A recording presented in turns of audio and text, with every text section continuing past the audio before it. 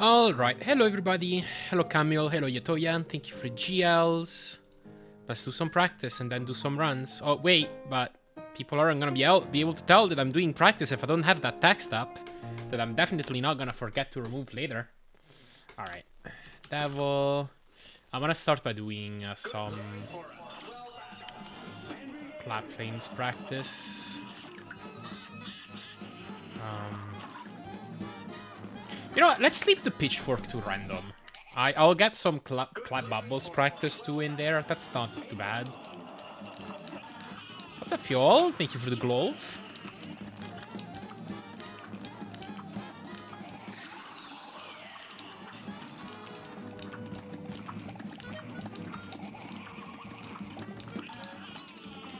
Wait, that's the wrong one.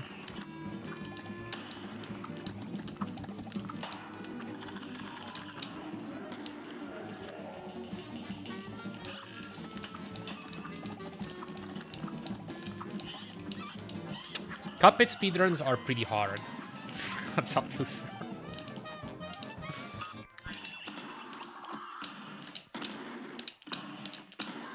Are we really turning this into a meme? What's up, Grivenzy? Cuphead. Oh yeah, this is the wrong clap. This one. Here's a real high-class sound.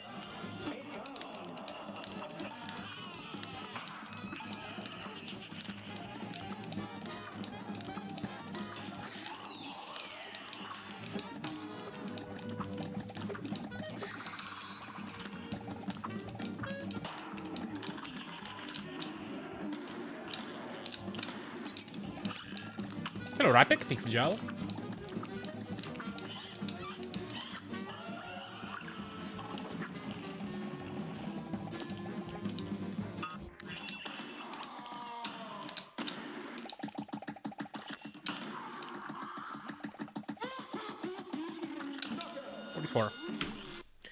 Are you winning practice? So far, yes, I would say.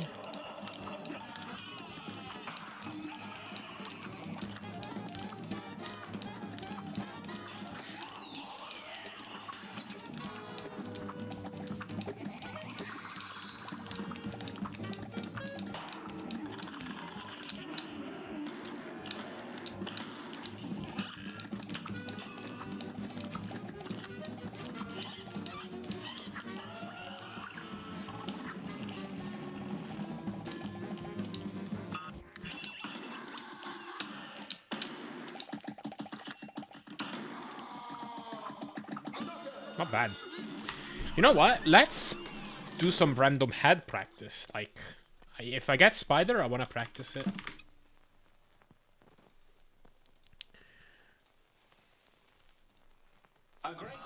There.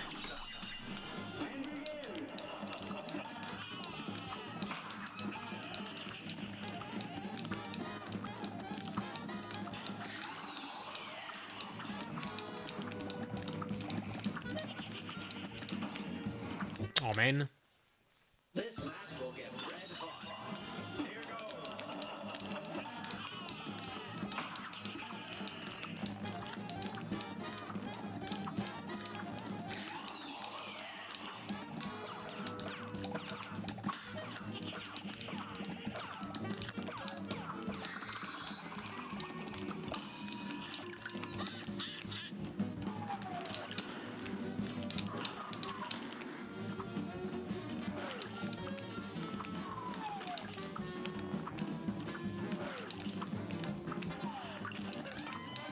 I think it's like there. Oh, wow, I soft looked. Because I got a double instead of a quad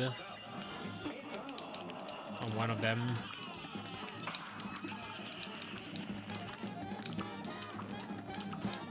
Yeah, hello, Kirby Kiki. Thank you for gel.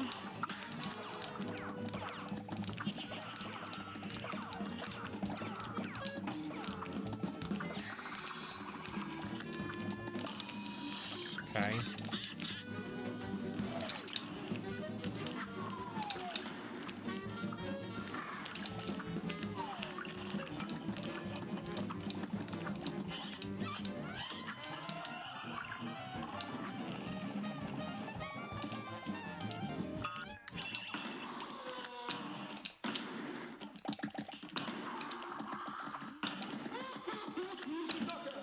Okay, I didn't exactly play it as planned, but okay.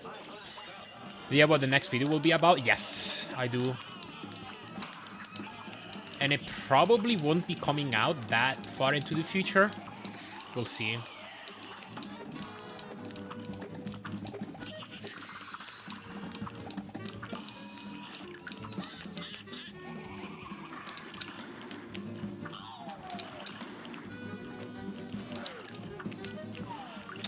I could have gotten the freeze there. Yo, what's up, Shady? Congrats on being first.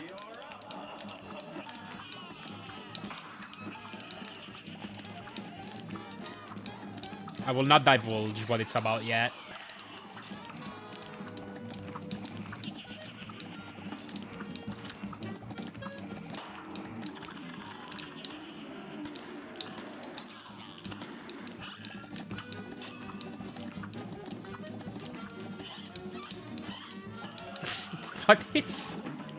What are you doing, Shady? CH head? That's what CH stands for now? Okay. I'm working clearly. Right.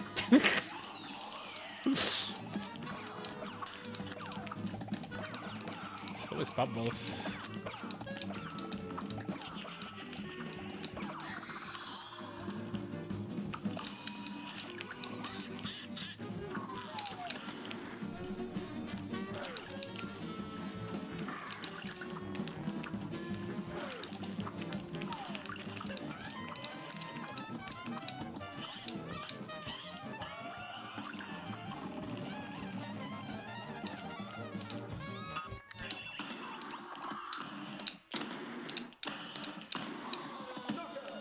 Okay. But she doesn't compile, so I came here to spam frustration. That's fair enough. I understand that.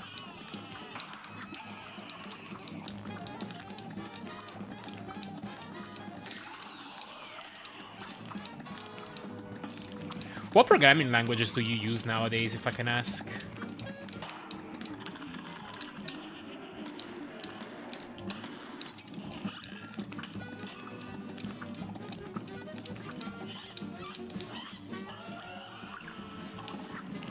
Yeah, it's a fun one. Thank you, Gel.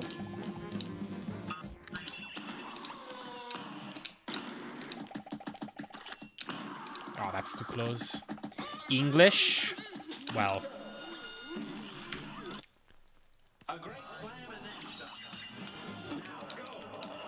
Imagine programming plain English. C, Python, and JavaScript are most common, I guess. I gotcha.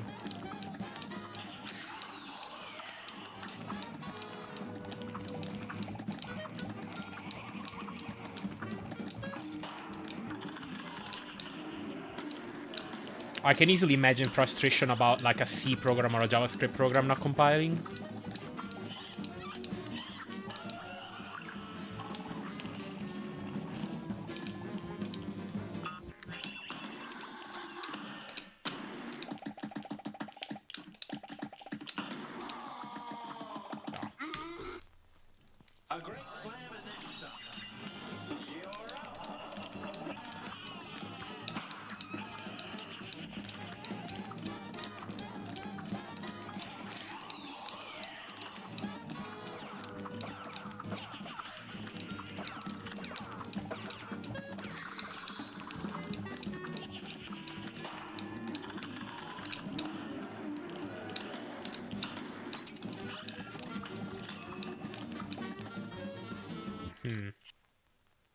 Yeah, I should have gone a little bit longer, I guess. Yo, what's up, Smoking Bill Murray? Thank you for gel.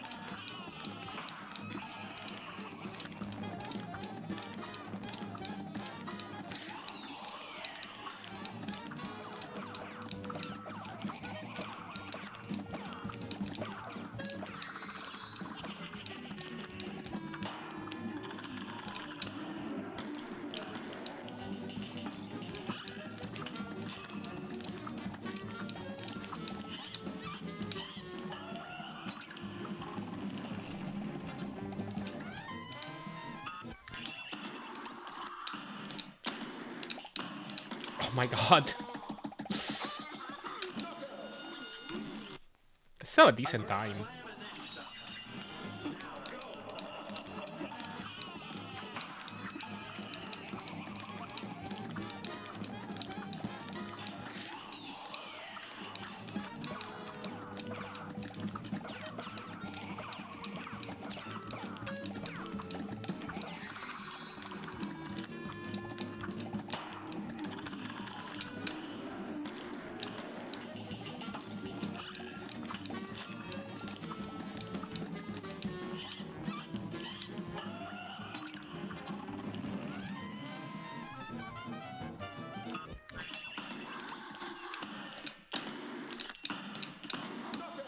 Okay.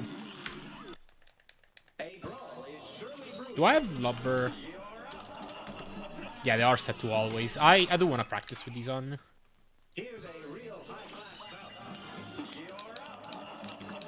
Yeah, what's up, Nomit? Thank you for the gel.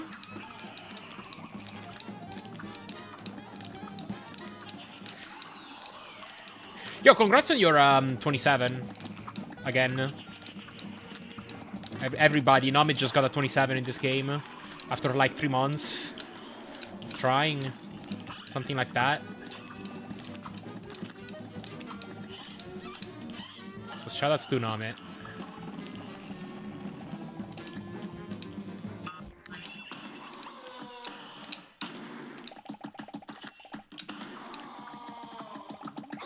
Okay, not too shabby.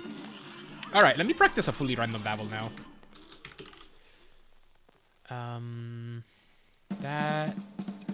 And I'm gonna have Lubber set to random.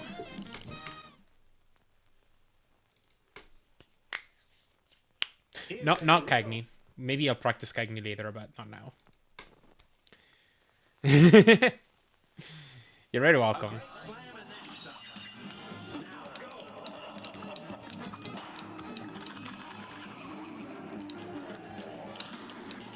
Did I hit a 5x on the imp? No, maybe it just died from the Lubber bullet. That's probably what happened. I shouldn't have taken that hit.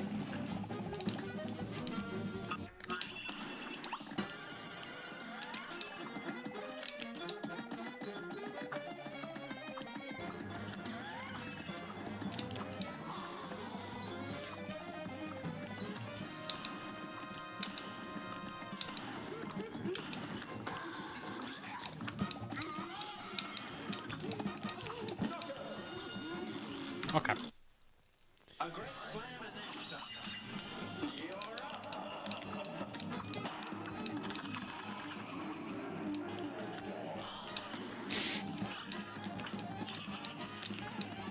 Lotoya has a pocket 25.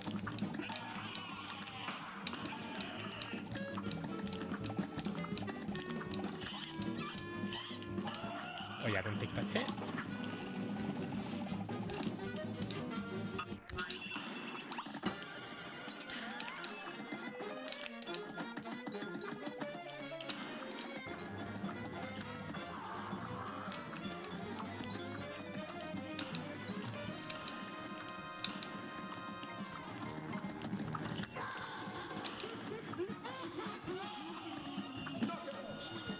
Hello, African Pro. Are you making progress with the PBs? Every day.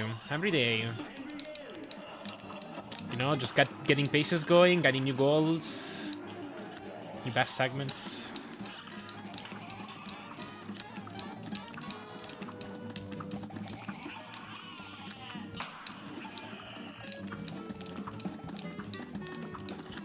Yo, pocket reset. That reminds me. Dr. Blue was the first one to point it out. Because he commented under my video. In the video I made about lag, I have a picture about the... I drew a picture of the NES. And in it, I labeled it the Nintendo Reset System.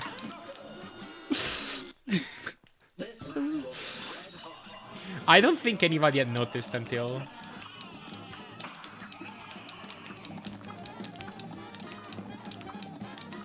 like yesterday. I love having Easter eggs like that in my videos. Yeah, what's up, Warsick? Thank you for gel. Used to love running low percent of this game. Yeah, it's pretty cool.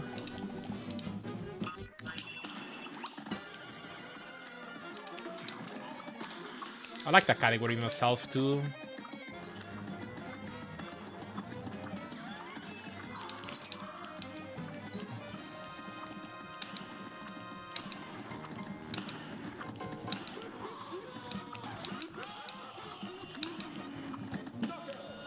Alright, not too bad. Whether you do the pause when going into the hole. It's called the geo buffer. It allows you to start shooting the doubles sooner at the start of phase 2. And if you're interested in more details about this fight, I made a YouTube video all about it. You can type !YT video to get a video.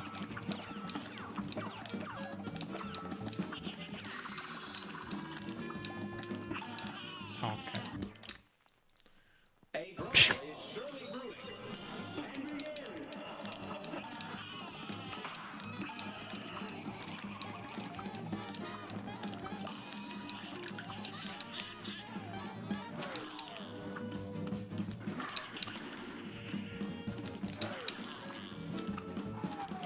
Okay, I don't know what I'm doing anymore. There we go.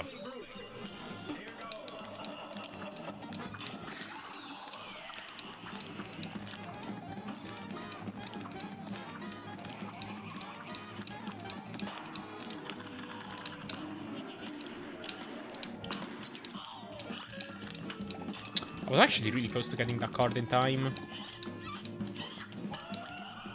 Yes, yeah.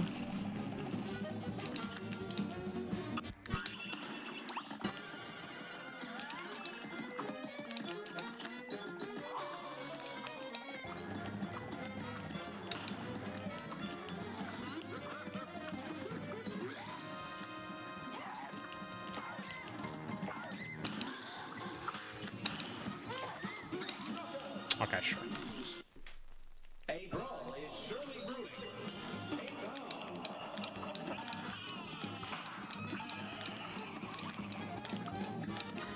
Yeah, I've noticed that too. I don't know why they do that. Yeah, that's a mystery to me as well.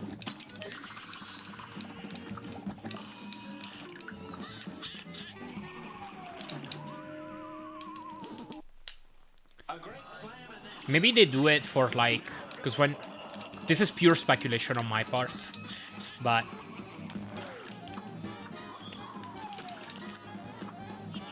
Maybe it's so that when you're browsing a list of ROMs, it's like... People can remember the name of the game after the duh more easily. So you don't have like a full page full of like duh. I don't know. The video was amazing. Thank you. Glad you liked it. Very glad you liked it.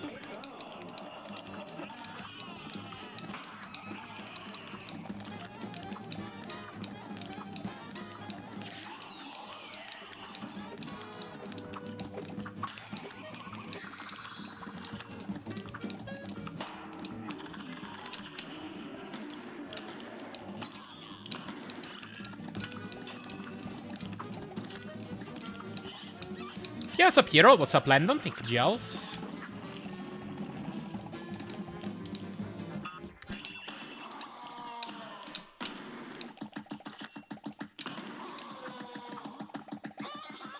Oh, I guess that worked. I thought I missed my first EX.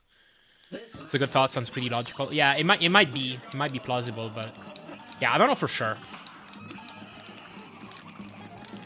Do you get more damage when you're on 1 HP? No, you do not.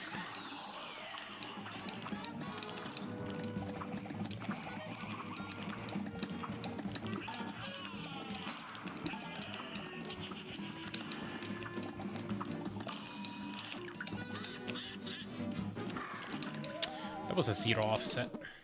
That was the start of a Spider's Case pattern potential, but it's so hard to react to a 0.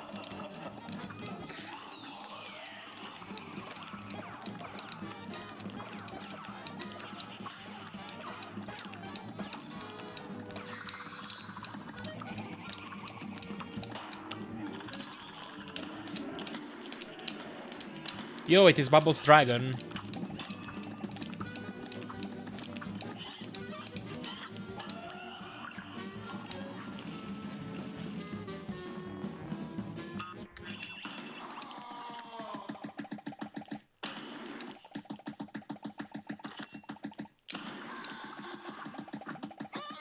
Getting a 44 out of it. Wow, 45.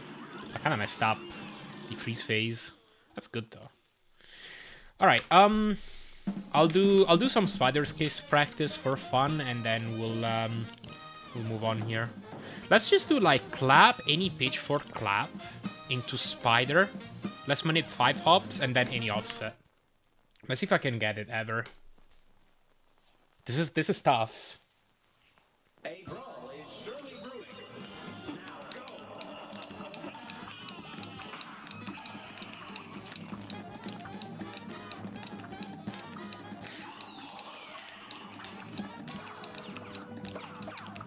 Imagine clutching the first 26 with Spider's Mush. Yeah, that would be epic. I don't expect it to happen, but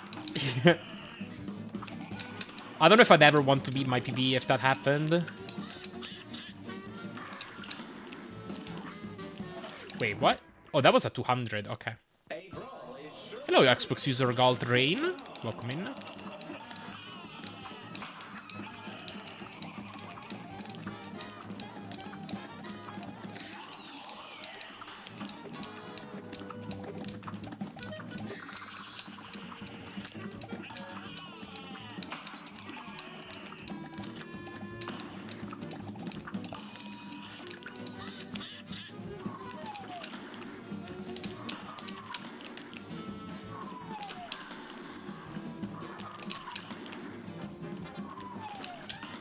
No, okay, I missed my last EX.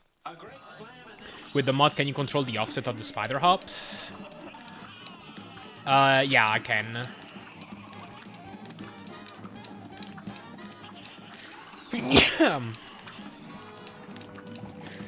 Jeez,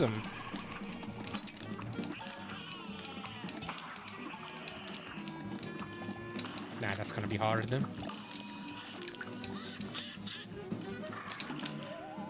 Thank you. Okay.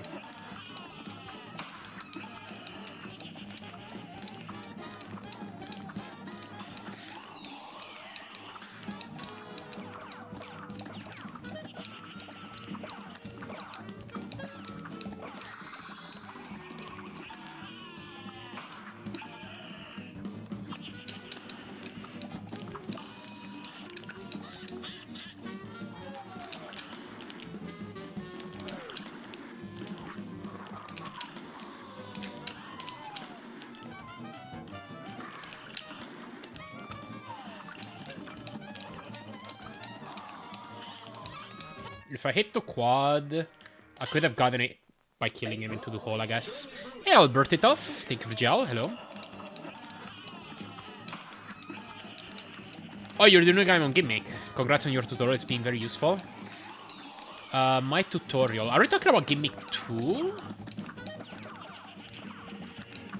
I don't think I made a tutorial for Gimmick. Well, I made a few, like, isolated tutorials, but I don't think I made, like, full tutorials for Gimmick 1, unless you're talking about the small tutorials.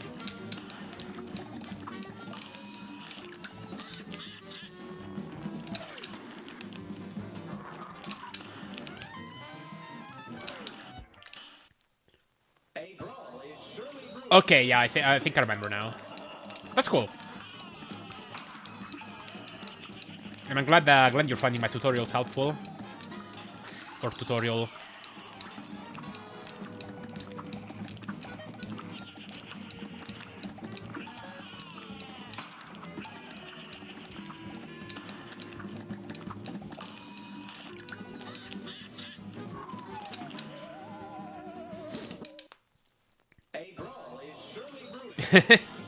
Yeah, DBS flow is my alt.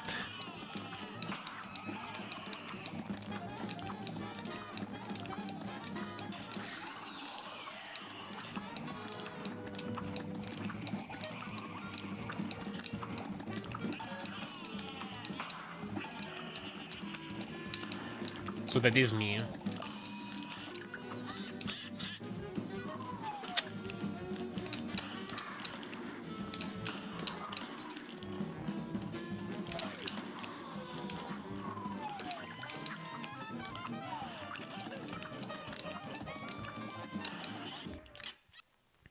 What's up, Fabix? I'm running out of battery. I need you to open the door. I'm outside. Running out of battery. Are you a robot?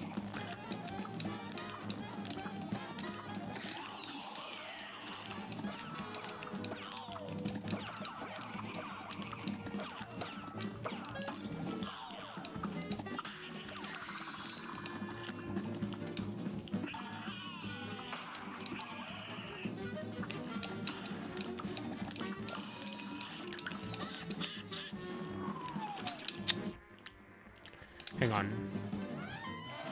Okay, that was a 0. What happens if you trigger last phase, not third phase, and go down into the hole? You still soft lock.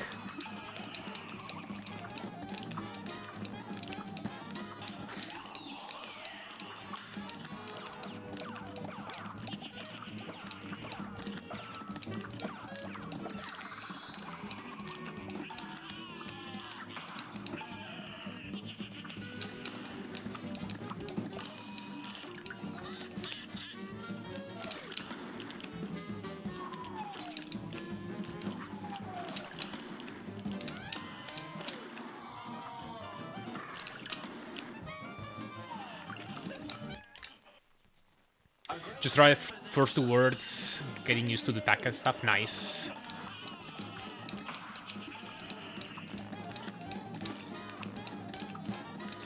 Yeah, that's already a big step.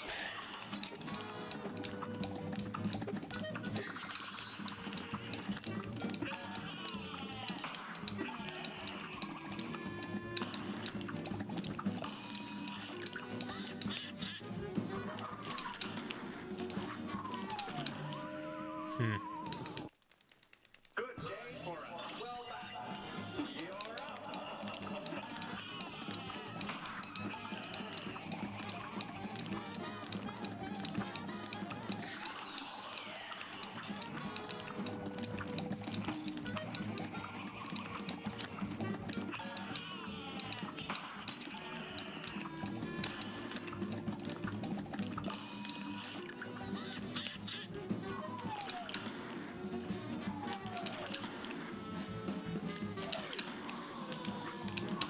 Oops.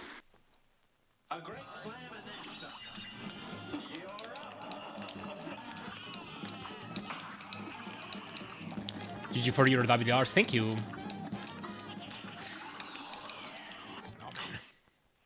Good day for us. Well done. Now go.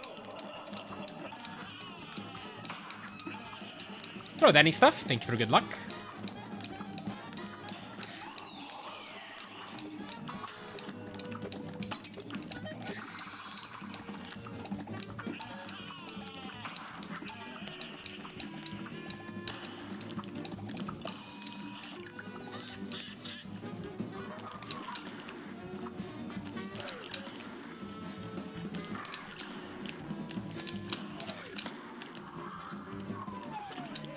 It's not gonna work. I hate Fishy Factory. Also, Tadpole Temple is pretty easy, actually, but I always screw it up. Tadpole Temple... I don't know. I always find it a difficult level to play optimally, at least. Fishy Factory is more punishing. There's like, genuinely harder segments, but... I mean, like everything in Gimmick 2, it's just... it's just hard to play fast.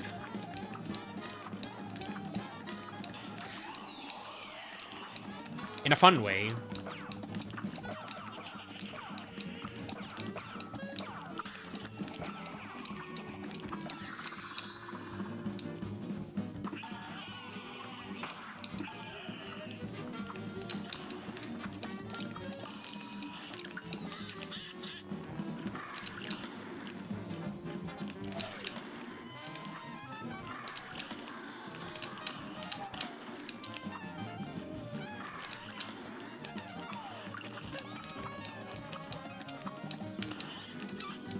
Okay, this wouldn't have worked. This match will get red hot. Here goes.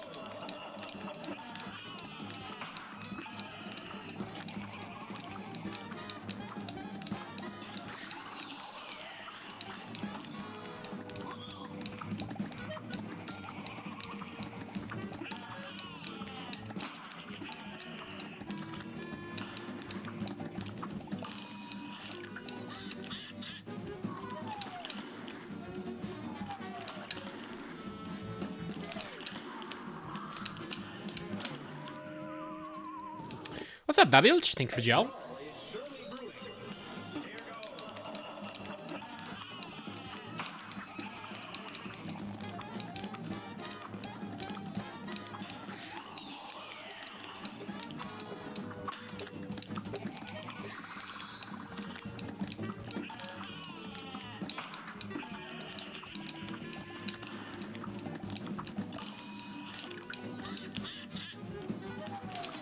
It's a -50. Hello, Fededondi. Thank you for good luck.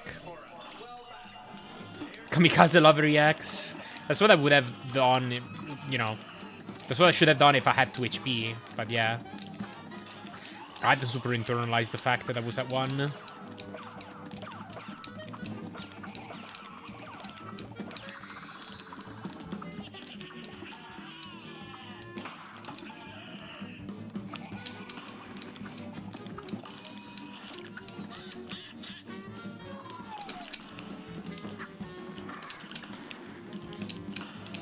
Okay.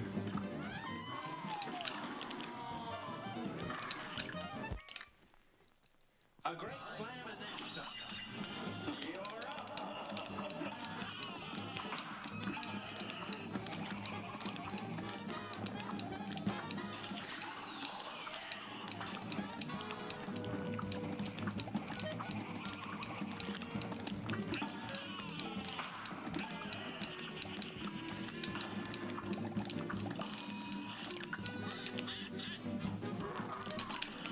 Man, it's so hard to move out of the way of that.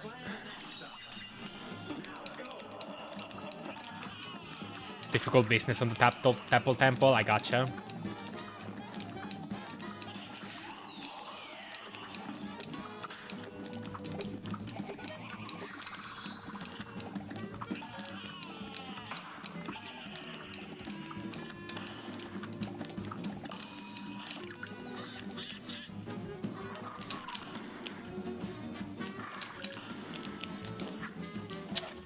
What was that? Good day for us. Well done.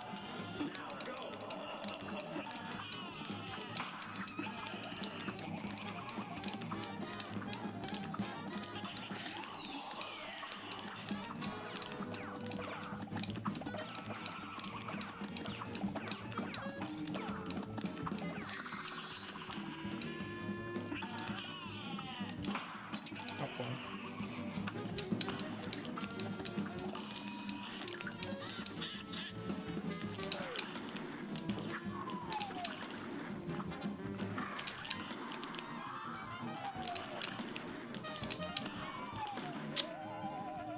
By the way, I'm gonna start gimmick 1 Tiras tomorrow. Okay, good luck on that.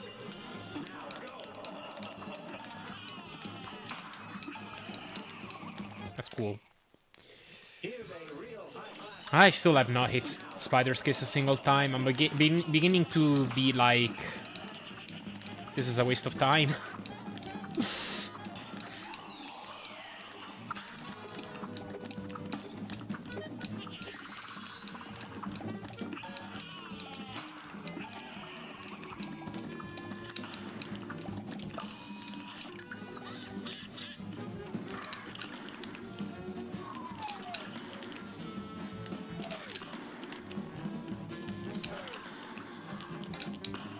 What am I doing?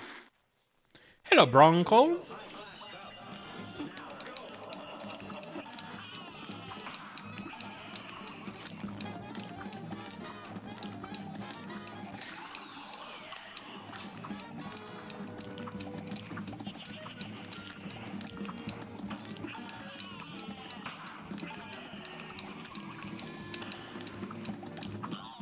Oh, I shot too early, okay. GLHFHF Pyramid? Are we gonna succeed? Oh wow, congrats. Thank you.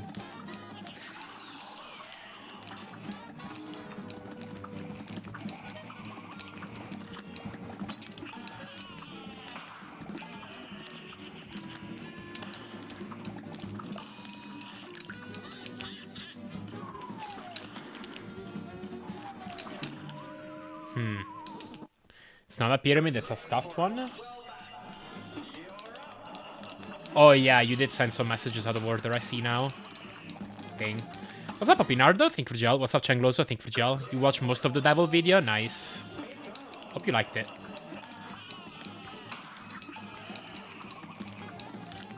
Alright, I'm giving Spider's Kiss one more attempt, and then I'm gonna move on.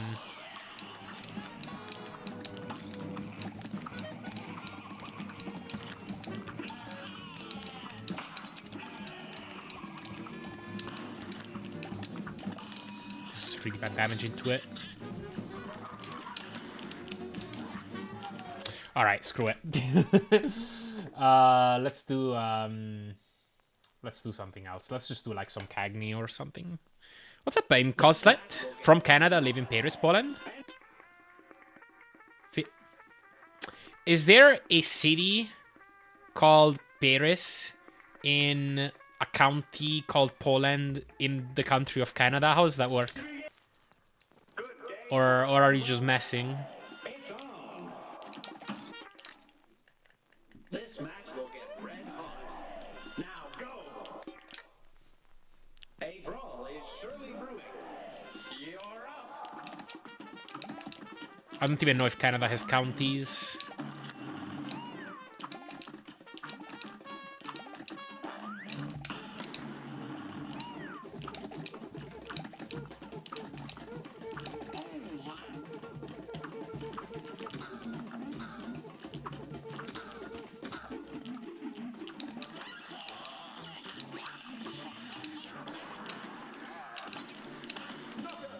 Oh wow, that's good. Oh yeah, I should probably... Oh yeah, this is set to random, cool. Hello from England, the capital of London. England is my city. This match will get red hot. And begin.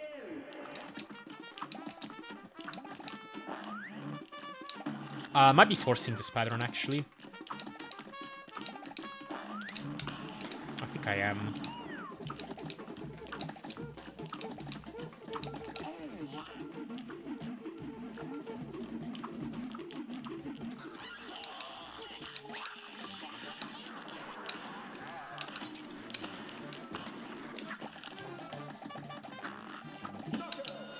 From Canada, but the capital of Great Poland, Paris. Okay, I need to Google this. Great Poland. Greater Poland is a Polish historical region of West Central Poland. Okay, so that's not. Paris, Canada. There is a city called Paris in Ontario. Paris, Ontario, 14,000 people. It's a community located in the county of Brent, Ontario, Canada. So Canada does have counties, but it is in the county of Brent. Pineapple Pizza Pyramid. What's up, Eramoose? And the city is kind of booming. It had a demographic growth since the 2000 or 2000s. Southern Ontario. This looks very close to Toronto. God, I've been to Toronto several years ago and I missed that place. I loved it so much. I had a great time there. Anyway. I was studying for my algebra finals, but I had to take a break when the video dropped. Oh. Fair enough. I hope I didn't distract you too much.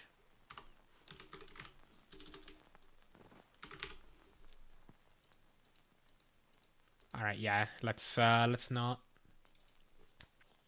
I've come here for Cuphead. Do you like Cuphead? Yes, I do. I play it all day on my Xbox.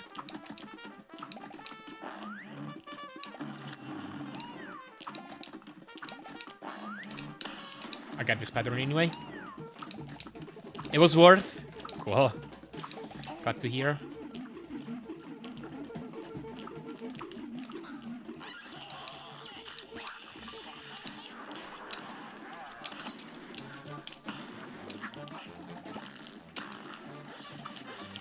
Oh. Okay, I greeted out. Good day for us. Well done. Here goes.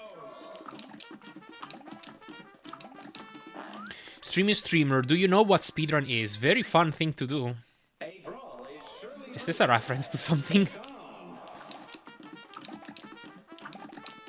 Oh yes, we do the flower.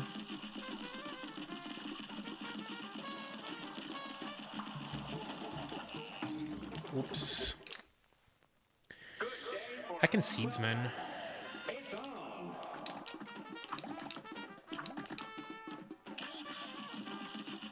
It's on. This flower is kind of a jerk, so go ahead.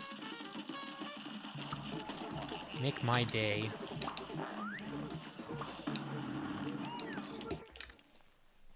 Here's a real high-class belt. Here goes.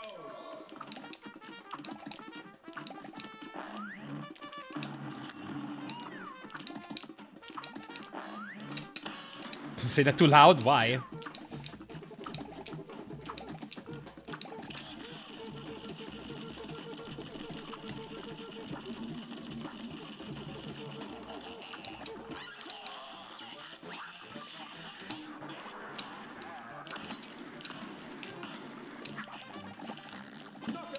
Alright. I'm gonna do some goopy practice and then I'm gonna start runs, I think. Your day will be made, Wolf. You will have to atone for the abomination you created. It will be a dirty day indeed. But so, what's up, Kiss Jensika? Hello?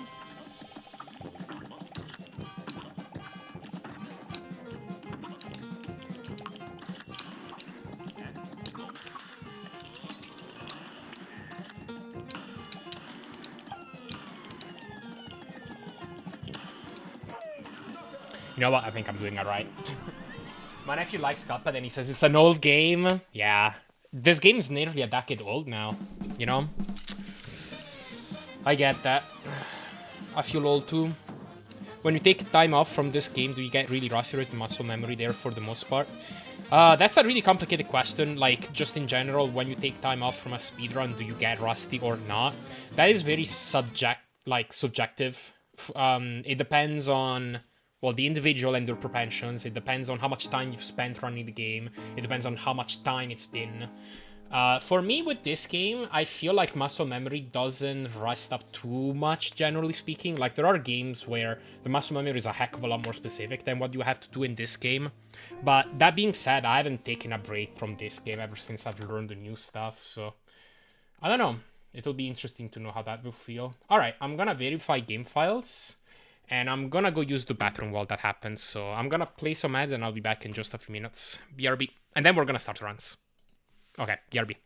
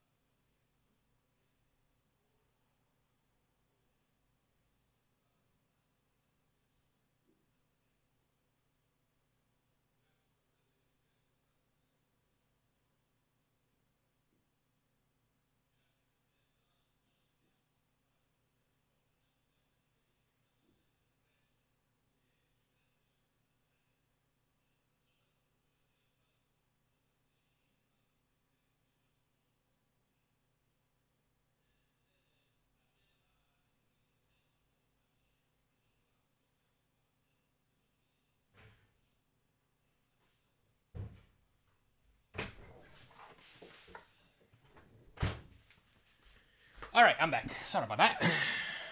Seems like files were successfully validated, so we can start.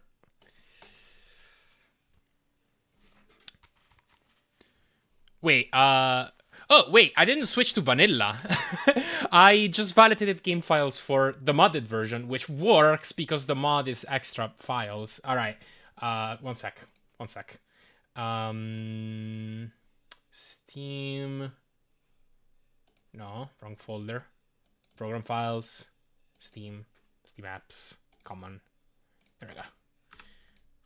Okay, we're gonna validate again. Shouldn't take long. Okay, hello Tremaine. Great test of Cuphead when it's 100%. Thank you. It might be my next task. Like I might do 300%, which is like everything on the base game plus the DLC.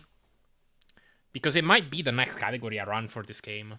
And like that's a great motivator for me. But we're probably talking about a few months from now at least. Yeah, making a Cuphead task is a lot of work. What's up, Zaith? Also, thank you for GL. Almost 20 seconds passed already and you're not drunk? Do you need to fix that?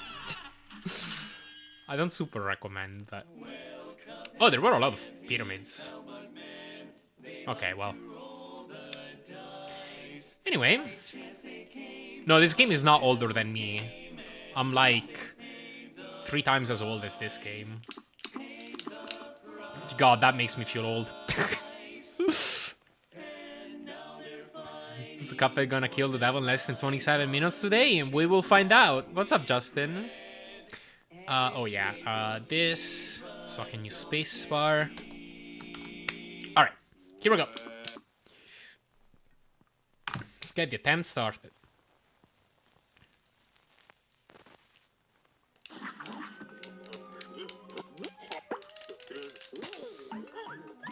The devil will kill Wolf in less than 27 minutes. That's probably already happened. Oh, I'm comparing against best split times. Wait, do I not? Oh, global hotkeys are not on. Okay. Okay, cool. We did it. Now go.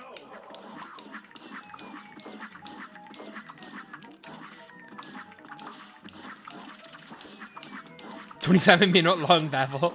I don't know if I've ever had that. That would be crazy. Just like, what would even have to happen in that fight?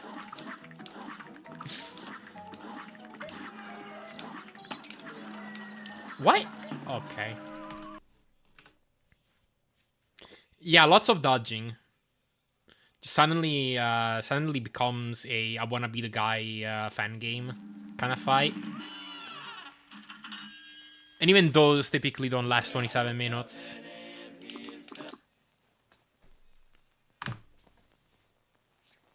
Yo, hello D-Pace. Got your task and I recommended it. It was cinema. Task is super entertaining. Glad you liked it.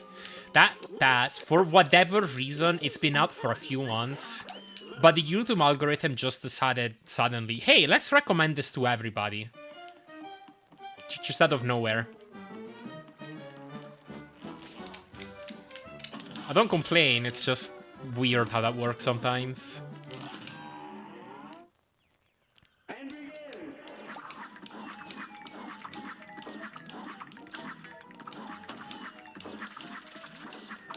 Glad they did. Yeah, glad you liked it. Glad you liked it.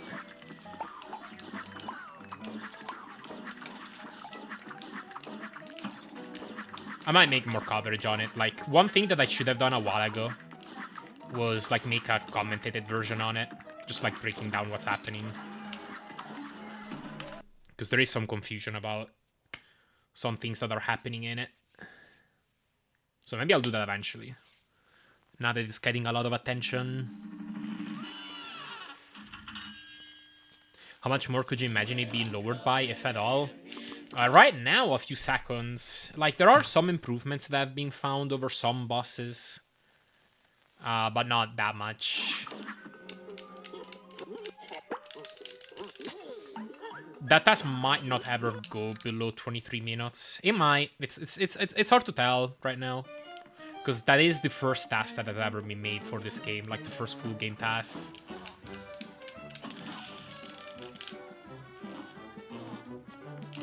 Did you learn a bunch making the task, or did you already know 99% of the shit? I did learn a bunch, yeah. I would say, I don't know, maybe 50% of the fights or a bit more are fights that I'm now implementing some small new optimization that I didn't know about until making the tasks. When you're making a task, like, the way that process looks is you have an input editor that looks like a piano roll, and you have to manually insert every single input that you're supposed to do. So the process of making a task is a process where you are forced to think about how to optimally make every single input. And it's something you don't really do when you're just picking up a controller and moving around. So that process does force me to think about a lot of, like, spots that otherwise, like, I might have neglected. So it's great. Like, making a task is always an educational experience, even for games that I've run for a long time and I'm already kind of an expert in.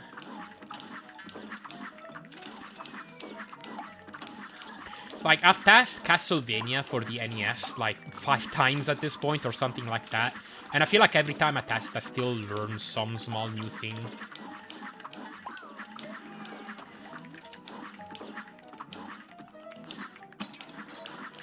That's a much simpler game.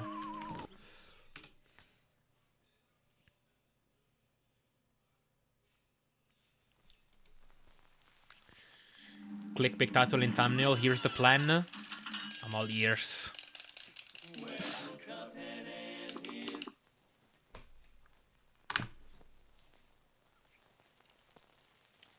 What's up, Lucha? Another new Jackal record? Is it by you? Is it by someone else? Or is it a world record in hating this game as fast as possible? What's the news around the block? Oh, someone else? Oh, really? Who did it and what time? Understand making tasks with them on an ES game, whatever, is a lot easier. Yes, it is.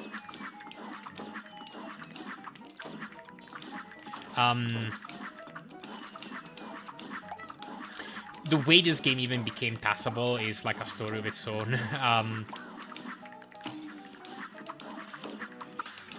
When you're emulating something, you can easily achieve like what's called determinism, which is where you can run the same process or machine and expect it to do the same thing every time given the same circumstances.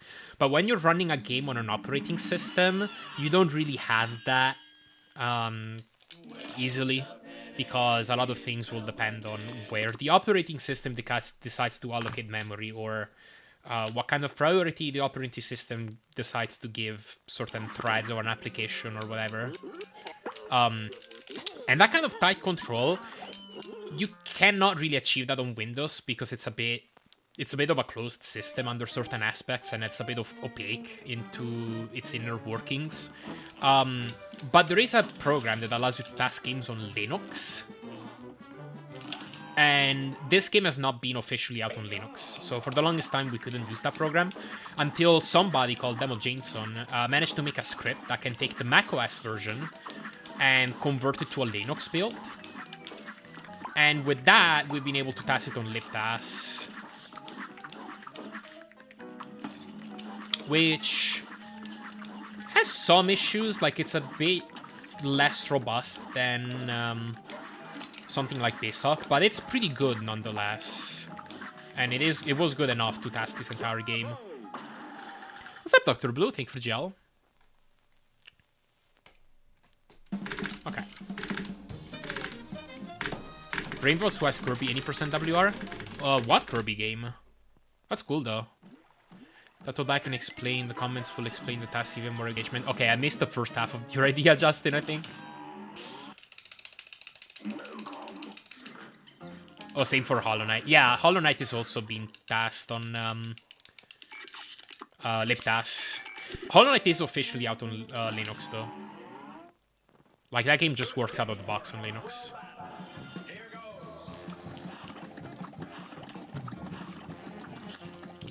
Debug messages. So Bepin X can catch lugs Can catch Unity logs. So if I can... WebInX is like a modding framework. And it gives you a console.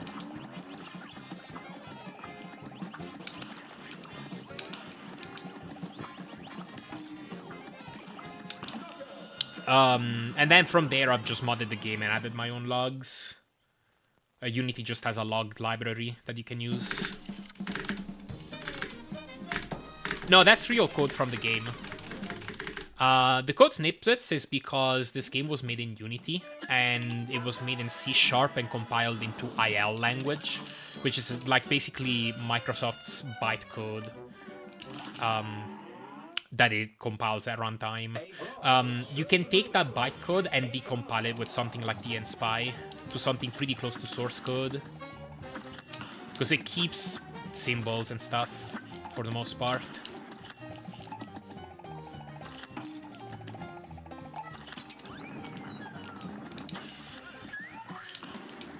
Yeah. Yo, hello, Alexei. Welcome in. Oh, Kirby on NES. That's cool.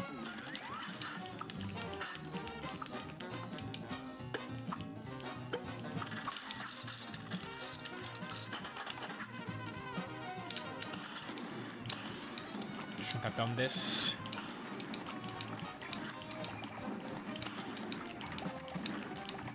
Oh, man. Yeah, I should have just used them from a distance. I'm considering trying to task Hollow Knight, but it'll probably take me 3 months to get everything working after switching to Linux. You don't need to switch to Linux. You can use... Are you aware of Windows subsystems for Linux? That is still something that requires you setup time, but it's basically a kind of virtual machine that can run on Windows. That's what I use to task Cuphead. I also have a native Linux installation through dual booting, but I didn't use that one. I just used WSL. No, it's not dual booting. It's basically a virtual machine. There's a guide on how to set that up for libtasks somewhere. I can try to find it if you're interested.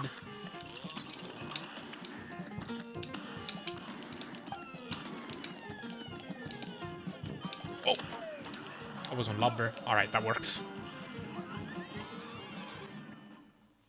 Yeah, I can definitely recommend that. If it might not be ideal if your PC doesn't have that much processing power. Like, I know running Linux natively is like a little bit better, but I mean, for my PC it worked out. I have like a 13 gen Intel and some AMD graphics card, like a 6700 XT, something like that, and 32 gigs of RAM. You run Linux on Windows, so if you have a Windows install, you can install WSL without having to install a parallel installation of Linux.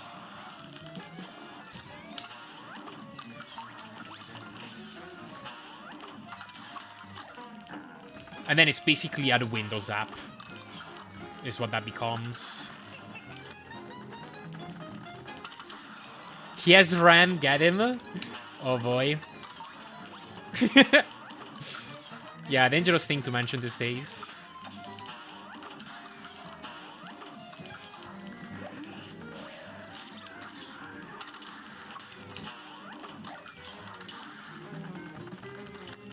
Hello, Mick the King. Thank you for good luck.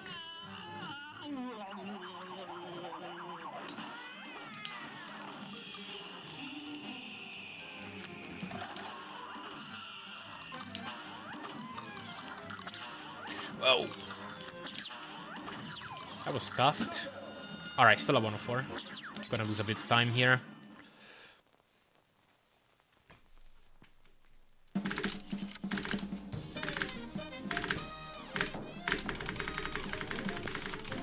Another thing I should do is make a tasking tutorial, just to show people how to set everything up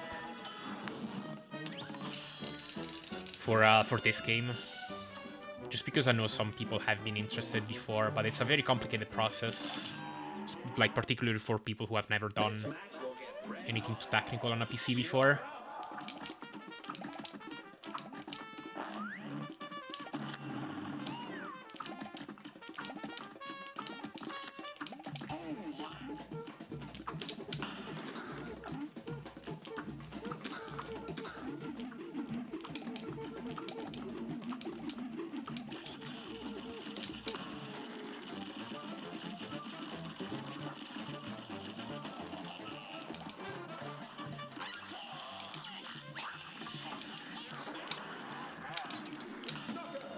Alright, sure.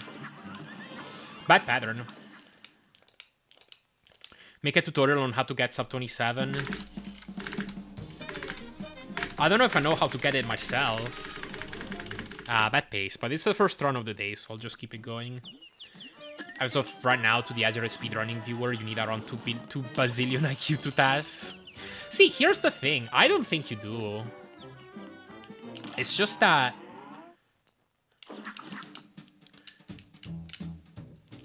a lot of people don't come across... There are some resources that, like, teach you how to TAS specific games or, like, particular stuff on Basic. But a lot of people don't, like, come across them or stuff that breaks everything down super simply. Like, I don't think the process itself is that difficult. But yeah, the setup for this game is definitely complicated.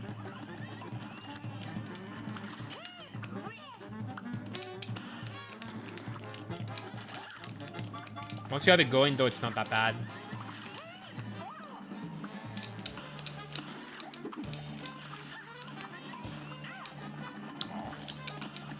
This is the best part on this RNG, but I'm not gonna get a great time. 3-3. Okay. And then watch it to get sub 27. 200 IQ.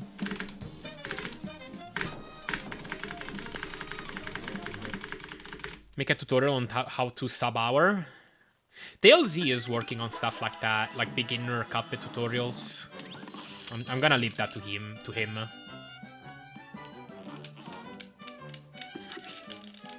Yo, Mark, thanks for the raid. I disagree. You disagree on what? But hello, hope you had a good stream. Hello, Suarask, day 191.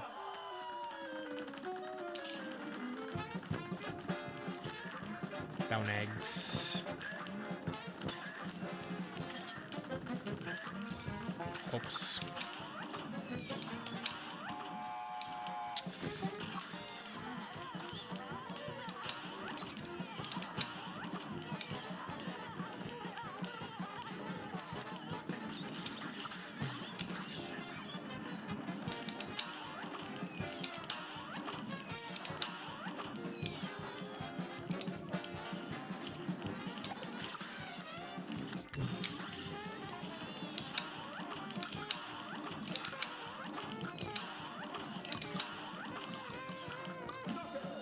Alright, sure.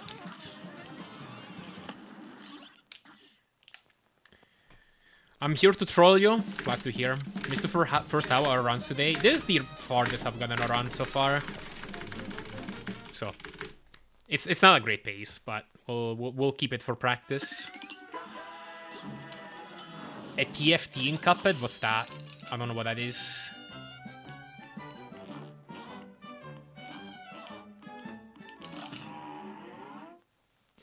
What's up, Vibrant? Thank you for GL. Good job on the Devil video. Really enjoyed it. I also love the editing the spider stuff sent me.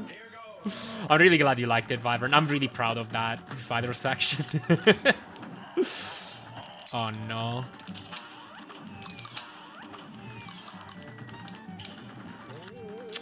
Wow, really bad phase 1.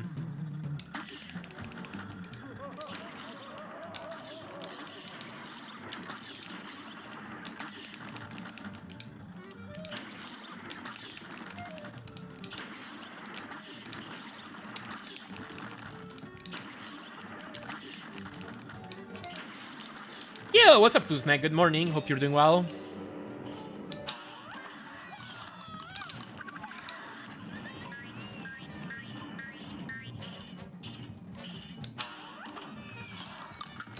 So, maybe I can still... Hang on. Maybe I can still get the second parry.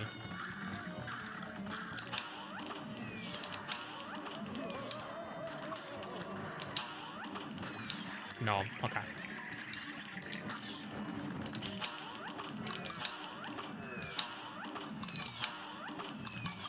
There might have been an argument to go for a parry-less fight by that point. 118.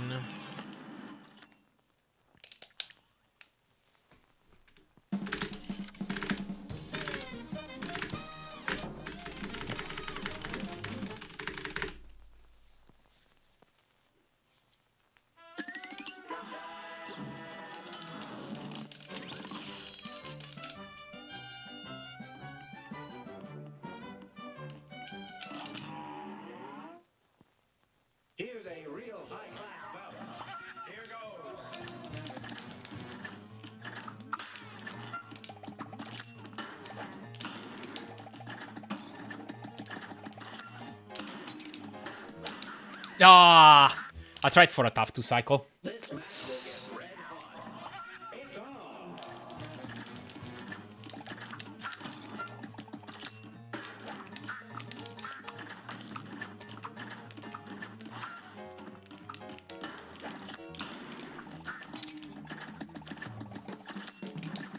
Oh, wow. Okay.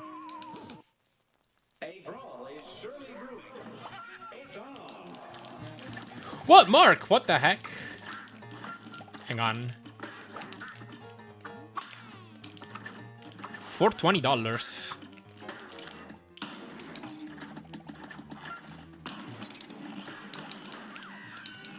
Watch this later at your release for por favor. It's 3 minutes long. Okay. Oh yeah, thank you.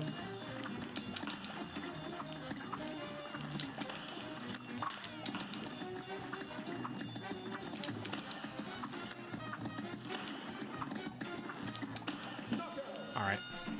It was good the last time. I'm gonna finish this run. I wanna... I just wanna practice the entire rest of the game.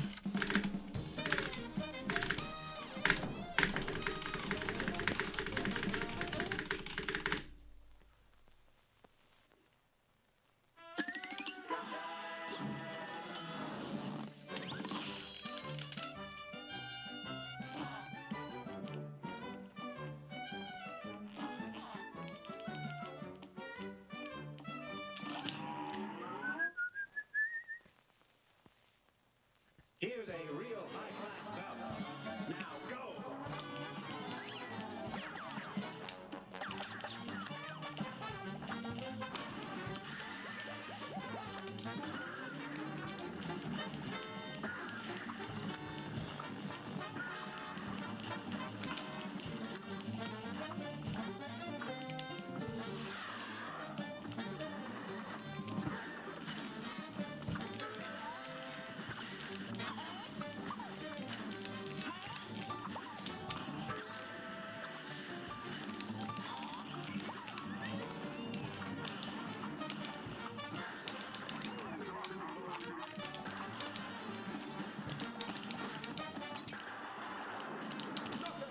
Alright, cool. Yeah, it's definitely a practice of some kind. What's up, Richter Shade? Hello, hello. Would you rather be Grim Matchstick or Dr. Cal? Probably Grim Matchstick. Ow, I just bit my tongue. That actually hurt my tooth more than my tongue somehow.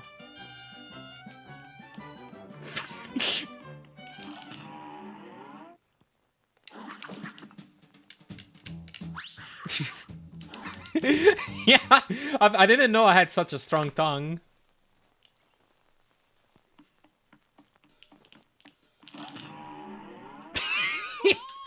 Here's a real high-class bout.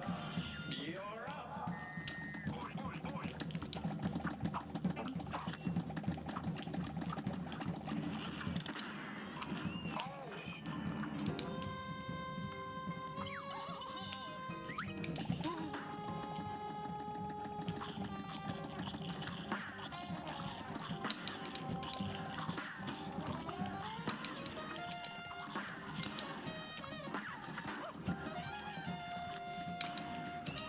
Challenging platforms.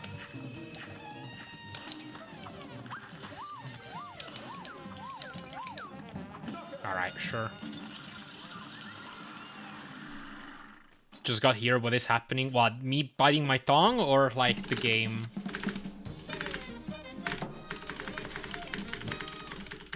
Gonna need to get an Italian flag while there.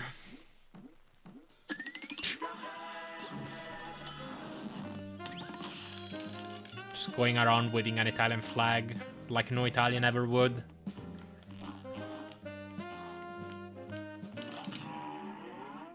Oh, the tongue thing. Yeah, I just bit my tongue. This run is not verifiable. You cannot skip the phase. Yeah, I tried.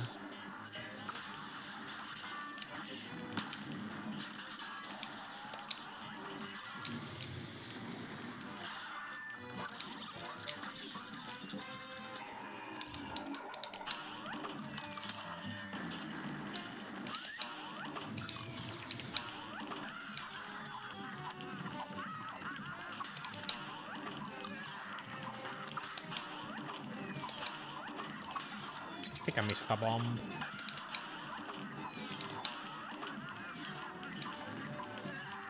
Oh well.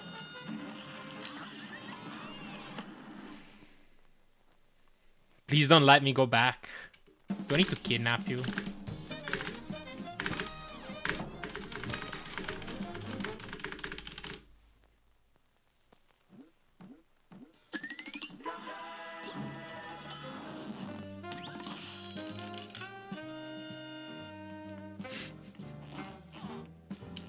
Oops. Good day for us. Well done. Here goes.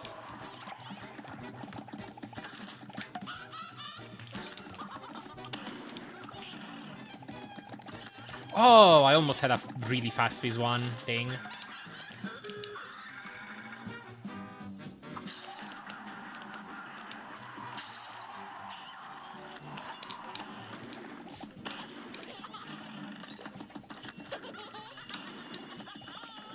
Oh, I had to.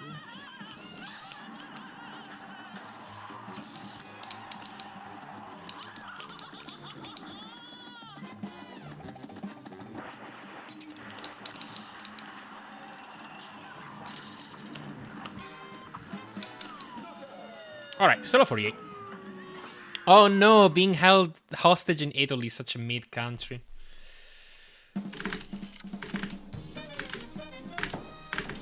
Yeah, that would be a shame. Imagine having to eat pizza every day.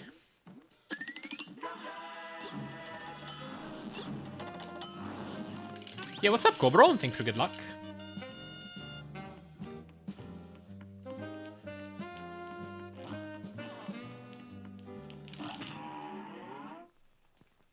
Here's a real high-class bout. It's on.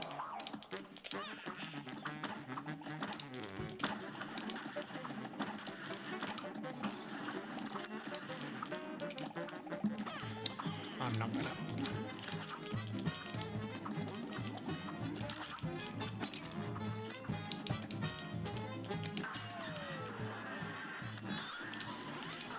Uh-oh.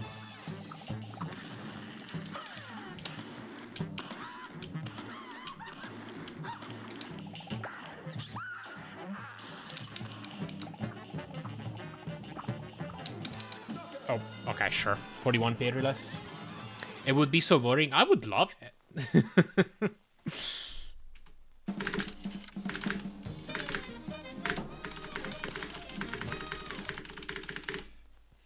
I was once on a cruise and I had pizza for breakfast, lunch, and dinner for a week straight, and only then I started getting tired of it. Nice. I go through moments like that when I make pizza at home sometimes. Like, I'll make several trays and then I'll have leftovers for like the next 3 days. And then at that point, I literally just eat pizza at every meal.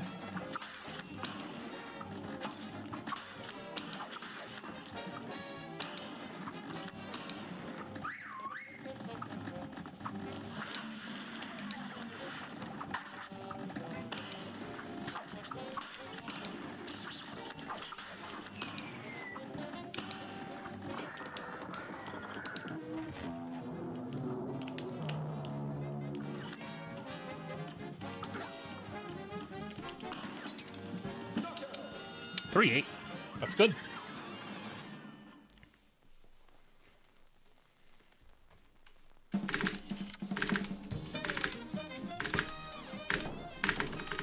Look at the time save. Look at the times over my PB. Isn't that glorious?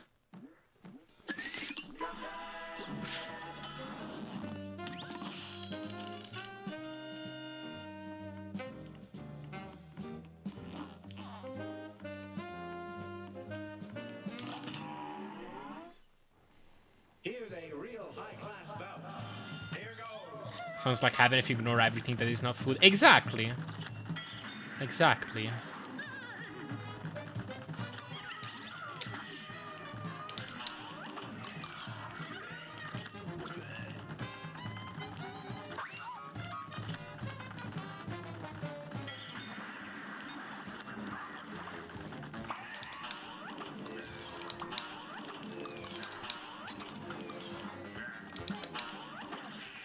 Was it called Justuma? Because it was suggested by somebody called Justuma.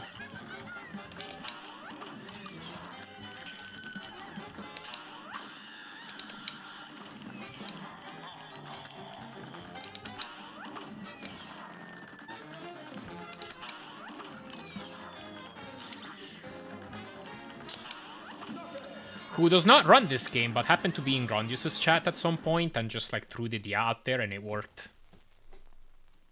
Yeah, the chat, I don't know what's going on with that. I did not look into it.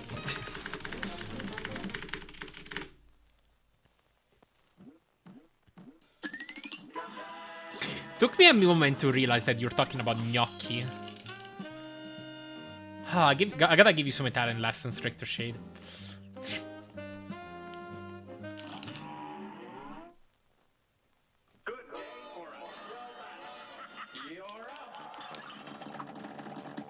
Hey, Rated. Yeah, I heard. That's crazy that he got a DL CPB that is like second place in that category during a race.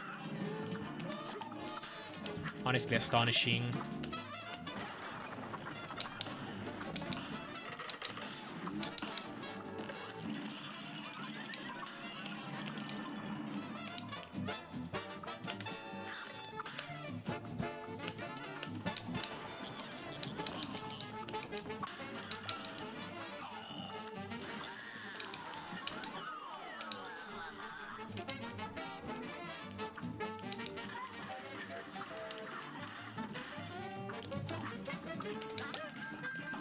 No!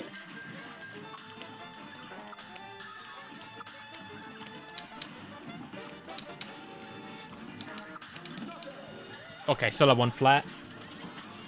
Was my rich was his cool? Yeah.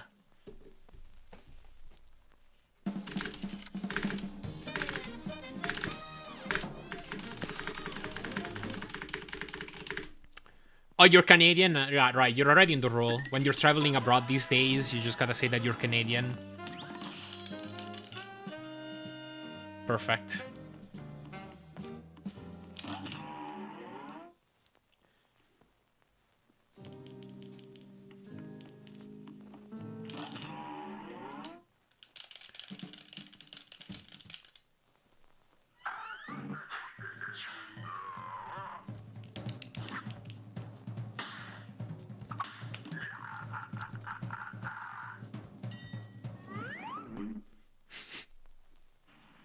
This match will get red hot. Here goes.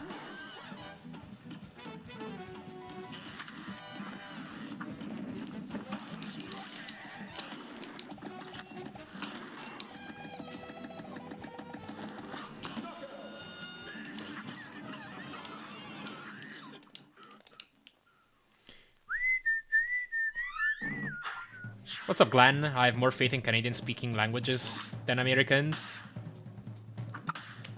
Yeah, that's probably true. I imagine there are stats for that somewhere.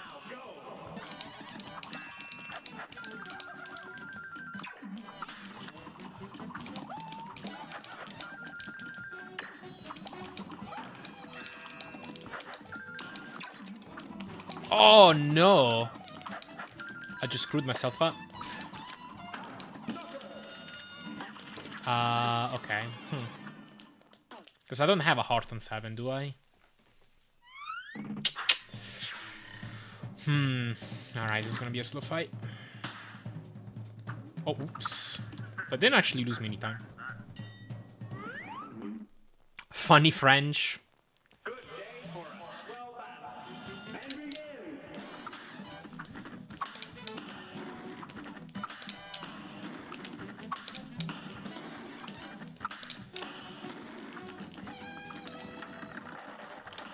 See, the thing about that, though, is that then it doesn't count as a foreign language. That's just a native language. I know some parts of the US, there is a large amount of people who speak Spanish in the South. Like some parts of Texas.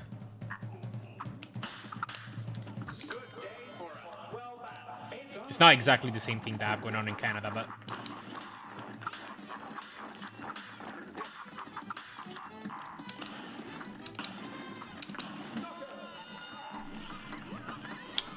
Charge better on 1 HP? Yeah. Typically is. I think it's the case for like half of the US. I think in those areas in the south it's like further accentuated just because like, you know, border with Mexico. Like, yeah, you have like your US communities.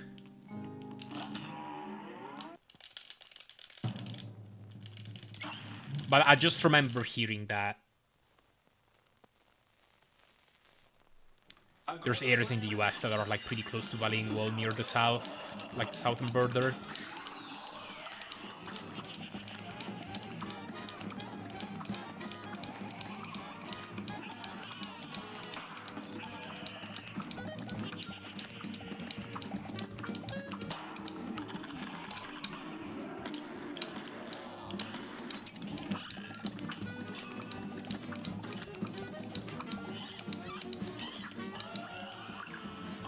Can we gold?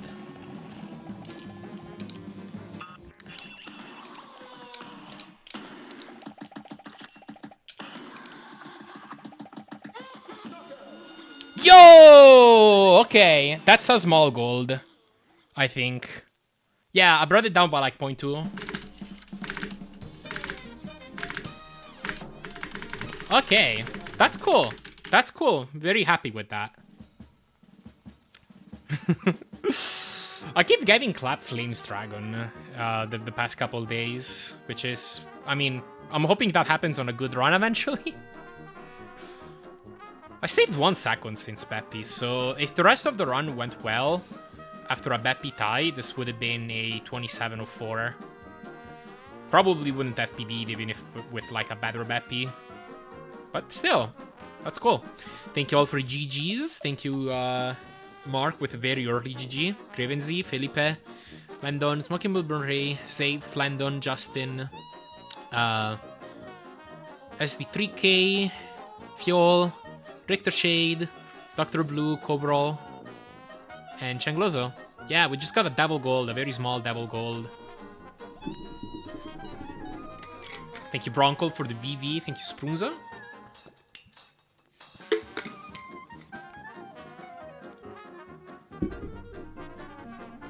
Alright. My PB is very close to my goal. Yeah, it's like a second off for Devil. It's not an easy comparison at all.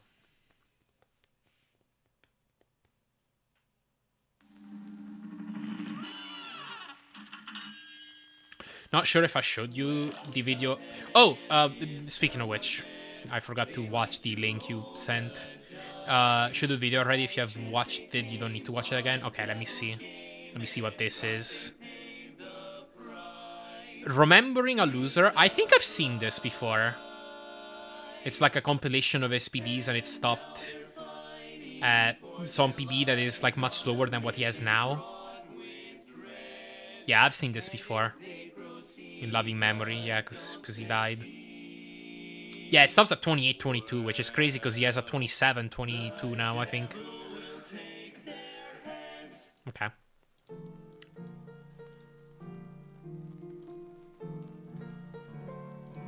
Hang on, I have a ping. Okay.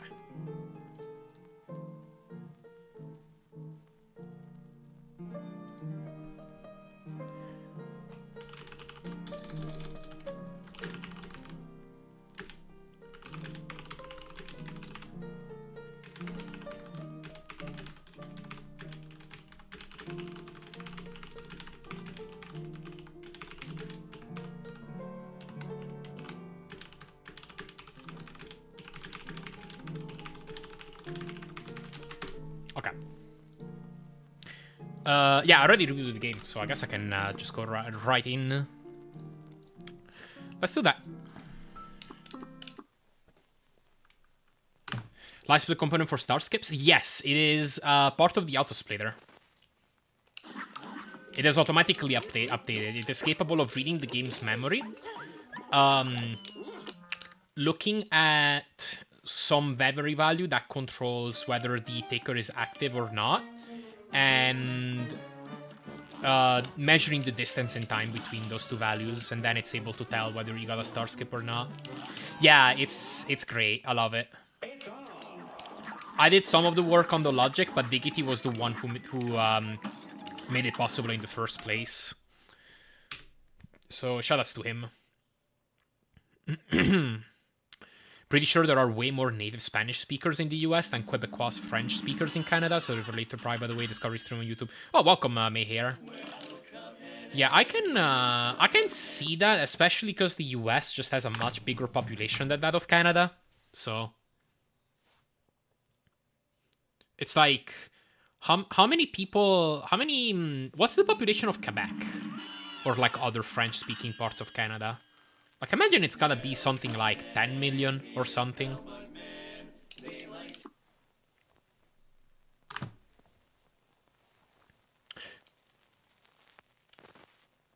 I guess I'm wondering about the percentage.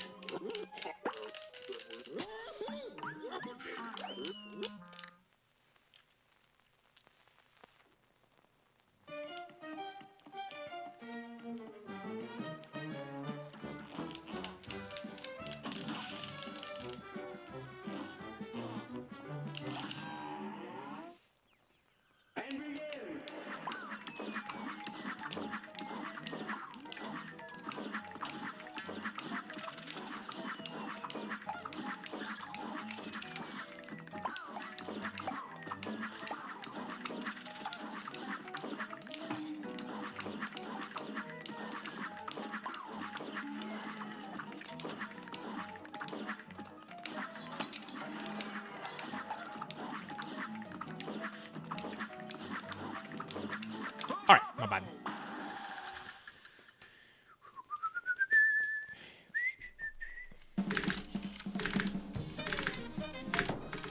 $44.9 million speak Spanish at home in USA. 7.8 million native French speakers in Canada. Okay, that's cool. So, what's that? Like a fifth of the Canadian population being native French speaking?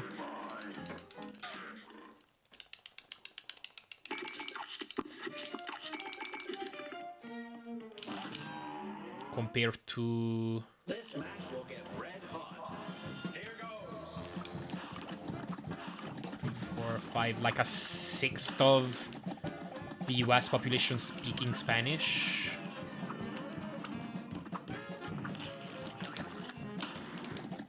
Imagine that doesn't mean native Spanish speakers, but that's still a pretty high amount all in all.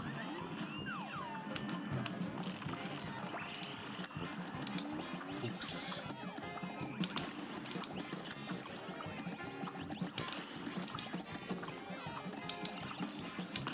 Alright, sure. 90% of Italians speak English. Oh no, that's not even close. Italy is like... I read a... I saw a map somewhere that like... showed that like, for example, more people in Romania speak English than in Italy. Italy and even France, just for whatever reason, do not have that many people who are fluent in English. Like the parts of Western Europe that just don't bother that much.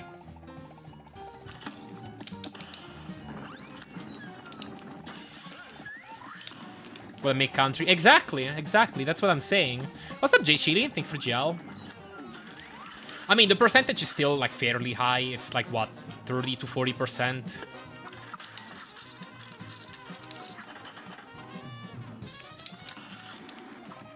Maybe not who are fluent, but are like capable of holding a conversation. I don't remember the exact metric.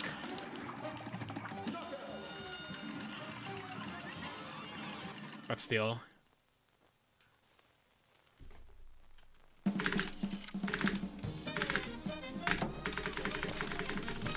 And of course, when you're reading statistics like that measure English knowledge, that percentage will go way up when you're in an urban area, like a big city, compared to somewhere rural where you just have somebody who's like worried about farming their land or whatever. Good day for us. Well done. Here goes.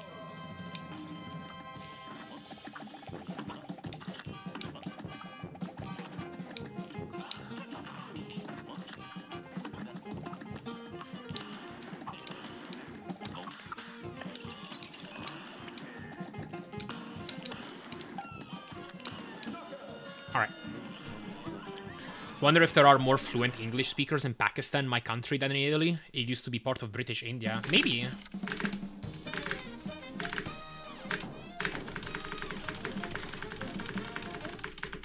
I imagine you could find some stats on that. Oh shoot, I woke up and suddenly realized I'm done with Goopy. I don't know why. I have this happen sometimes when running this game. I completely zone out and completely don't think about what I'm doing.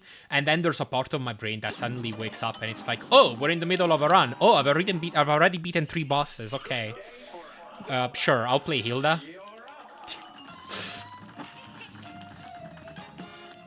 Such a weird thing.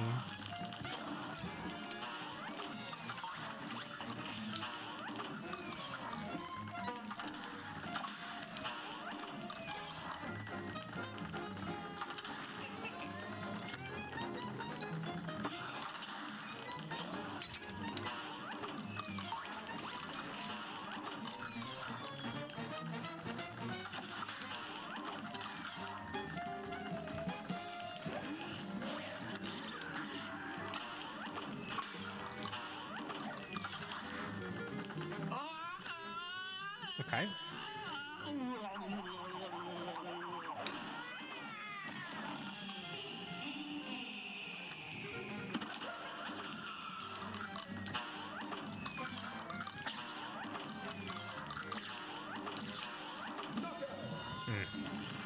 Could have unloaded at the X earlier, I guess. Alright, not bad though.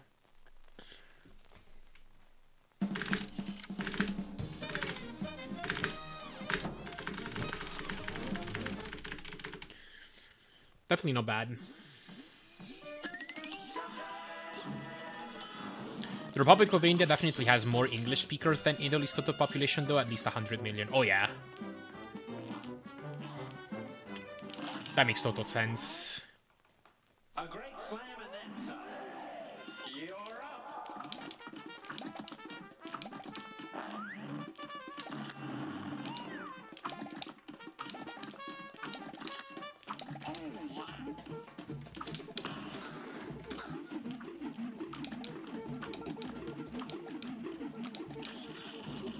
Given their history and just how many people that country has.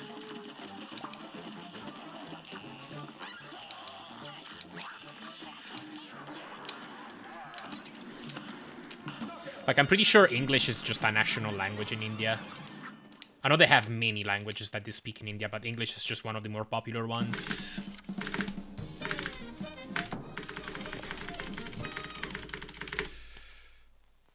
Don't have that happen when you're driving. Alright, I'm driving. Yeah, sounds pretty bad. You know that parry? What parry? On Hilda? Yeah, parries on Hilda have patterns to them. You can know in advance when you're gonna get one. How's run going? Pretty good. Pretty good. This is a pretty good run already. Hello, Matilus.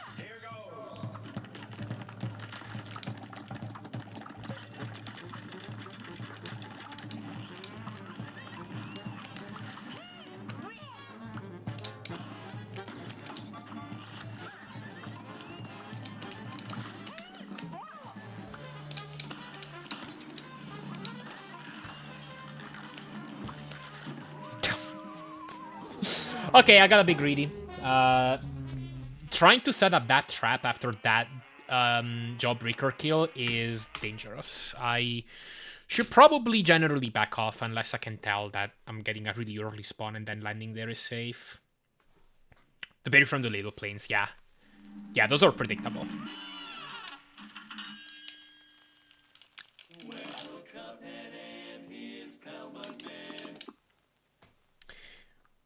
It's basically like always the same amounts of non-parable bullets before you get your next parable one. English is an official language in both India and Pakistan. Oh, I didn't know that it was an official language in Pakistan. Okay. TIL. Bangladesh used to, when it was East Pakistan, and maybe sometime after that, but I don't know, it's only Bengali there. I gotcha. Okay. It's on.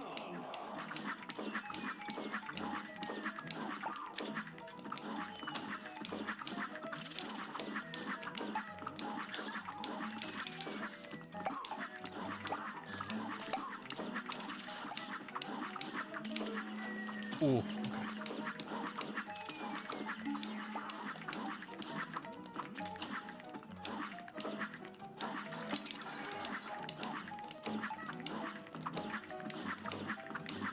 Bravo! Asia lore goes crazy.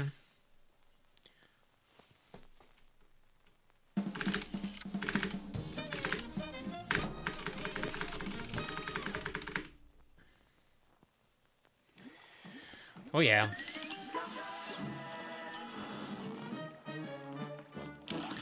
Wonder if there are still popular English medium schools in Bangladesh. There are a lot in the urban areas of India and Pakistan, and I went to one of them. I see. Yeah, I wonder. Here's a real high-class bout. It's on. Now that I know what I know.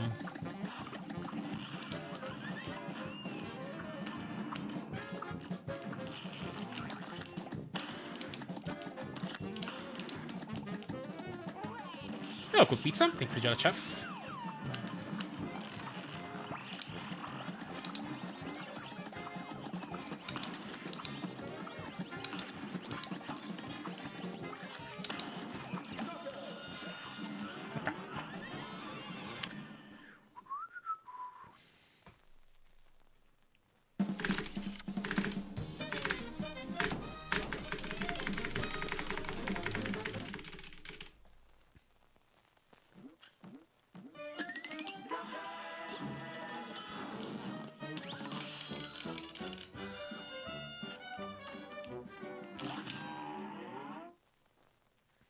Good day for us. Well battled.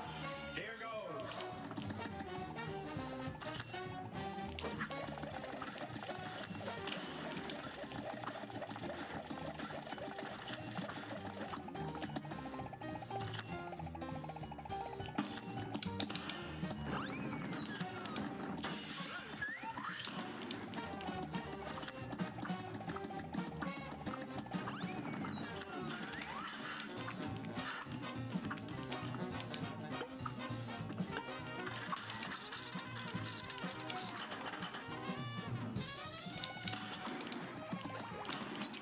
Oh! No, I couldn't jump. I don't... Okay. That final phase went really south. That's okay.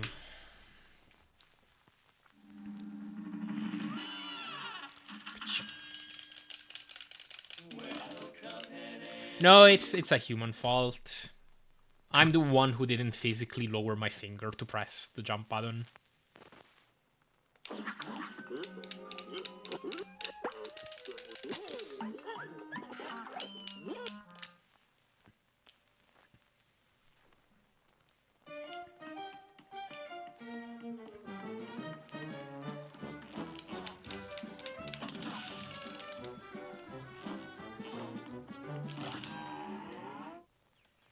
It's on.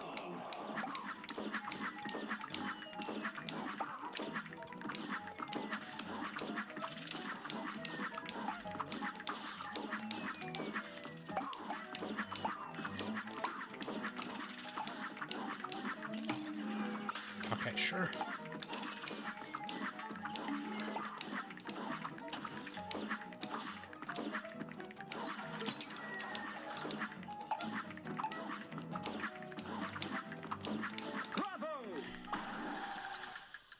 Man, why am I human? Subject to these human faults?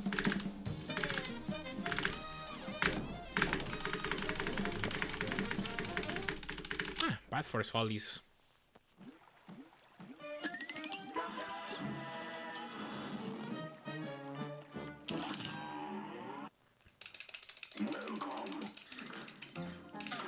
I just bought Hard Charm. Alright. IKEA can rebuild me? Dude, you're making IKEA sounds like a super villain organization.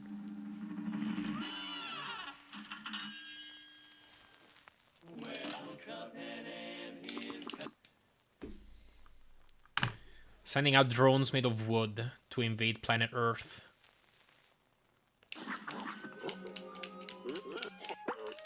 And they all have Swedish names.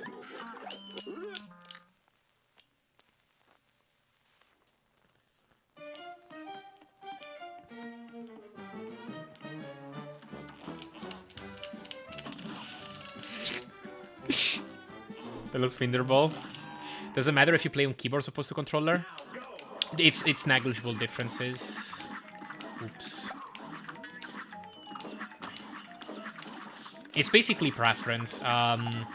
If you play on keyboard, you technically lose like a tiny bit of time when equipping your weapons, because the controller has like an extra back button that can back you out of the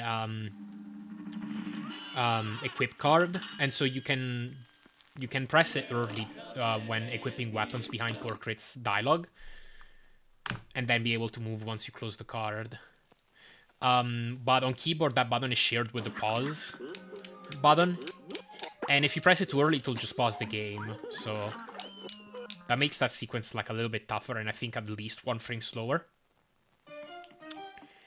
But other than that, like it's basically the exact same thing. On controller, you can, or sorry, on keyboard, you can get like cleaner turnarounds. You have like better control over your directionals, so that's kind of a plus.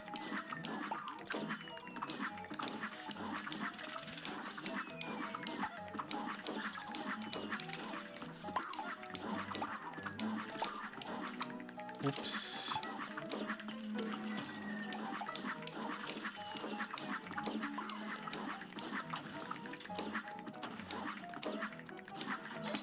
Yeah, you can always switch between the two. So like for small stuff like that, you can just have a controller set up on the side and then just use that.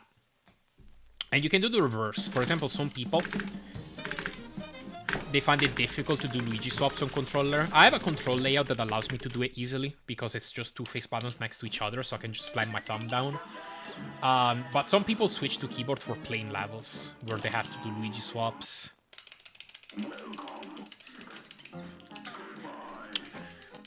Urdu is the name of the national language and lingua franca of Pakistan. Also got a cult following in India, I guess. Most likely because Urdu is very similar to Hindi. Think of it mostly as Czech and Slovak or Serbian and Croatian. I gotcha, yeah. Makes sense.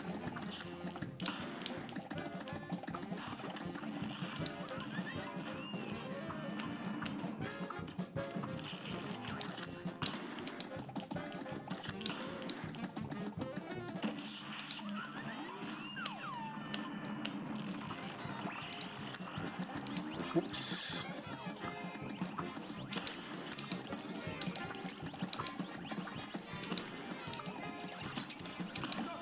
Man, I keep having bad root packs. Yo, what's up, Yuka? Thank you for the GL. Lost a crazy pace. Gonna recover on your stream. Oh, no. Well, congrats on getting the pace. But sorry to hear you lost it. I do that because I started playing with controller and don't want to learn that menuing on keyboard. Yeah, makes sense.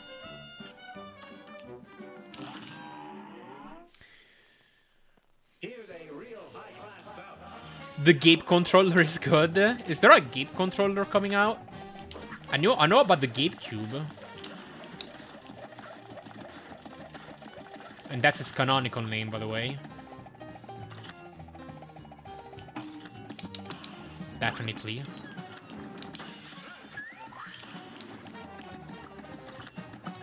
-5 ahead of WR without Hildefreeze. Jawbreaker first, Heart on Wally at Rumor.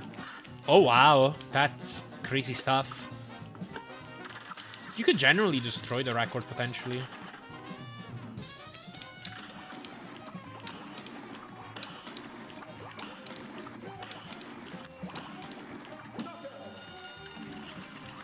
They are making a controller that supposedly has magnets and shit to avoid snapback. Are we talking about Hall effect sticks? Because yeah, the controller I'm using right now has them. For example, I don't use stick to play on this game, but that kind of technology is great. Yo, hello Chunks, welcome in. Here's a real high-class bout. It's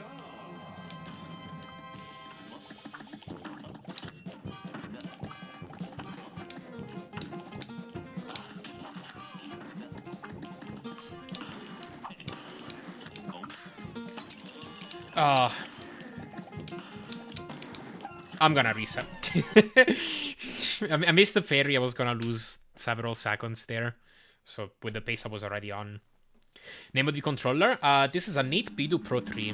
My cam is flipped, so you see the D-pad on the right now, but it's supposed to be on the left like a normal controller. So yeah, I really like this one.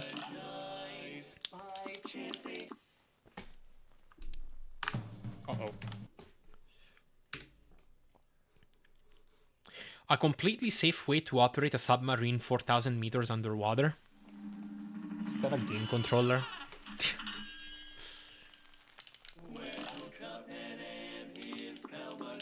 How often do you get that question? Probably once every few streams. I should really expand my FAQ section.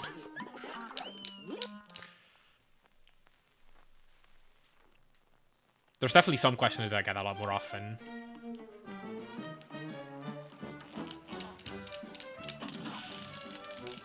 Gonna release all the hardware they planned with current prices. Yeah, that I wonder. I'm sure it threw a wrench in their plans.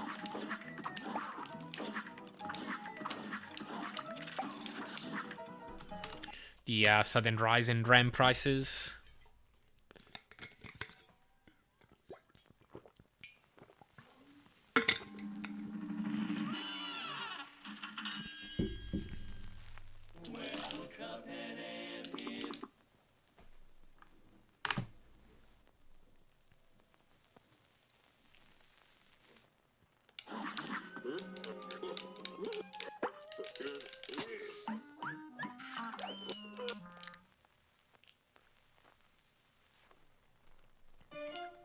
Yeah, like, they might be forced to price the GameCube higher.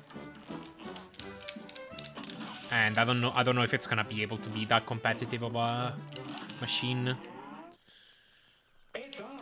I don't know, we'll find out.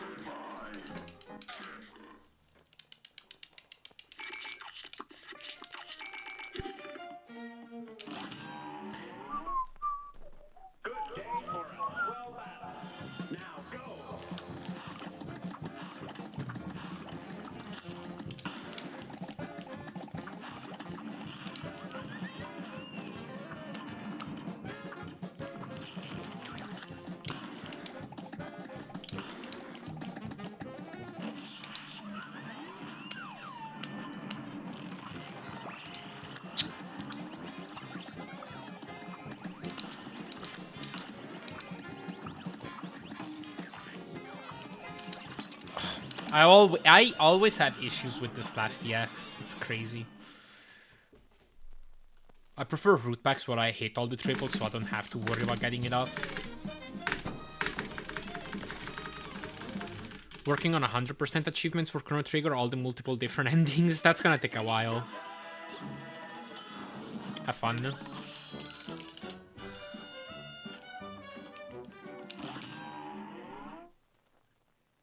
A great slam and then some. It's on.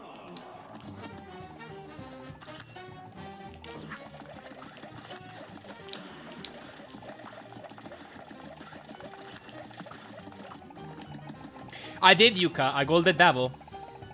By, like, 0.2. I got a low 43 and I run again. After Bubbles Dragon. Or, sorry, no, it was Clap Flames Dragon.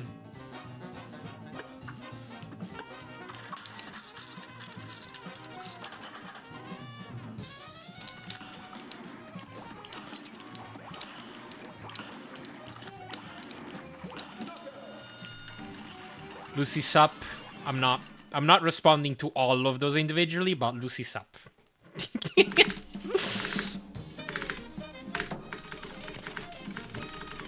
No new news on the GameCube since November 12th thing.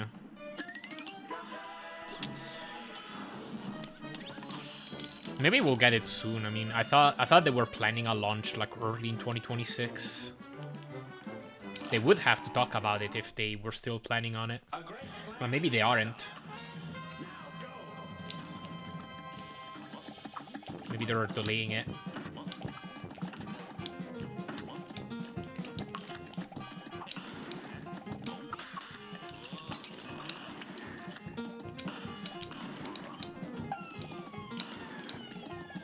I think I missed the quads. Oh, yeah, I probably just like hit a bunch of triples to make up for it a bit.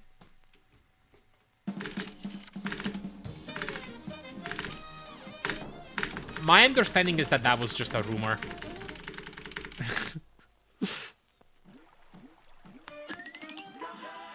That Half-Life 3 has been in development and that they were releasing it with the GameCube. Or GameCube.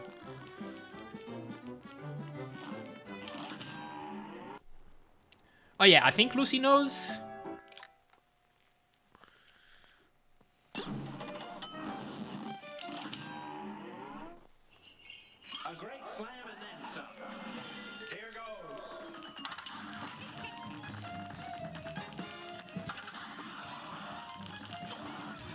The lowest you can push the Devil Gold to, 39. I think 40 is like the lowest I can realistically push it to. The IL record is a 39. Like the run viable IL record.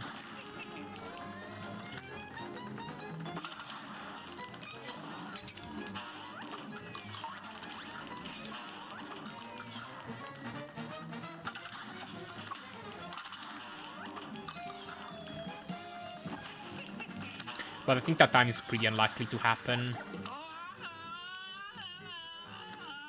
40 is much more likely, though.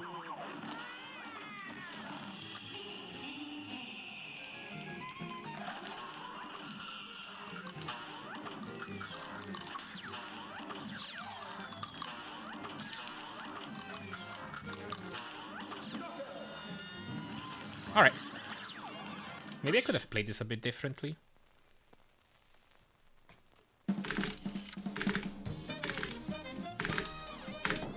I think I potentially could have gotten a 1 flat here if I just delayed one of my EXs. Like, I shot a second EX after the brand new UFO. I don't think I needed to do that. Half-Life 2.5. Yeah, to keep up with the tradition of Valve not being able to come to 3. This match will get red hot. Now go. Or maybe they're gonna release it as Half-Life 4.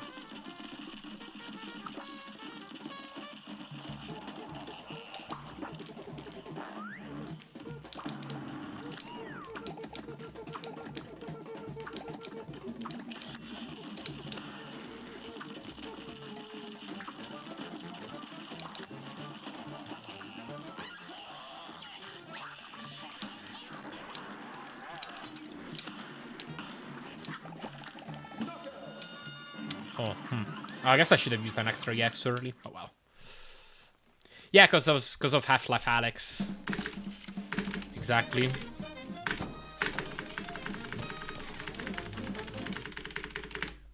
Man, this place is kind of bad too. I'll keep it. I do want a new Portal game. That game is so much fun. Yeah, I've yet to play Portal 2. I played Portal 1 and liked it a lot. But...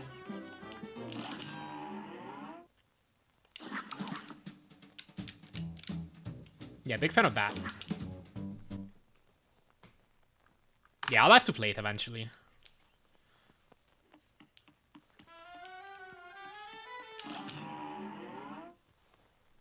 Here's a real high-class bout. You're up.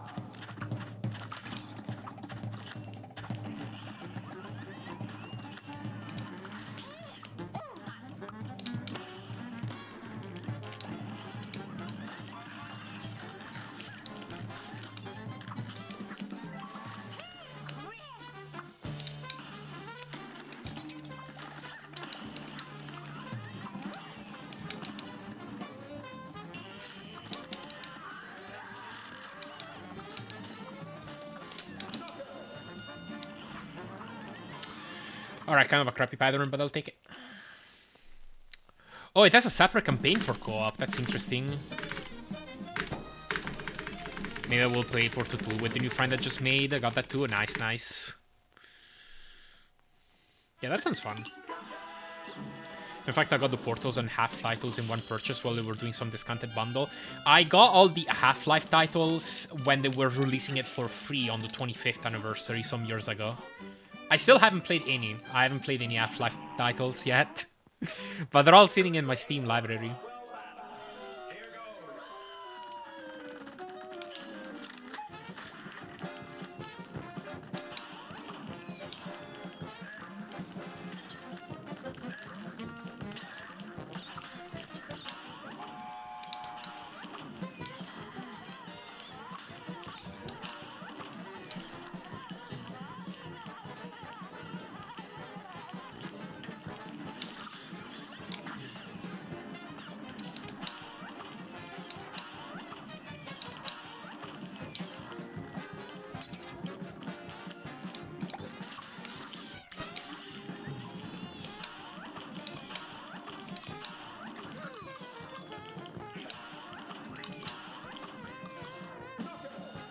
Okay, I'll take it.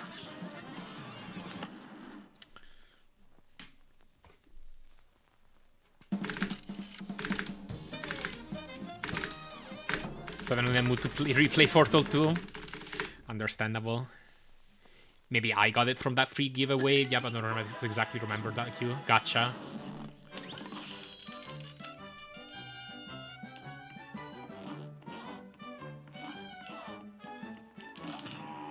I do remember that giveaway being a pretty big thing. A brawl is surely brewing. It's on.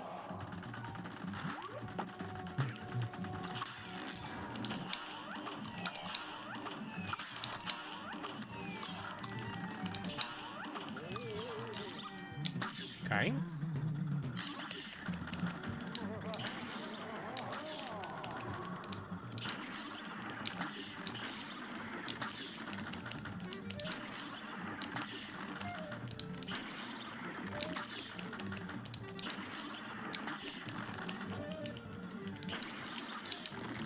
Might be able to go for the berry bit here.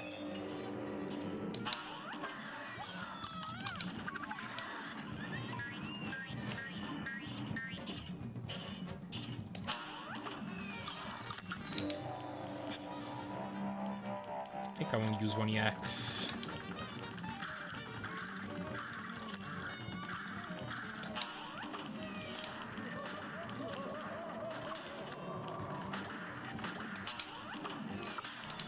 Ah! I gotta practice this strat again.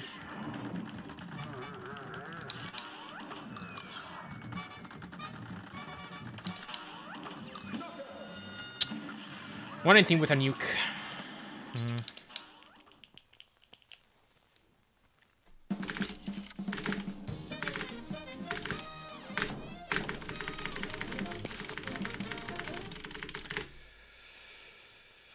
Yeah, pretty bad run.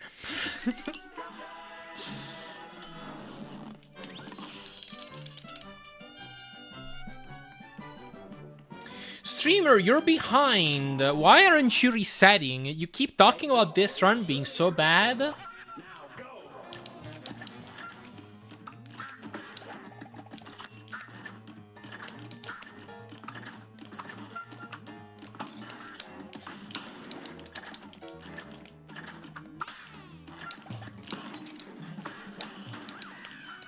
That'll do.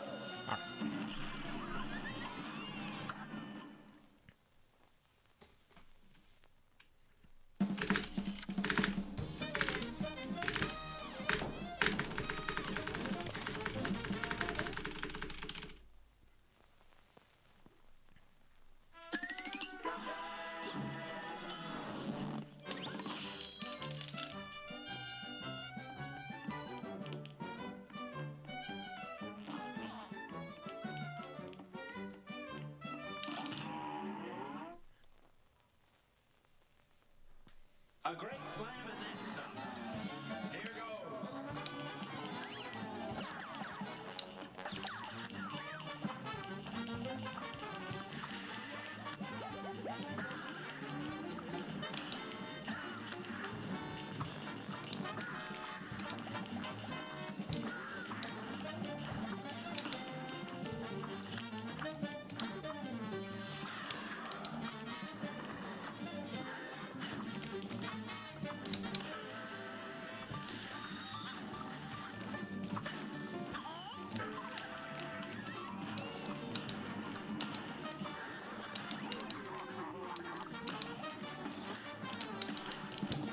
Whoa. Okay, that works. I'm not typing. I'm using keyboard to control the result screen. So I could write an essay about the result screen. Maybe I should make a video on it. Maybe this is the moment I just came up with a new video idea. There's generally a lot to talk about that result screen. Anyway, I'll just answer the question for now. So the way that result screen works on version 1.1, because it's different on version 1.0, for most sections, you would want to press whatever your jump button is. So if you rebind your jump button, you have to press a different button. But then when it comes to the star section and the grade section, you have to press the confirm button, which is always like A. In my case, since I play on controller and I have rebound the jump button, it creates kind of this awkward thing where I would have to press shoulder button R for more sections and then switch to the face button.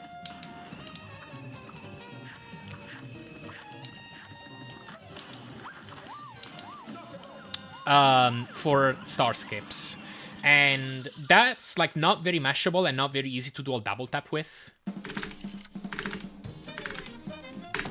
The other like important thing to know about this result screen is that most sections work in this kind of frame windows where like you can lock them in and you have like a 2-frame window to lock it in, and then every third frame it doesn't work, it will eat your button press, right?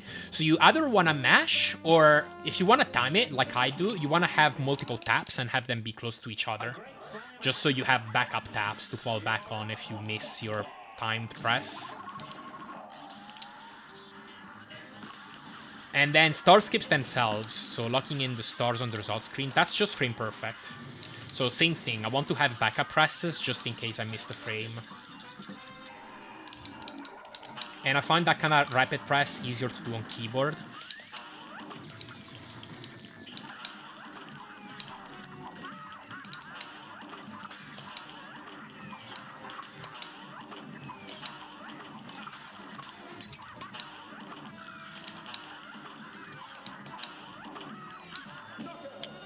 Wow, that's a great call. found the double tap easier to be on keyboard, and the good thing about that too is that since I don't use keyboard for anything else in the run really, I've not rebound my jump button, so I can use the same key for everything. I'm also using an auto hotkey script to swap my Z key and the spacebar key, which this game allows. Like this game's speedrunning rules allow. So I can have like the bigger surface area of the spacebar. So yeah, long story short, I switched to keyboard and I press spacebar for locking in sections on the result screen.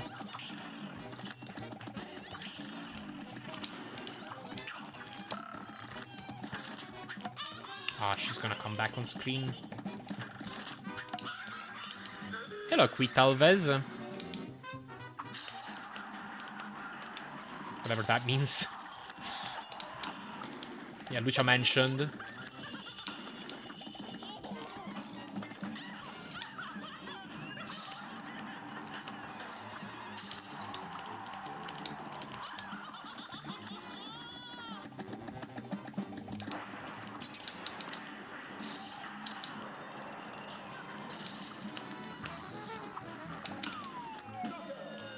High run spin, not too bad.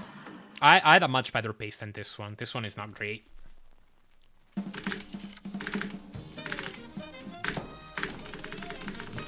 No hablo español.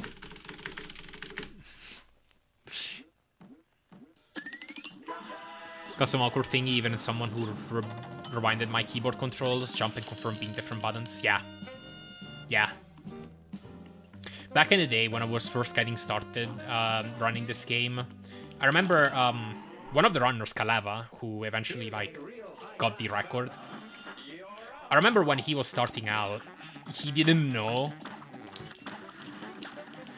and he just thought that it was impossible to lock in every section early. So he was just losing several seconds per result screen.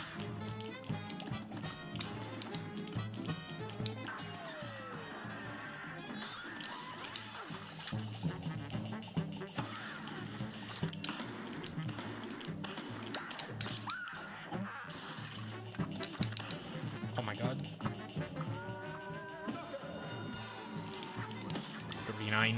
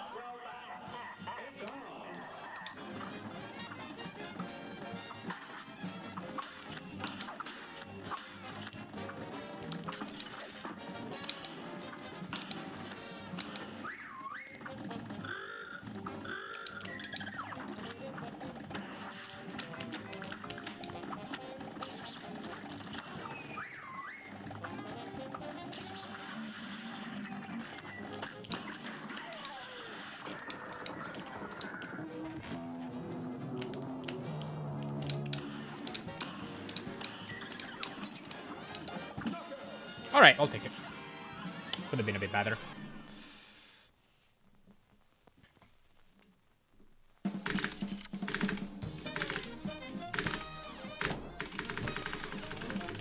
Might have been worth it to just do my X there. Why is an Italian language Italish? What do you mean by Oh, like the name of the language? I don't know. Why isn't the French language Frenchish? Francish?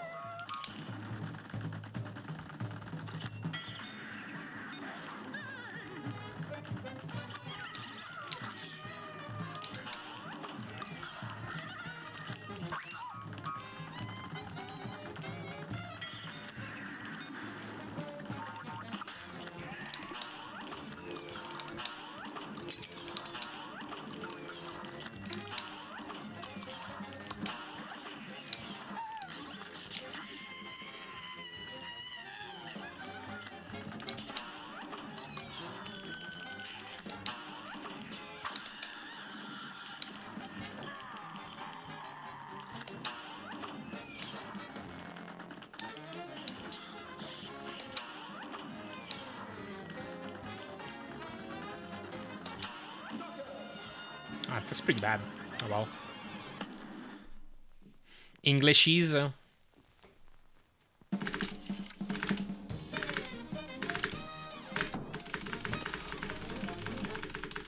The English of the UK are all ish. There's like Scottish and Welsh. Well, I guess Welsh is not Welshish.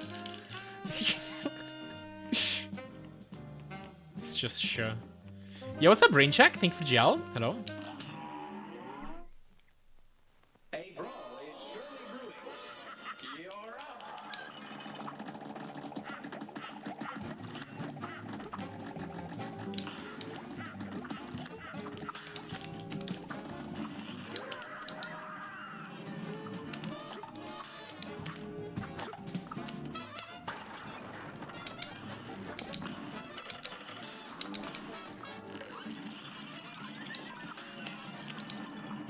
Walesish.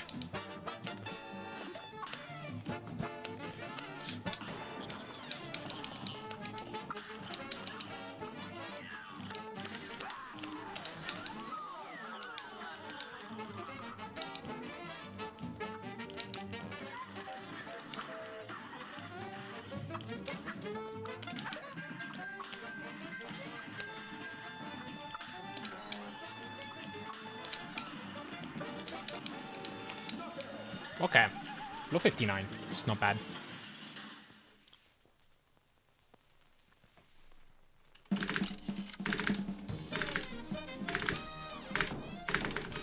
Can we all just switch to Polska? And then we all speak in consonants. Polish could be an irregular fork of Walesish, actually? What do you mean by regular fork?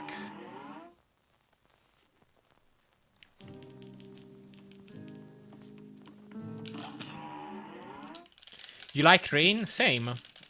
Unless I have to actually go outside. In which case I hate the rain.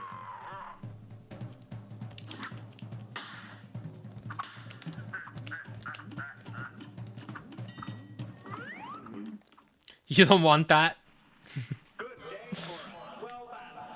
Oh, form. Right, that makes sense.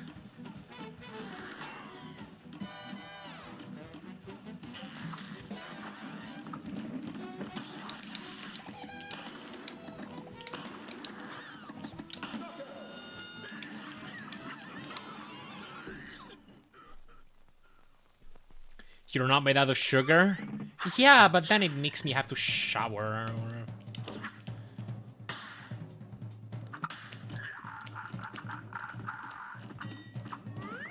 Some words for a language. Yeah. Makes sense.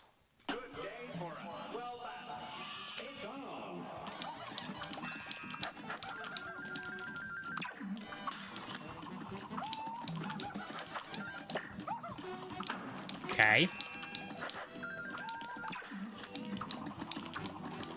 Wait, I should have used an EX. Oh well. We'll just pretend like I only got one parry. Yeah, thanks. It was definitely on purpose.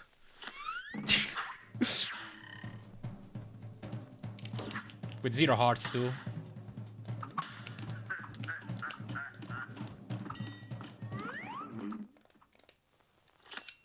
A brawl is surely brewing.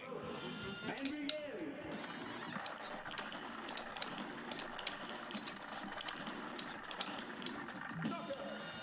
Whoa, this is on pace for a 146 with 0 hearts.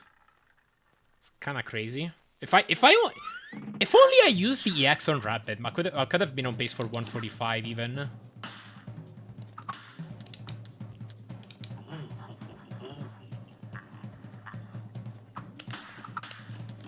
great slam and then some.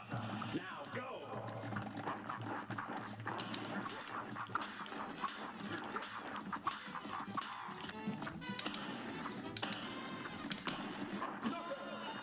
One 146.88. I don't know if I beat your alt strat.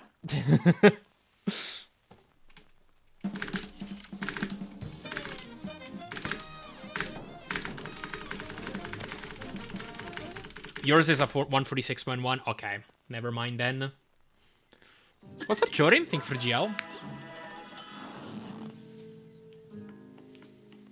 Imagine you probably could get like a 143 with 0 hearts.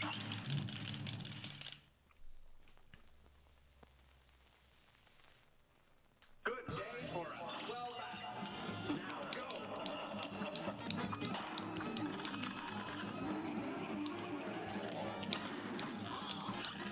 Bad pattern.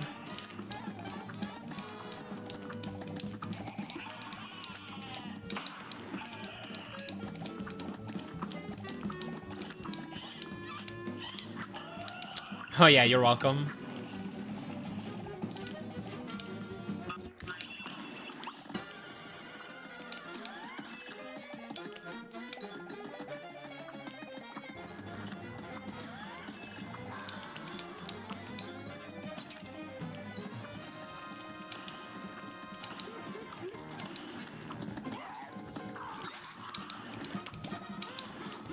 Come on!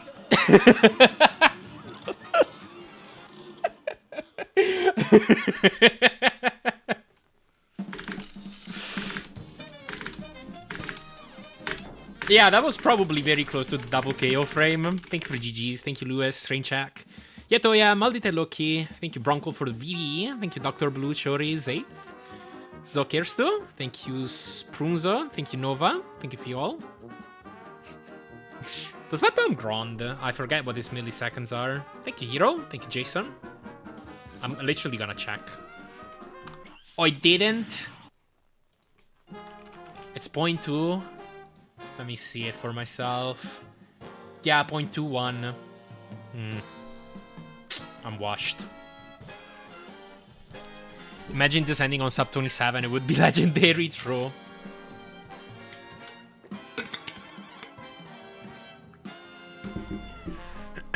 Alright. Thank you, Mayhero. Let's do more runs.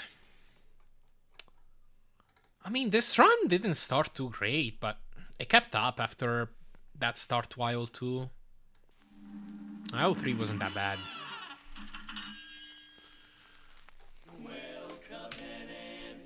Alright.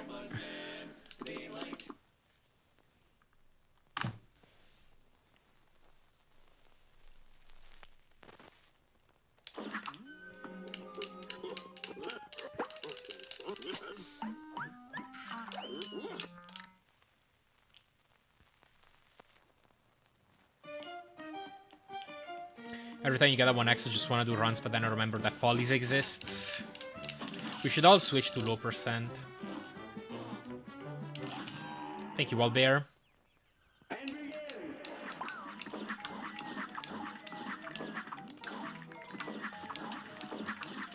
Just mean an NG+. But then we'd probably have to use Whetstone.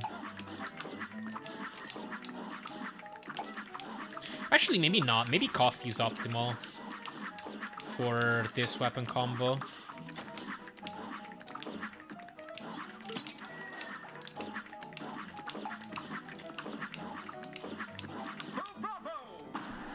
Mark's WR used Lopper Spread Coffee. I gotcha.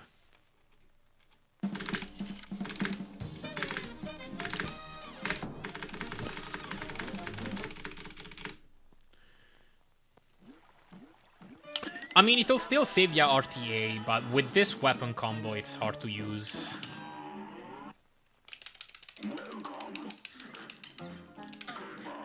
Oh, you're drinking coffee right now? Enjoy.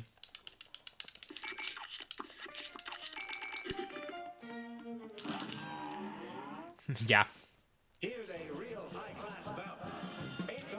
a pretty good charm. Like, it just straight up gives you an extra EX for a bunch of fights.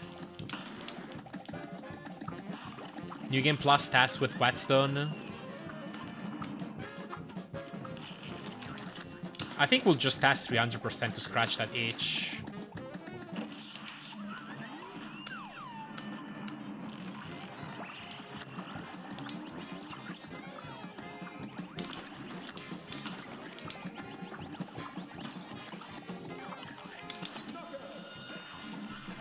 Yeah, everybody's asking for it.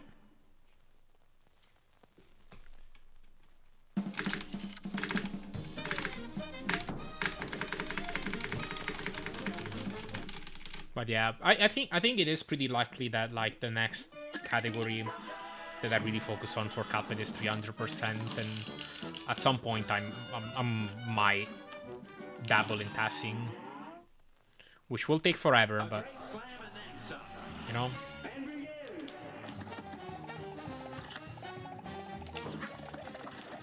I think that would be a very cool task.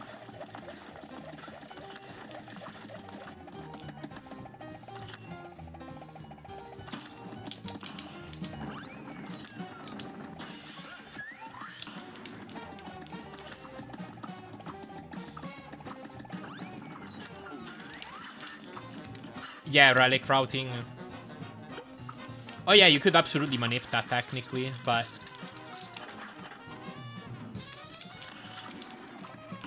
come on.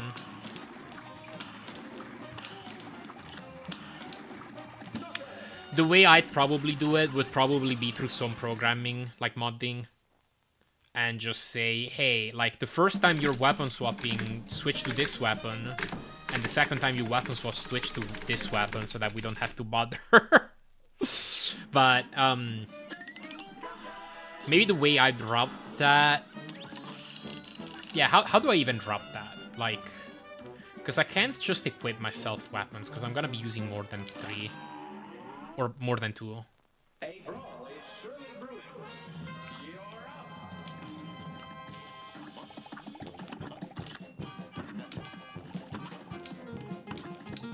Maybe I have to make a mod of the game that allows me to switch between weapons at will, just like on a button press. Test it using that. And then once I decide on the route that I'm gonna be using for a boss, I paste it over onto the relic, and then I just try to get the weapons quote-unquote legit. With mods, potentially, still. But what if some fights would be a more optimal with a different weapon at the start? That's a pickle. Yeah, I'd have to... I guess I could make it to where, like, I could press a button, like, even during the fade out. Or the fade into the fight. And then it would switch me to that weapon. I don't know. I'll figure something out. I think the more interesting question is what fights should I do with the relic? I have my own RTA route, but for a test, I'm sure that's gonna be different.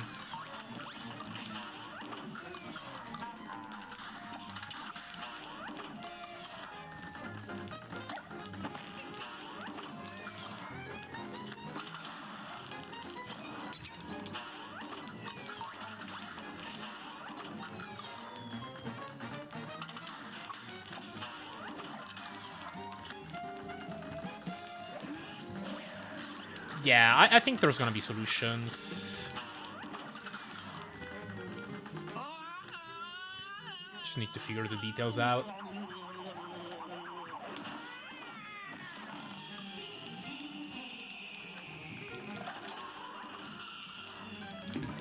Oops. That's unfortunate. I'm gonna go use the bathroom real quick. I'll play some ads. I'll be back in just a few minutes. Well, Cuphead and his pal Mudman, they like to roll the dice. By chance they came on Devil's Game, and gosh, they paid the price. Paid the price. And now they're fighting for their lives on a mission fraught with dread. And if they proceed but don't succeed, well, the devil will take their heads.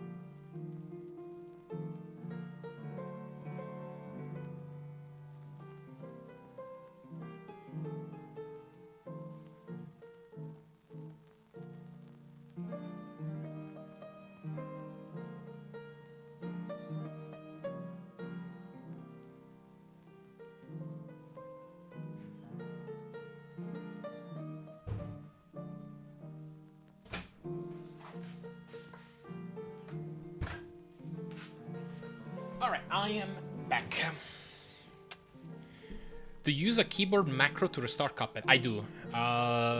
It's another auto hotkey script. It triggers on Alt F5, and it'll look for the Cuphead.exe process in memory and then launch it again. Like, it'll look for that process, close it, and then launch it again. Alright, let's restart, just...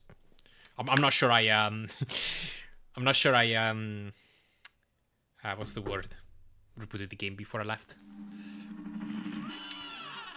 Could Joe send it to me? Yeah, sure. I mean, I can send it to you straight up. Although you said you don't have F keys. Okay, I'm gonna edit it later once I have more time to edit it.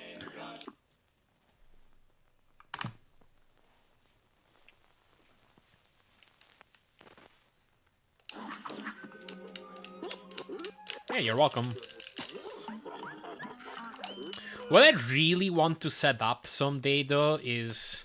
because it's a pain to reboot the game every time in between every attempt, I want to be able to make it so that I can have 2 instances of Cuphead open at the same time.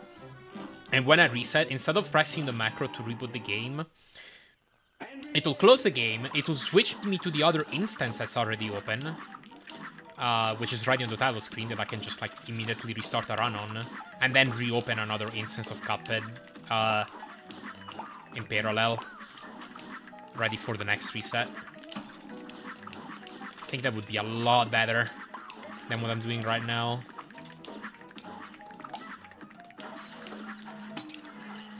Okay. Like, I could be starting the game now instead of going through this. Loading, okay, the game's opening. Studio MDHR. Cuphead, press any button. Pretty smart, but I'm not gonna lie, can't undersort my neat freak brain. Fair. Imagine the car lag frames when having 2 instances of the game open. Yeah, I guess that is like more processing power in your PC. That might... I don't know. We'd have to test it. Reset. What's up, Shady? Welcome back.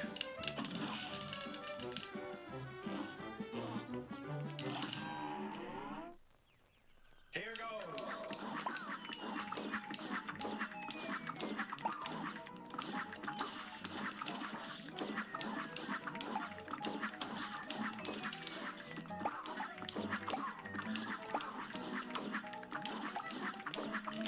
Oops. Worked on, time to eat, and to go play some Skong.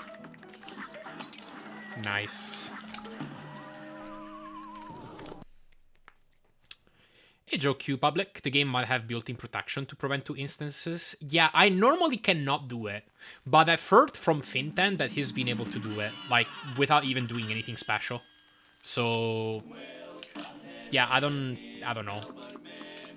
I imagine it's a Steam protection more than a game protection, and maybe there's a way to circumvent that.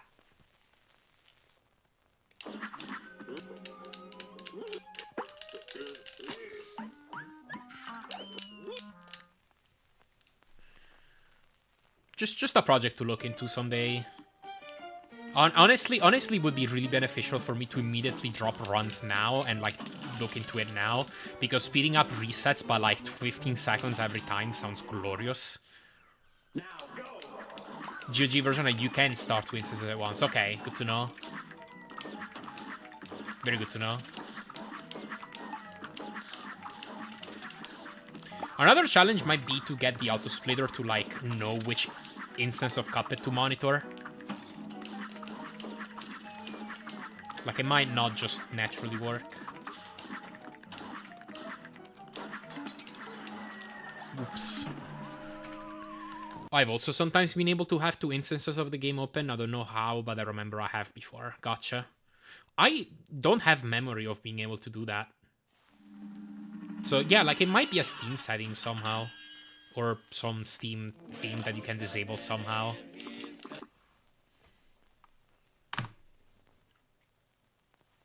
Like, I gotta imagine there's a way around it.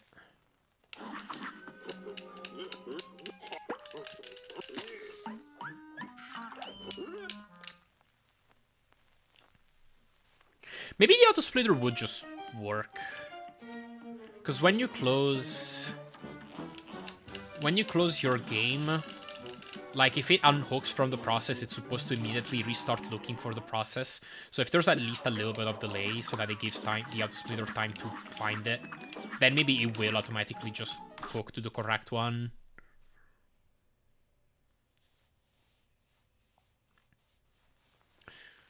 Then maybe the next challenge would be to get OBS to capture the right version of the game.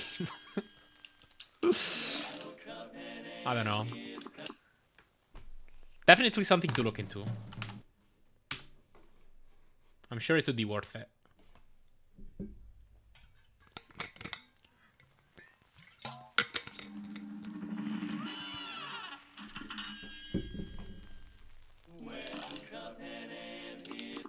Oh my god, I just loaded the DLC save file. Plus 15 seconds. Ah, boy.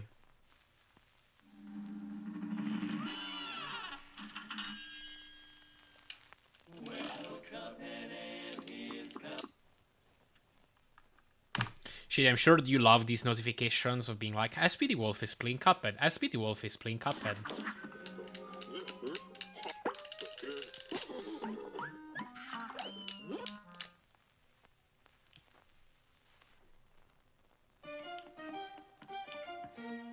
Unfortunately, you're not on PC. Dang.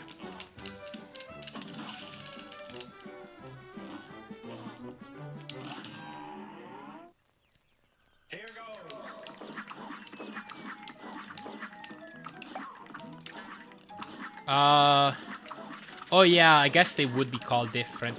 Then it might not be able to find it. Because the auto splitter is just looking for Cuphead.exe, not Cuphead1.exe. And when you switch version, like you switch to Cuphead1.exe.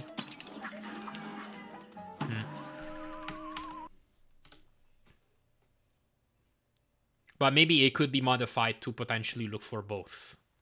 Like, the auto splitter is just open source, and like I'm literally one of the maintainers, so like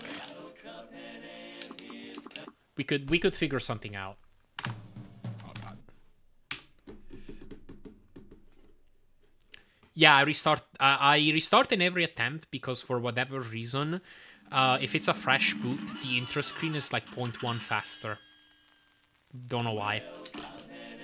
And I used to not care about it just to get faster resets out because it's more fun that way.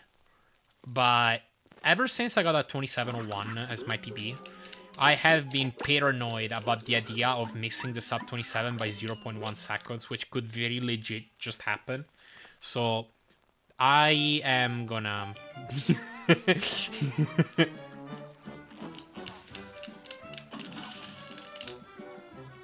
do that. Something that should be load removed. I have no idea. What's weird is that this is something that happens both with the alt auto splitter and the new one that has been rewritten from scratch. So maybe there is something that like the auto splitter should detect and load, but it does seem to be a little bit less straightforward than just, I don't know, some bug.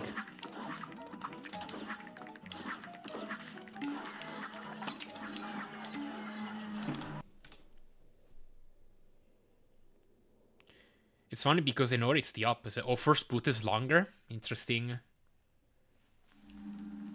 That's also a Unity game. Lose a lot of time if you start a run fresh from boot. I don't know if I knew that. And I ran Ori.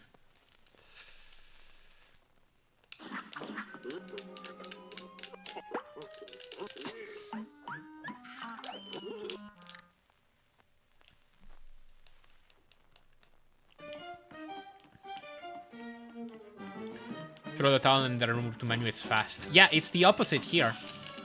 It's the opposite here.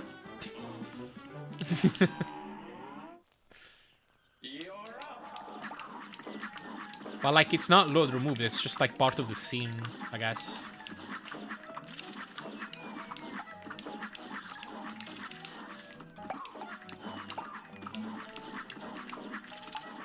Oops.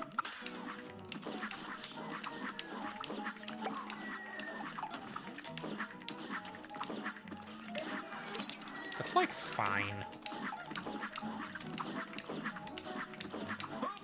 Yeah, that's a mid 32 with a parry. I'll take it.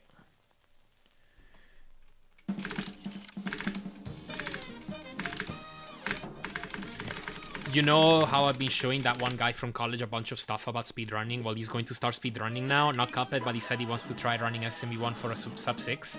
That's cool. SMB1 is like fairly simple to learn. That should be a nice introduction. Hope he has fun. Ryan, or he's just RTA timed. Makes sense.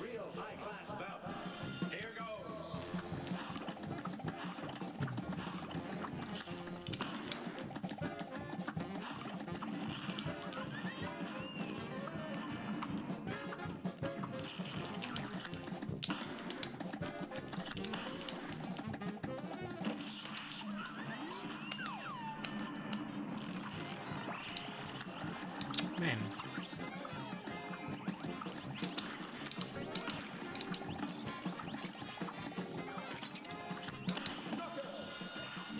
Then I'm gonna force him to run Cuphead too, and that's how the passion ends. Or maybe that's where it starts.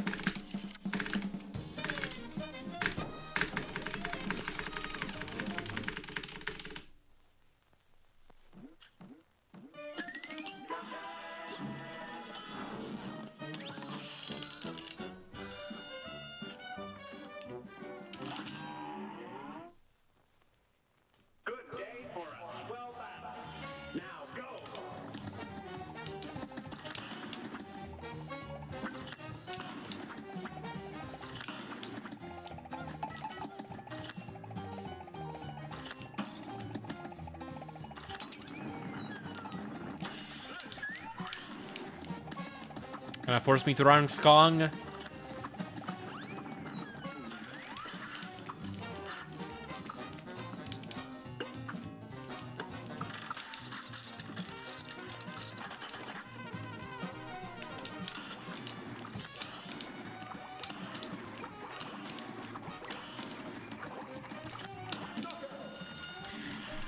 By the time I'll get to it, the runs are gonna be insane in that game, I'm sure.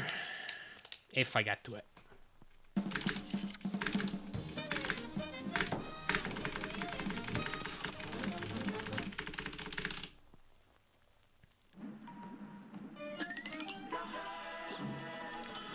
At latest. Yeah, you said it. You said it once.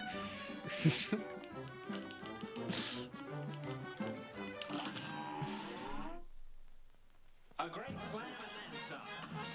It's on.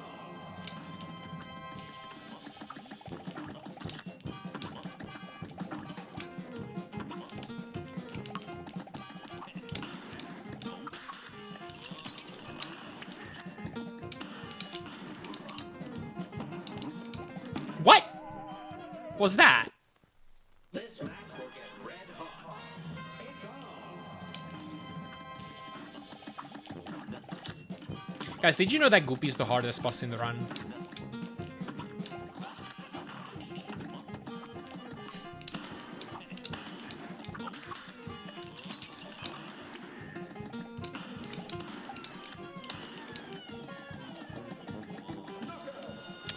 Alright. Yeah, that it was. That it was. That it certainly was.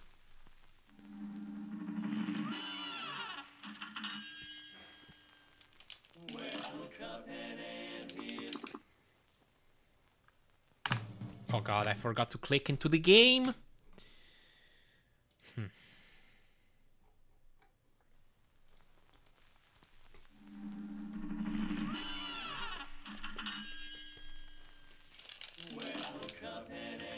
Here's Pal McMahon. They like to roll the dice. By chance they came upon Devil's Game. And gosh, they paid the price. That's all I'll do. What's up, Kirtar? Thank you for gel.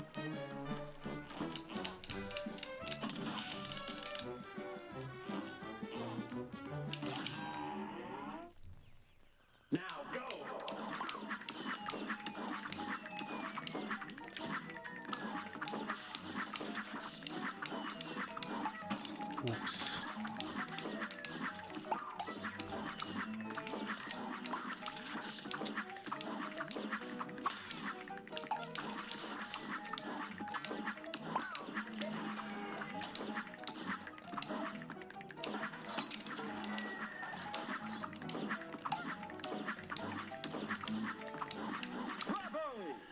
Alright, it's kind of a bad forest follies, but this is runnable.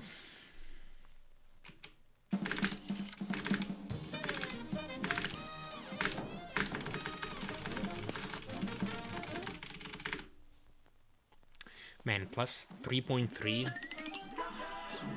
Alright, don't look at the splits.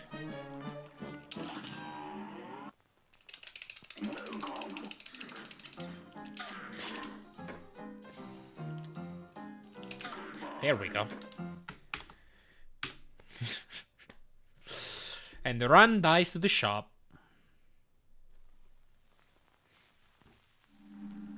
Splits lie.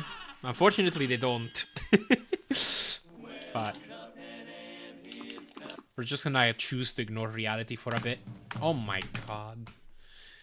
Rebooting the game is such a pain, because then sometimes focus does not apply on the game. For me as well, since it's time to fire up the IL grind. Alright, have fun. Have fun, Shady. Did it on purpose so you feel better about resetting? I don't really feel better about resetting, no.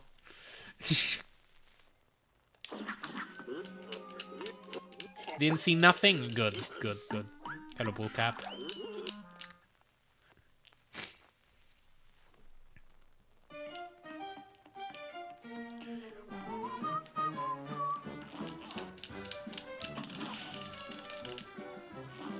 Hi. Now go.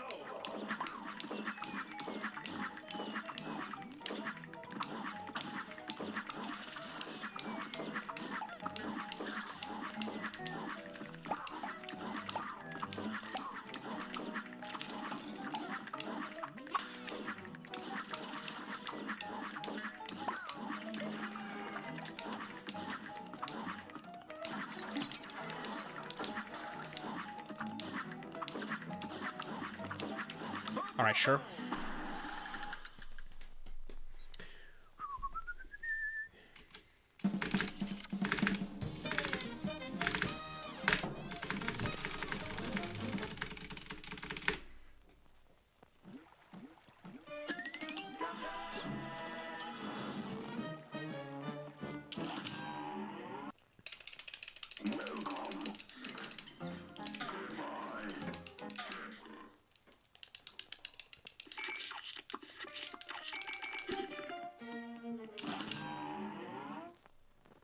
Here's a real high-class bout. Now go.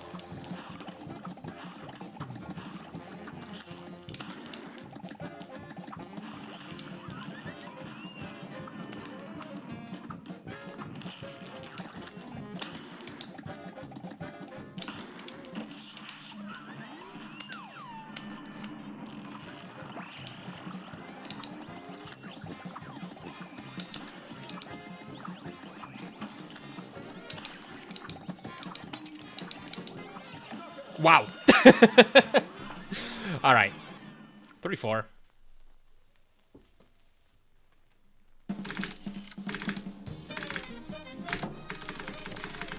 Oh, that's a good segment. In a run, exactly.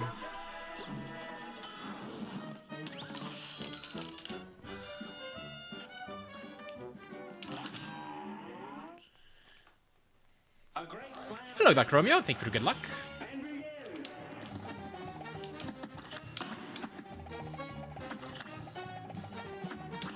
Uh-oh.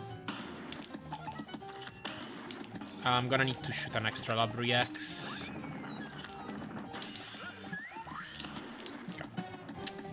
GG, this is 26. It's blessed. Or maybe it's cursed.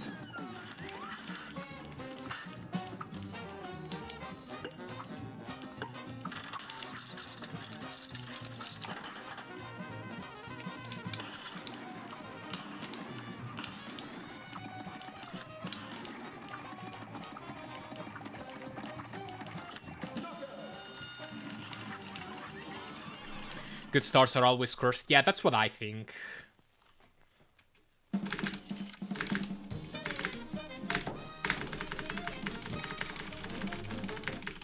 Alright, we're already in the green though.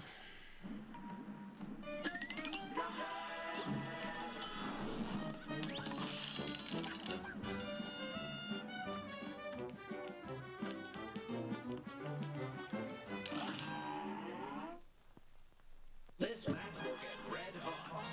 And begin. Oh.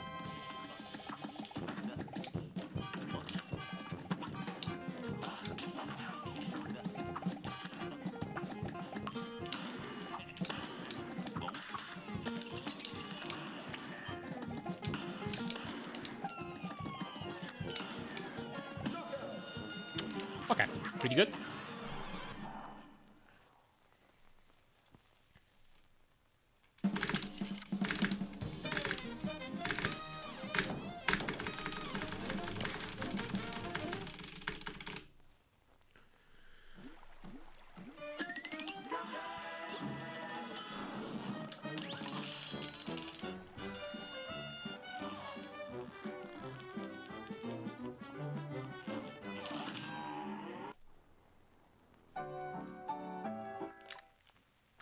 Hello, Victor.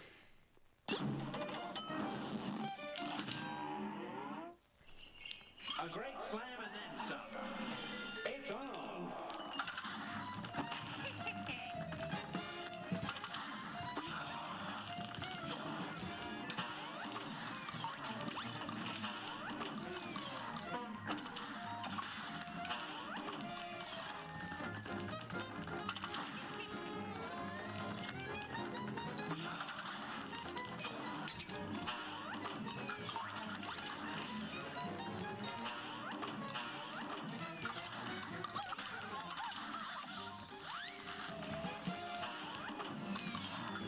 Oh.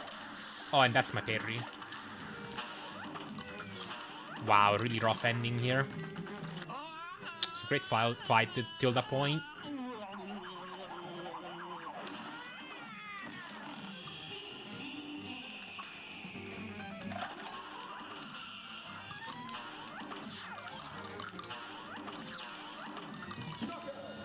One or three still. So I'll take it.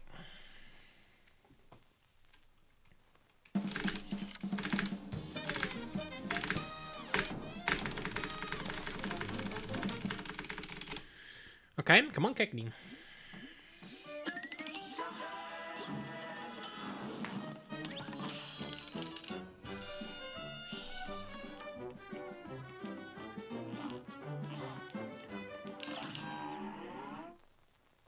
A great slam and then some. Here goes.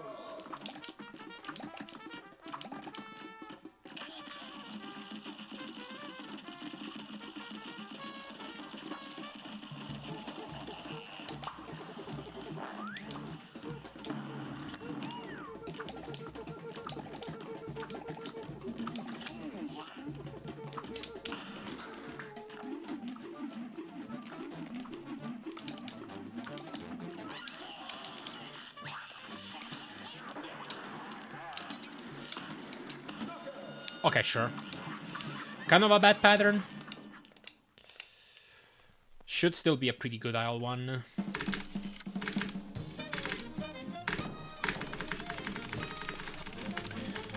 Seven or two. I'll take it.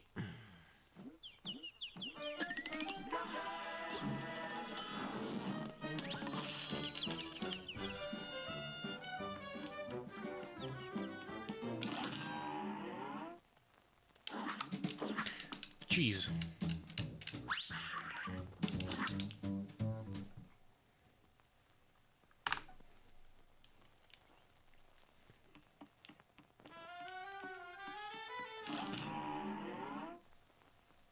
A great slam and then some. And begin.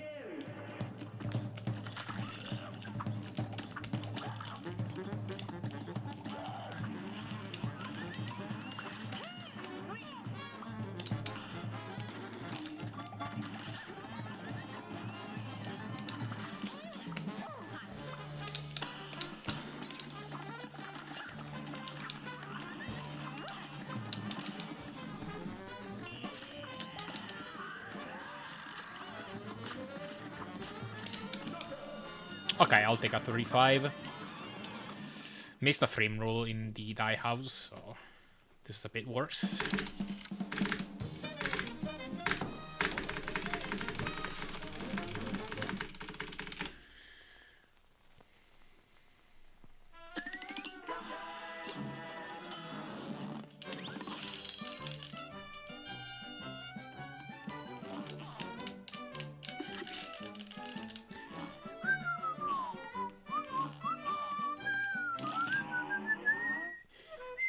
Here's a real high-class bout. It's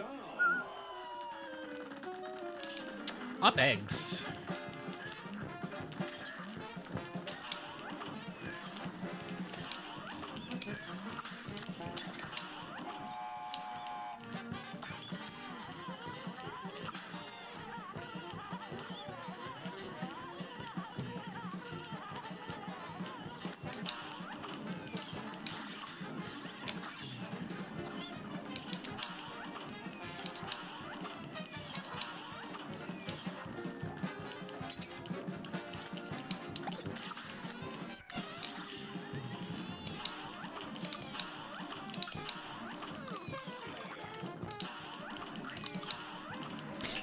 Crap.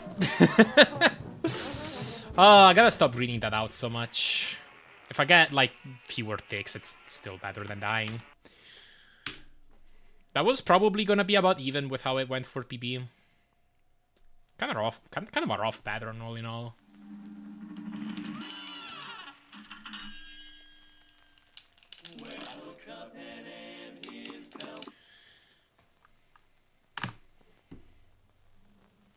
Sorry to inform you that was not the run. Yeah. I had a feeling, unfortunately, after I'd taken that death. We're not PBing with a 34 root back.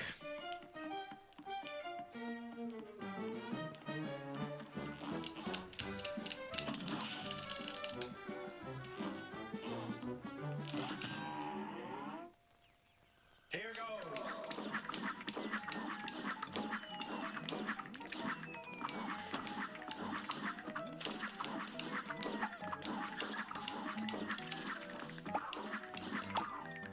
Oops. Yo, glad you liked it, Doc Romeo. Thank you. I'm very glad to hear.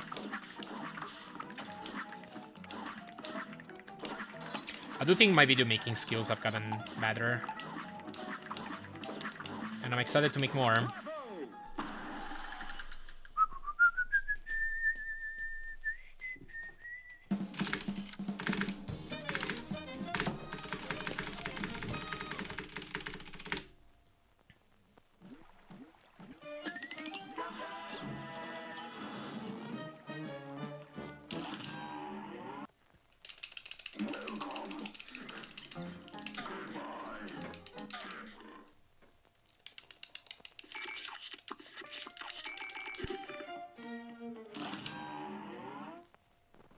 A brawl is surely brewing. Here goes.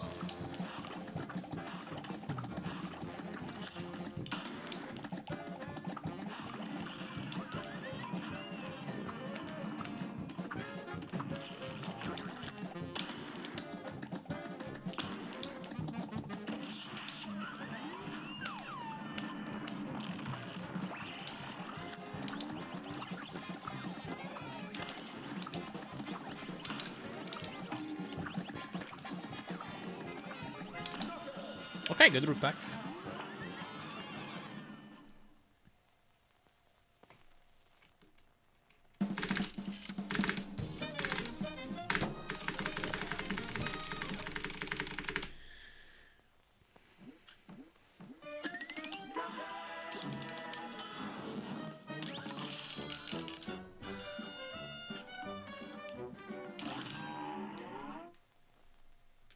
A brawl is surely brewing. It's on.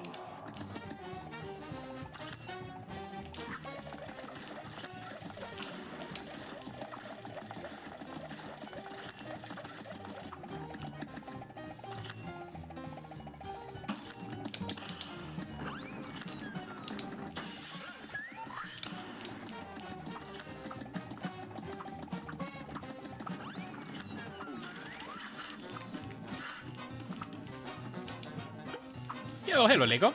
Thank you for gel.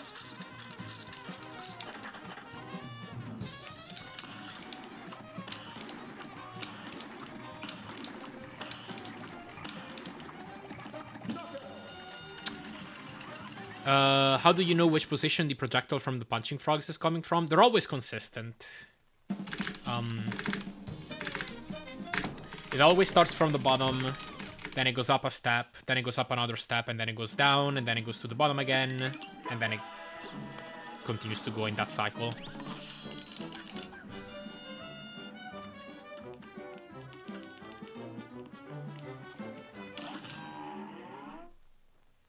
A great slam and then stop. Now go.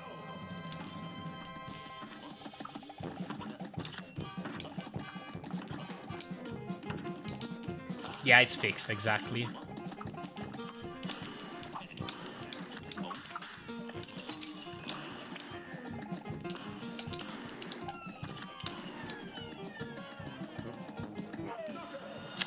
I hit a single damage EX there.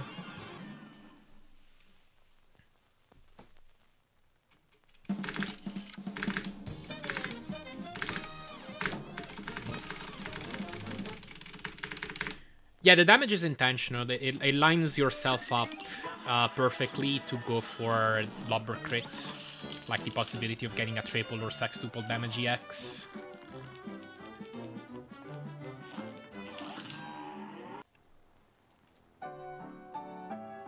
And the damage earlier in the fight, that's also intentional just to be able to hit him with spread a bit more often. When you're speedrunning this game, or like pretty much any game that has health, you start to see your health as a resource. Like, if you can damage boost and save time with that damage boost, then you want to intentionally take damage. And you use your hit whenever you have them available to you.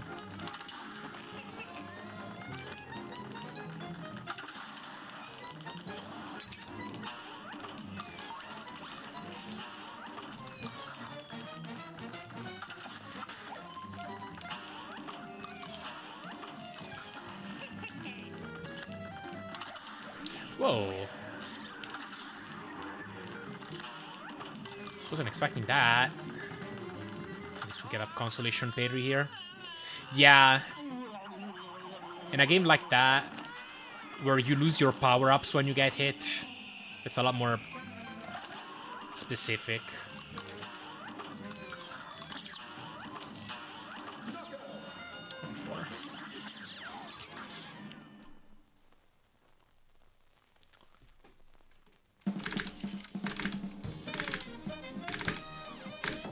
Like, the spots where you take damage in that game are a lot more situational.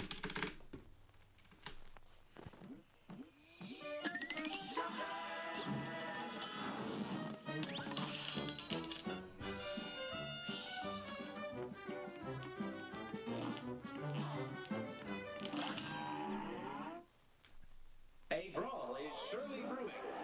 Here goes.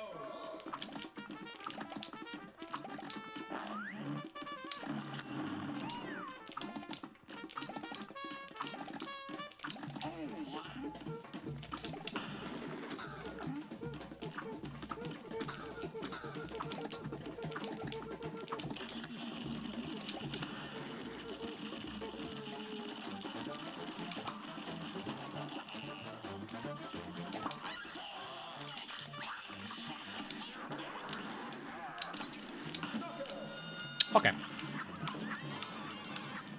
Or like in Zelda, where health refills cost more time than damage boosting. Oh yeah. True. Like, damage boosting and a vacuum would save time in that game, but because there are points in which you are forced to refill your health, like at the end of a dungeon, if you are missing health, then overall it tends to be a net loss in a lot of cases.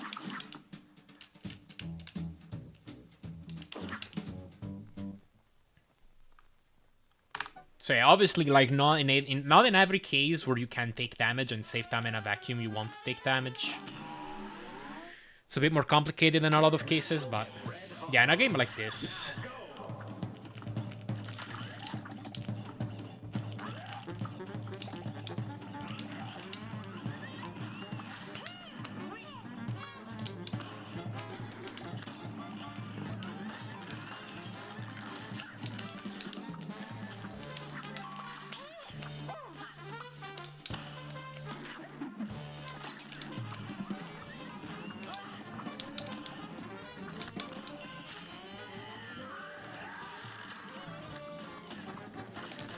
Whoa.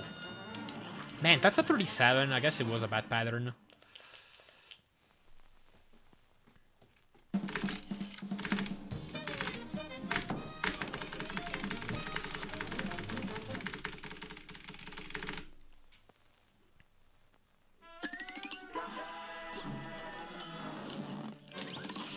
Yeah, people money bombs in Zelda 1 all the time, at least the top runners. That run is crazy technical. Like, the amount of complexity that people manage in that run is insane.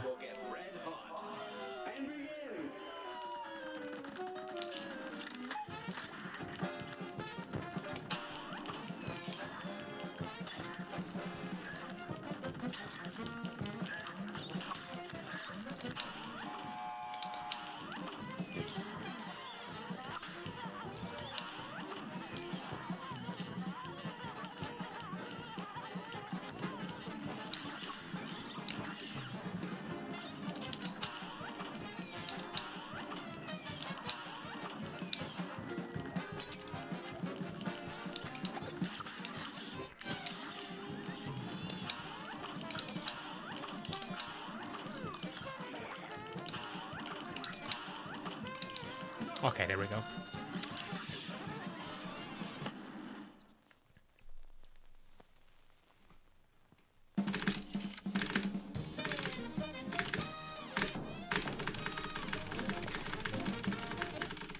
Yeah, this other one... This other one is a great run. Dr. Bull is really good at it. What was that little phase there for? What? Oh, pause. It's to make the final phase come up sooner. So the way that works is the final phase... The trigger for it is for the baby bird to become inactive, which the game expects to only be possible when the baby bird goes off screen. But if you pause the game, that's another way to make the baby bird go inactive.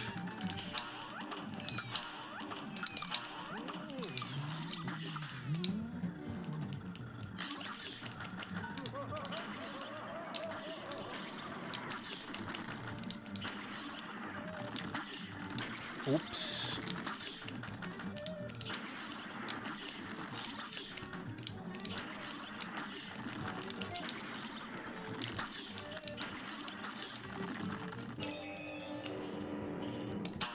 Yeah, no, that was intentional.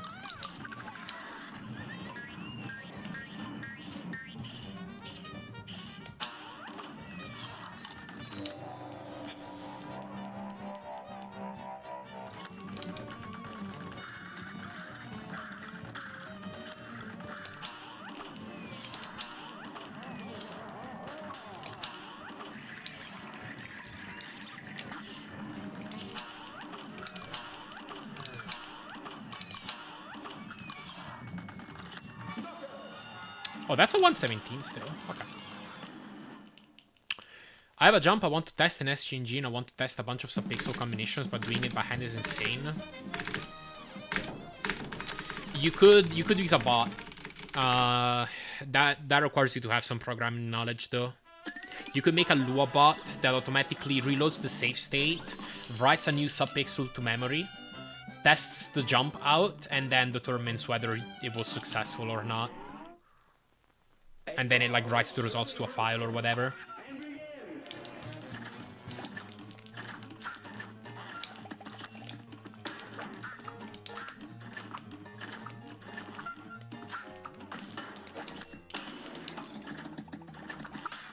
Wait, really? Oh my god, I still got it.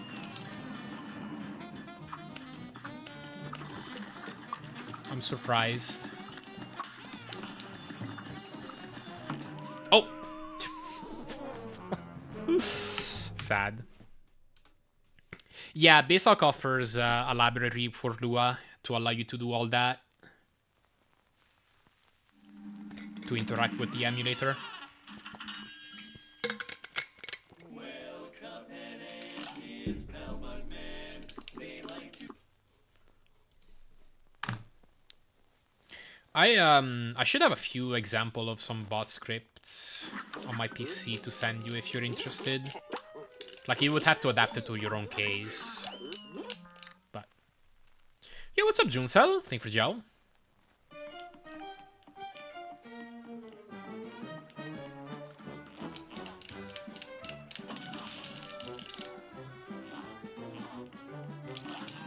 I use them a lot. Well, I've seen people do them like in platformers like that to test different subpixels and things like that. The ones I wrote myself were for Pokemon Mystery Dungeon games to find my nips.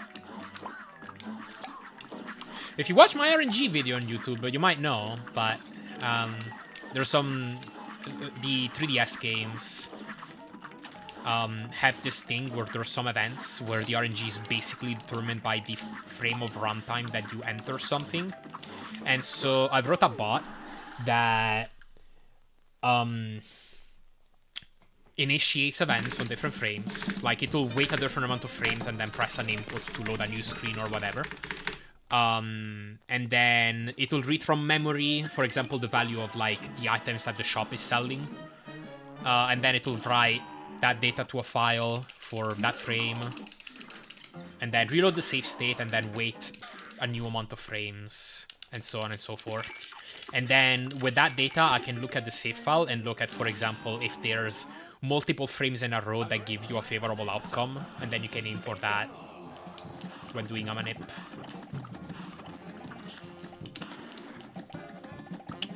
Oh, you watched that? It was neat. Nice. Glad you liked it, Dr. Blue. Yeah, the Dungeon 3 manip. What I know about it is that it's also frame-based, and you use an audio cue to enter the dungeon.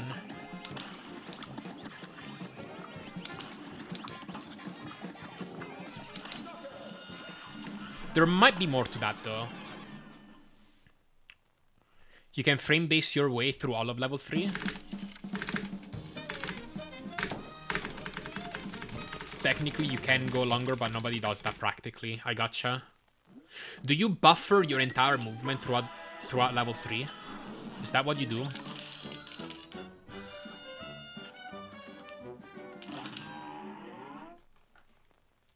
Good day for a swell battle. Here goes.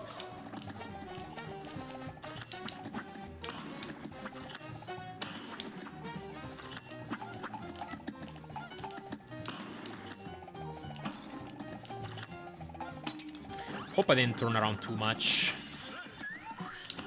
Okay, perfect. Missed your first message, you see? Certain exposition, then the jump was successful.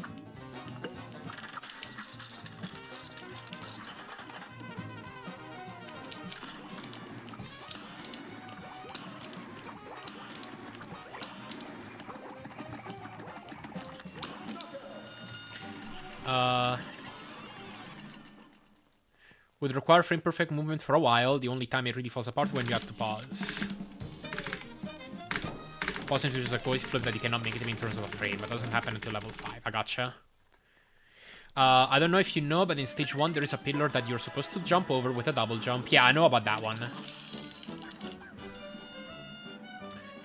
On PS2 port, the jump is actually free. Interesting. Huh. I wonder why. What's up, Michael? Thank you for the GL. Wow, I missed 2 lob bursts because I missed my jump.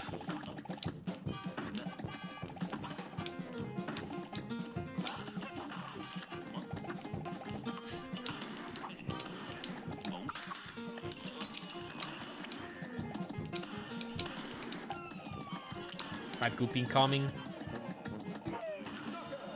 25. But yeah, I guess you just check the X position, or maybe even the Y position.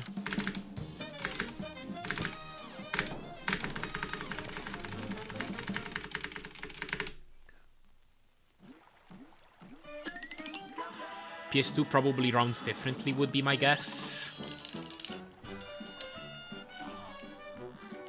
It's kind of weird though, because like this nest doesn't really have a concept of a floating point number.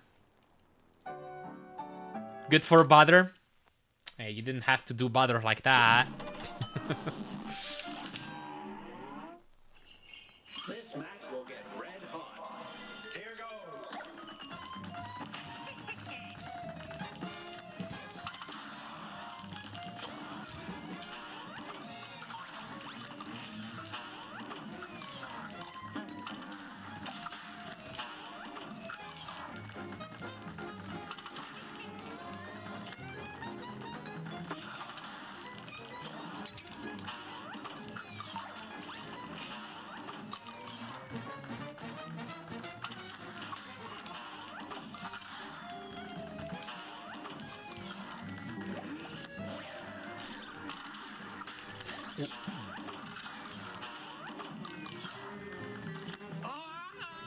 Right, it's just... It's weird to me that, like, a different console would round different values differently, unless it's, like, delegating the rounding of a floating point number to some library in the console itself, which, like, for the SNES you wouldn't have stuff like that, because the SNES didn't have an operating system.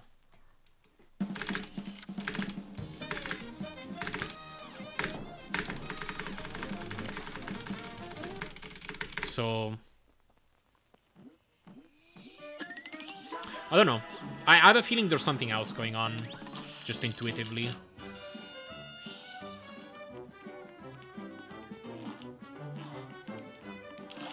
I'm also not sure if it's not the camera position, but it has to jump a bunch. I gotcha.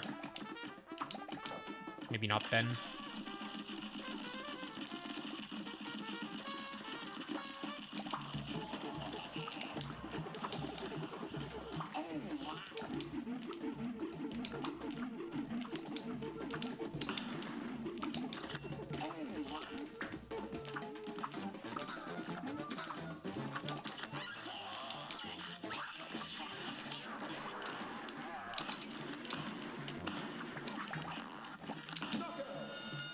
Man, this is a pretty bad aisle one.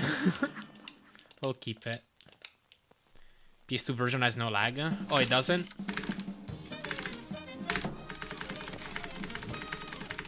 Either it's like... Either it's an overclocked emulation then. Or... maybe they just straight up rewrote some stuff.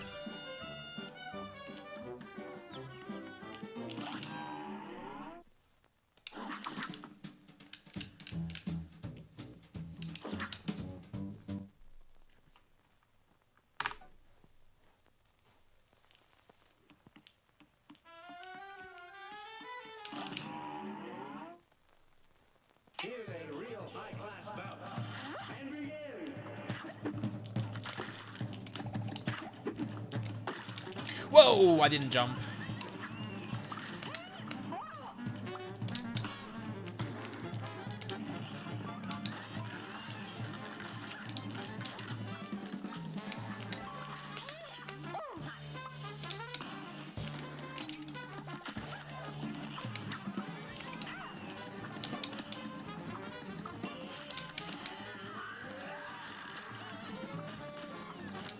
I got jump locked! Whatever, that was gonna be a bad bottleness, and that was just gonna be a bad run. That's fine, that's fine. That's very fine. Don't let Butter see that.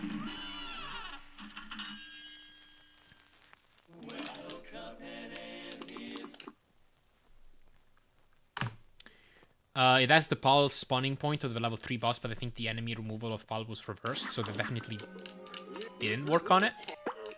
Do you mean did work on it? Because, yeah, that would make sense. The cupcake first, yeah. It was a tragedy.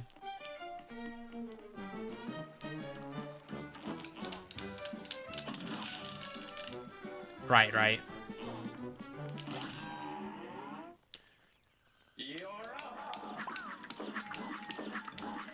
So it might be that they just altered the game mechanics a bit. Involving your jump or maybe the level design.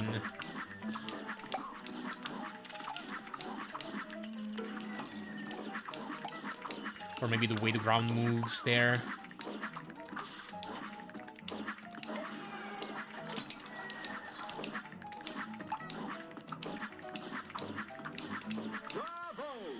Right, maybe nose, maybe. Maybe.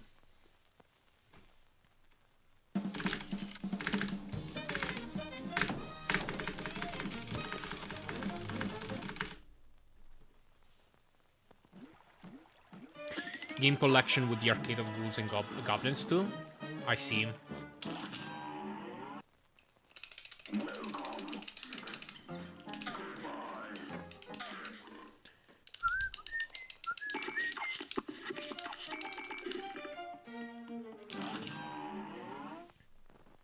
A great plan.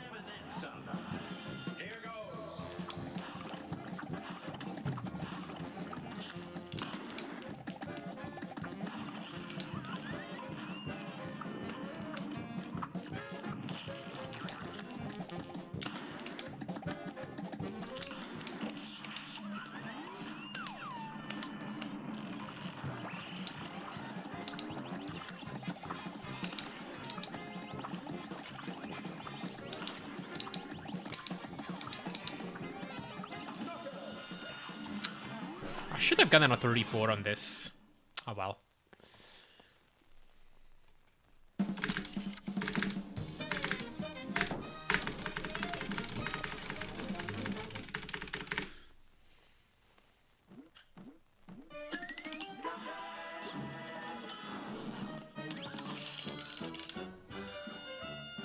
Never mind.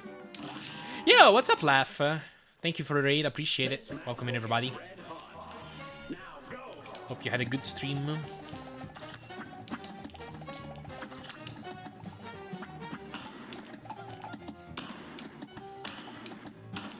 I'm not sure that hit, but whatever. I think we'll just use an extra one here.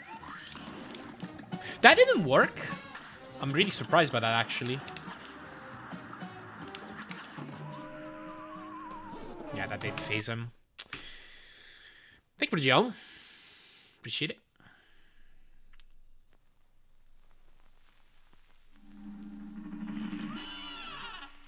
I mean, like, that EX not hitting the floor, that's still dealing double damage, so... It's not...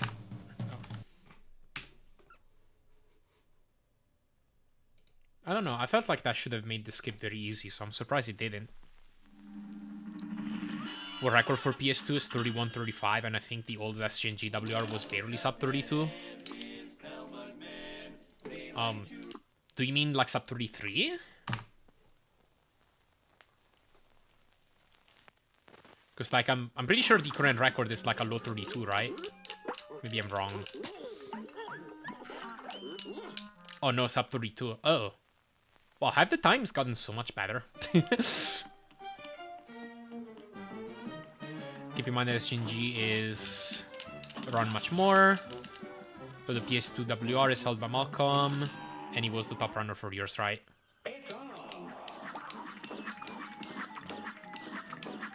Okay, so there's like a sub 32 that's not on the boards, I see.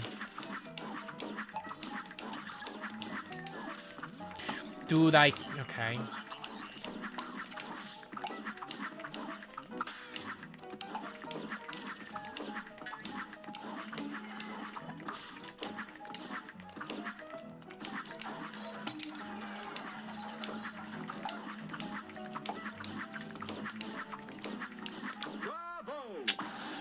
This is slow, but we'll take it. Yeah, I knew that there was somebody who had removed their runs, I just didn't know that it was sub 32. Honestly, this is really slow. I'm gonna reset.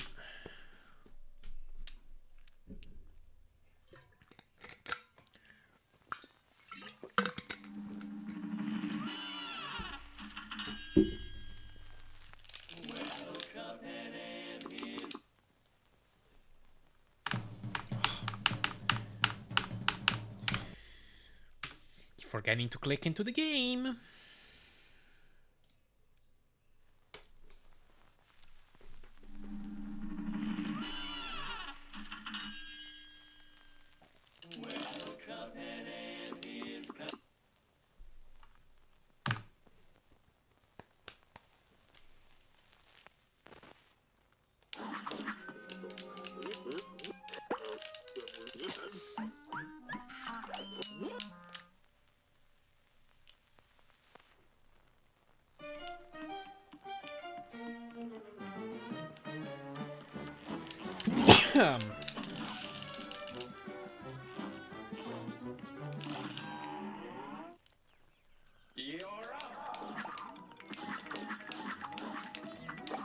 Oh boy.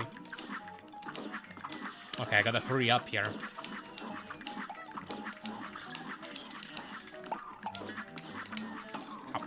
Oh.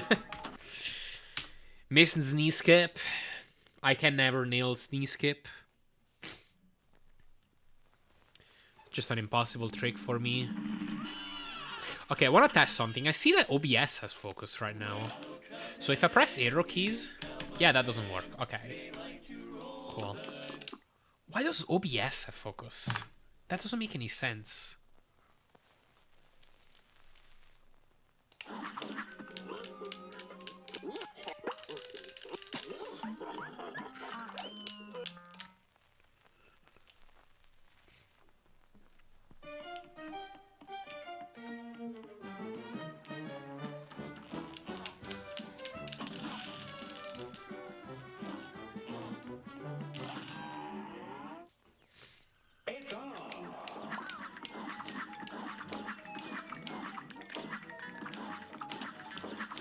It's not upon safe select, it's that when I reboot the game, I guess it doesn't automatically have focus.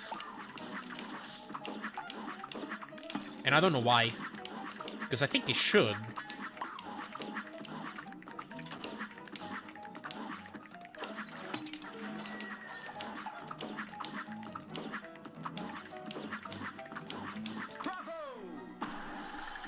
So, like, the way I guarantee it is by just clicking into the game after I launch it. But sometimes I forget to do it. And sometimes I don't have to do it. Sometimes I don't have to click into the game and it'll just have focus. So it's just inconsistent. Maybe I could just have it as part of my script. Because I'm using a script to relaunch the game. Like to close the process and relaunch it. I do suspect it might have to do with that. Maybe I can add a little something to the script that like manually adds focus.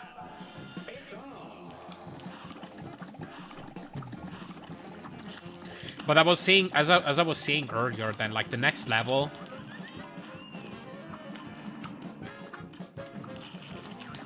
is for faster resets.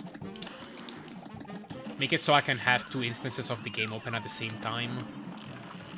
So that instead of like closing and reopening the game, I can switch to the second one. And already be on the title screen. At what point does this become a task? when we start like tasking in-game inputs, I guess.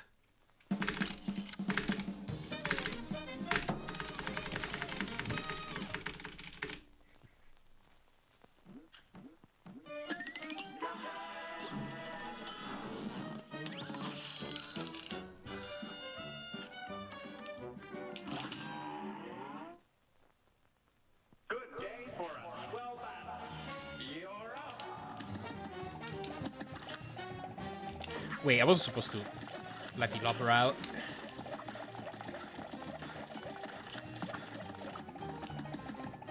Ken and I were watching old Mickey, Oswald, and Felix a few nights ago, and it's cool how much Cuphead takes influence from them. Yeah, that would be exactly that era of cartoon that this game takes influence from. I remember shortly after this game came out, I went on I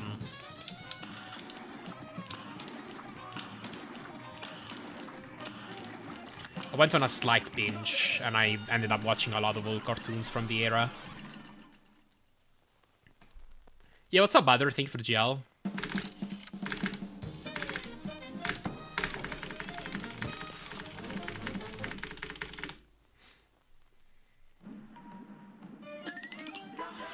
This animation was wild. It literally looks like pencil and paper because it probably was. Oh, yeah.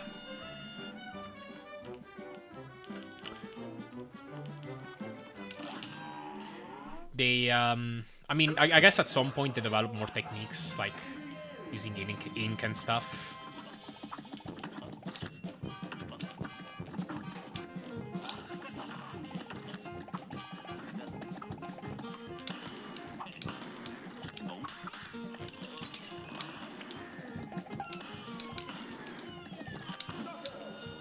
Oh, wow, that's a great goopy. Few scenes definitely didn't age too well. Yeah, yeah.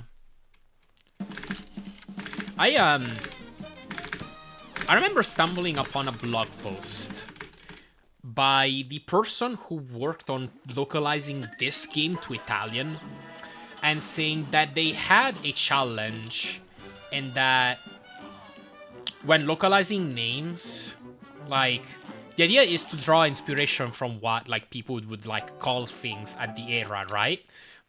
But the problem is 1930s Italy was fascist Italy. So, they, I think they ended up taking inspiration more so from, like, older sources.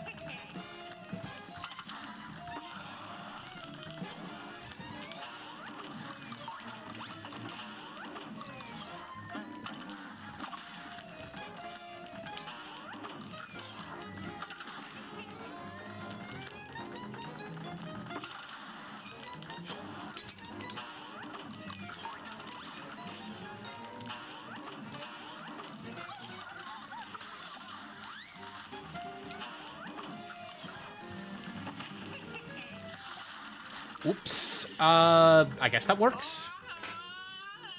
Missed like a second of damage.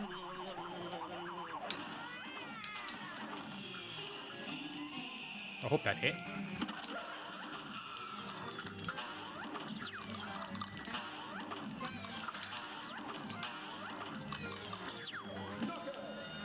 One.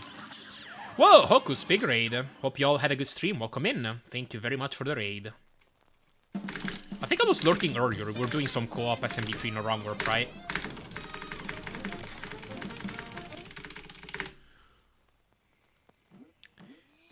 Fanta ads in Germany. Speaking of the good old time when Fanta was invented. Oh, well. Yeah. You really gotta do your research on that stuff. Yeah, thank you for Gel Hocus.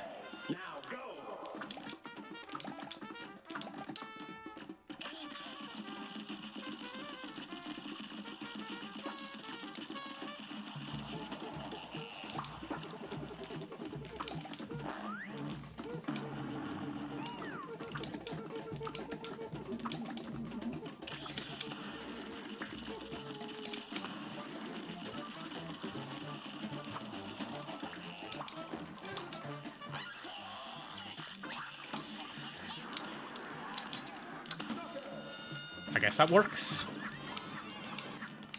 Okay.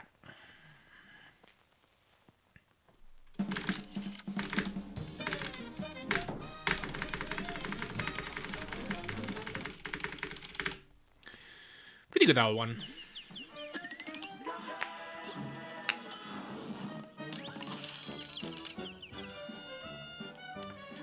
In the task, how much does a double KO save? 0.8 seconds per double KO. The problem with that is that, as you might imagine, double KOs are a very high-risk trick, and they're frame perfect. So you literally just either nail the frame, or if you die too late, you just die.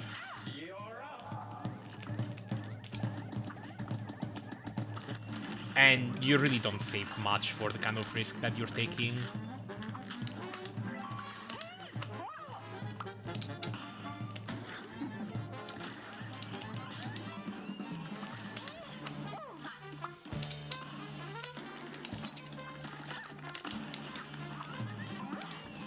No, it saves time on the results screen, because you get a 0 out of 3 HP bonus.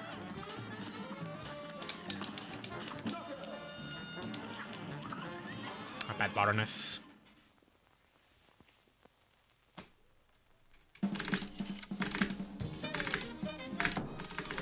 What's up, Geoscenario? Thank you for good luck. Heck yeah.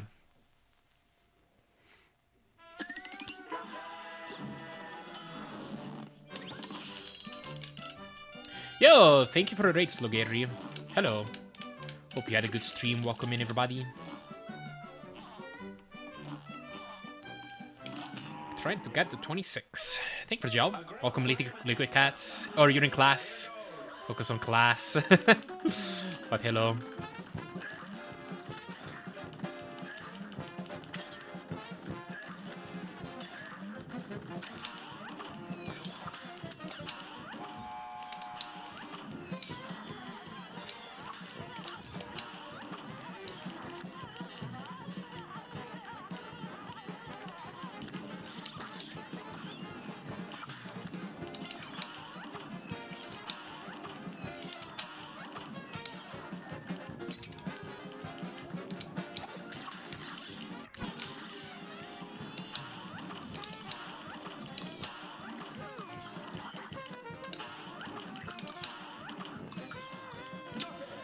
Alright, at 49. Hello, Corvus Scribe. Thank you for GL. And good vid. Thanks. Glad you liked it. Glad you have a newfound appreciation for the devil. Honestly, it's a cool fight.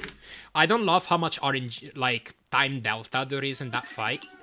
But the kind of strats that you have to do, the kind of complexity that creates is generally really interesting, I find.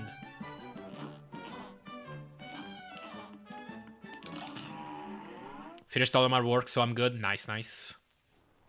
A brawl is surely brewing. Now go.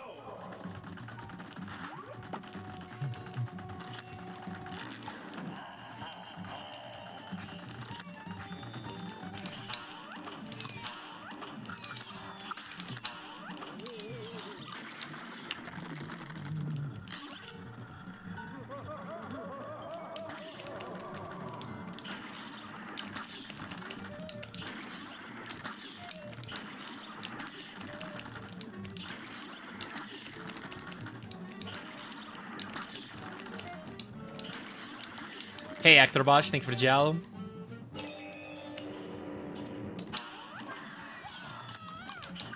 A wizard is neither early or late. They arrive precisely when they mean to.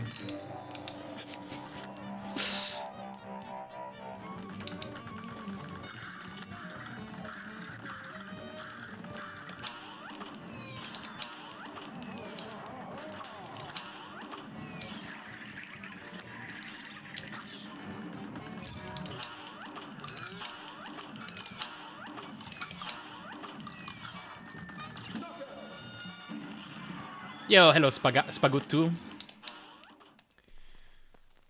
SBD Wolf.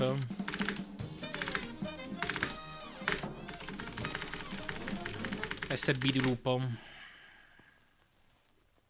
Okay, good series of segments. I was gonna say you have the weirdest theme schedules, but right. Yeah. Yeah, let's just say we're wizards, exactly.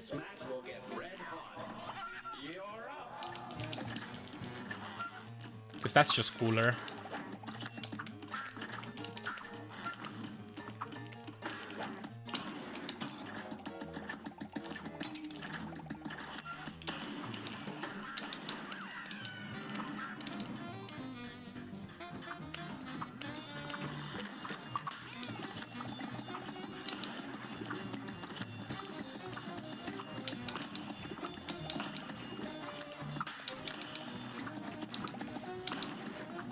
No! Oh my god, I'm an idiot.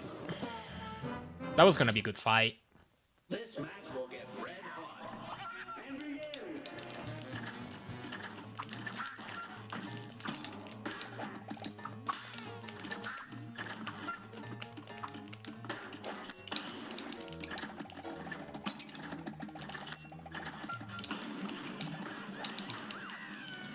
Anything I should know about timing level entries, or is it as straightforward as it seems? I can give you a bit of a demo.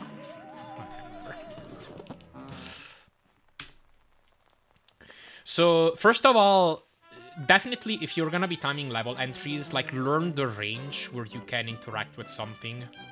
For some levels, it's surprising. Like, I think the most interesting one is Hilda. It's just, like, weird how far left you can interact with her level. It's like right here, roughly. Yeah, like very left of the store. There's also a little trick. If you press up, like, I think 2 frames before entering her interaction box, you can actually interact with her 1 frame earlier. So if you've seen me, like, turn upright, that's why. It actually extends the window where you can interact with her, like, by 1 frame. You can do a tap earlier by 1 frame. Anyway, I do that, and then I have a rhythm. Like,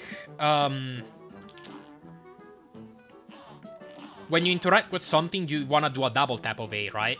To do that, and then confirm that you want to get into the level. I do a double tap for the second one, just because I don't want the risk of accidentally pressing that too soon.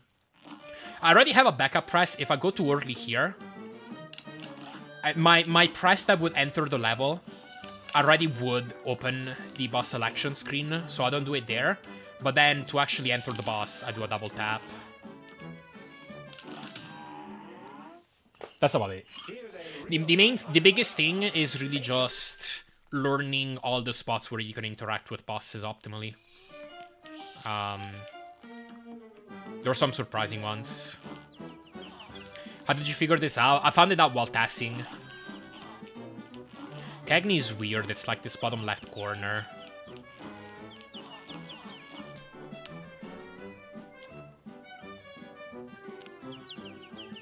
How everyone's been today? Any paces? I had some decent paces. Nothing too crazy. I did complete a 27:16 though, which is not bad. That run was pretty bad entering Owl 2, but then I ended up playing a pretty decent rest of the run from there. That makes sense. I've been messing with that a bit. Gotcha, gotcha. I think I had already rebooted the game. Oh well.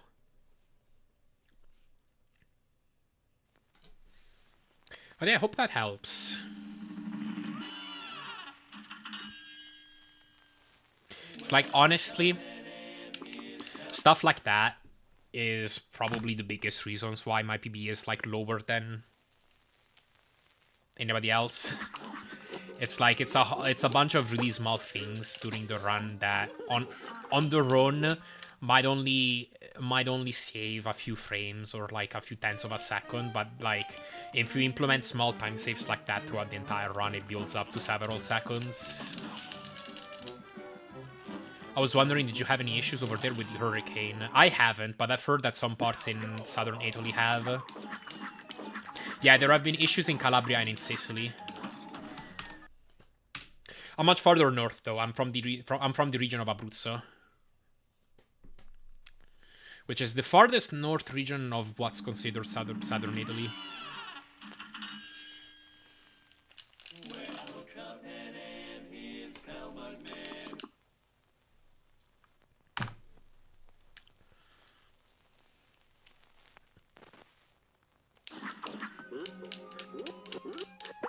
There's a bunch against you from map movement trying to fix that. That's nice. That's gonna be very helpful for sure. This is WR. I can check that later.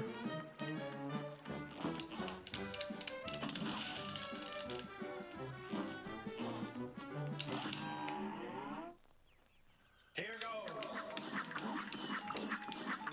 Oh, come on.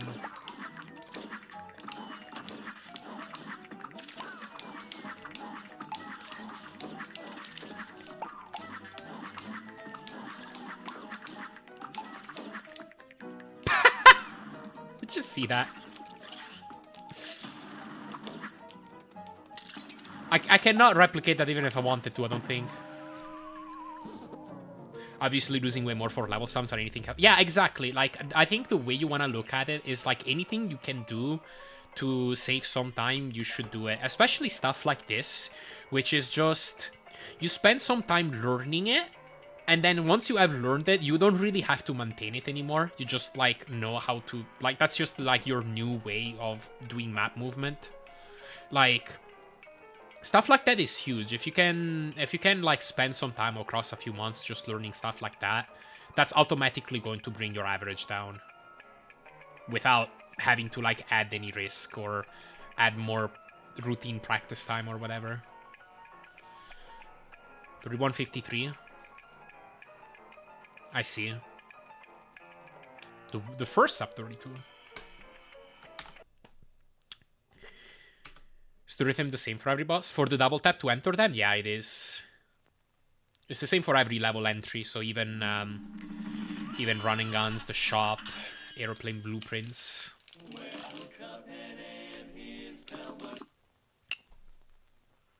Feel like IL2 takes longer for the level select touchscreen?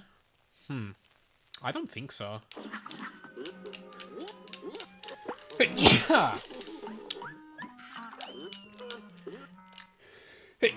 Someday I'll hit sneeze skip.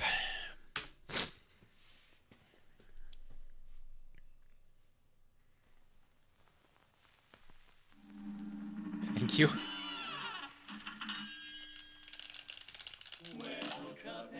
Lucia has the video. Yeah, I mean, Okay, when it comes to, like, runs missing from boards, I feel like I used to care a lot more in the past. At the end of the day, like, I feel like you have to respect people's wishes to not want to be on the leaderboards, because, like, for some people, that generally is, like, a form of pressure. Because then, like, they're putting their name out there, and they're, like, competing against other people.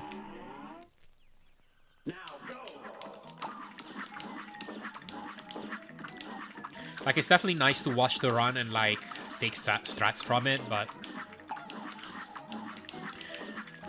I mean, it's a thriving community. There's, like, other people that... people can watch runs of, and even if the strats aren't completely all up to date, they still get a gist of what the run looks like.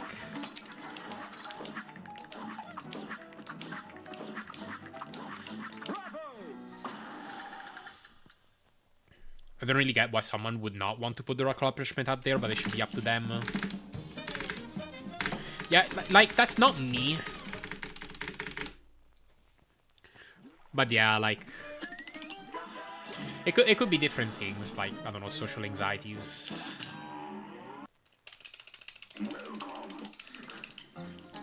Oh my god. I gotta stop doing that, dude. Buying the wrong item from the shop. Sneezescape requires very precise inputs, yeah.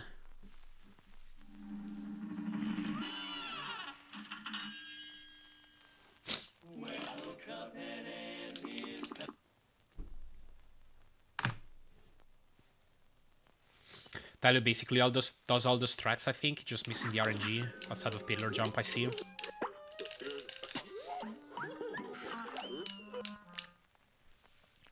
If you could have any weapon for any boss without losing time, would any weapon be faster than Despair? Yeah, Charge Spread would definitely be faster for some bosses. Like, for example, for Grim. I'm pretty sure.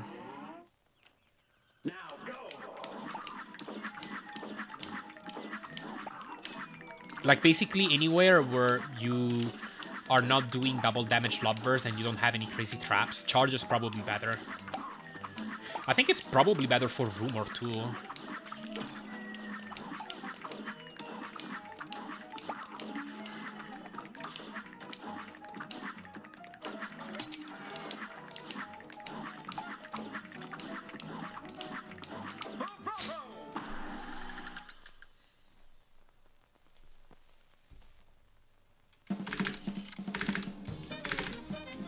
Yeah, it was a good follies. Suppose the answer lies in IELTS if there's a leaderboard for that. There is, but that's completely unrestricted, and that allows also, like, charms and supers. You will see a lot of Whetstone in IELTS, which is a charm that turns your parry into an attack. So you can still parry pink objects, but it also creates its own hitbox, and it does 16 HP of damage, which is, like, for comparison, a Lubber Bullet does 11. So it's more damage than a Lubber Bullet.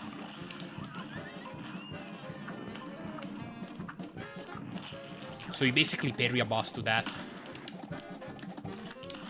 whenever you can. It's especially crazy for plane levels, because you can just, like, stand in front of a boss and just spam it.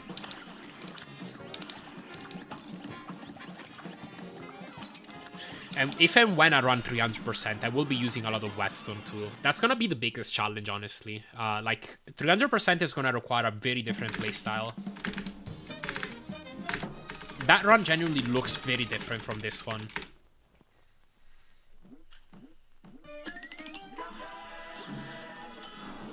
But I think after a few months,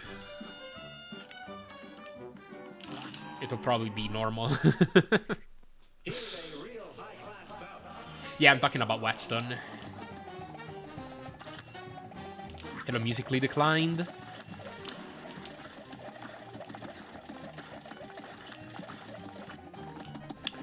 I'm leaning towards no bother. I will see what I'm in the mood of doing exactly after the 26th, but I'm thinking of running Pokemon Mystery Dungeon Explorers of Sky for a bit. I kind of want to run 80% No Wonder Mail and maybe get the record. I don't know.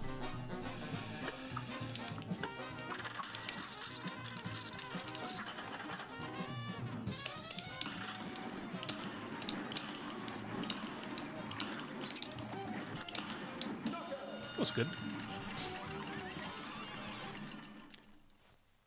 Yeah, like, I think that's probably gonna be the next thing I do in Cuphead, but I might take a short break from Cuphead before doing that. Just because I'm kind of craving other speed games. Especially PMD Sky. I love that run, and that game is just one of my favorite games of all time. I miss it. A great plan and then some. You're up.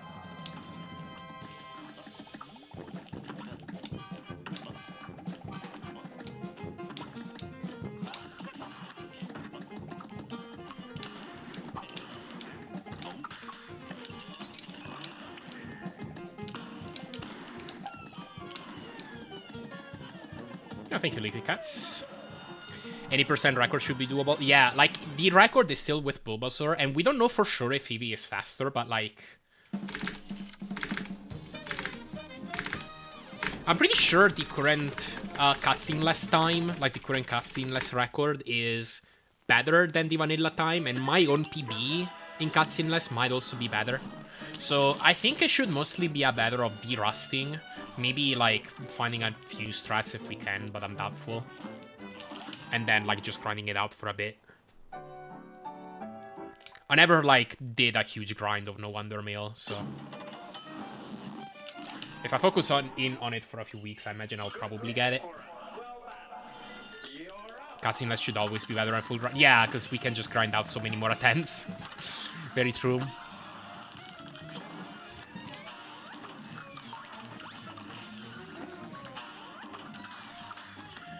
When the run is just under 2 hours long instead of 5.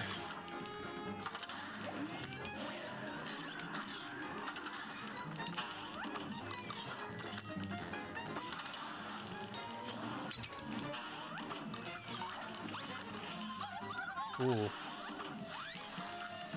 I skipped the parry because of that. Oh no.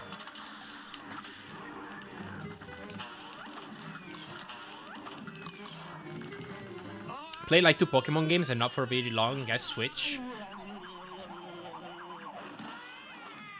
I'm gonna guess you played some main series games, so Fire Red / Leaf Green. And then maybe, I don't know, Crystal. Maybe you played Gen 1, maybe you played Pokemon Red.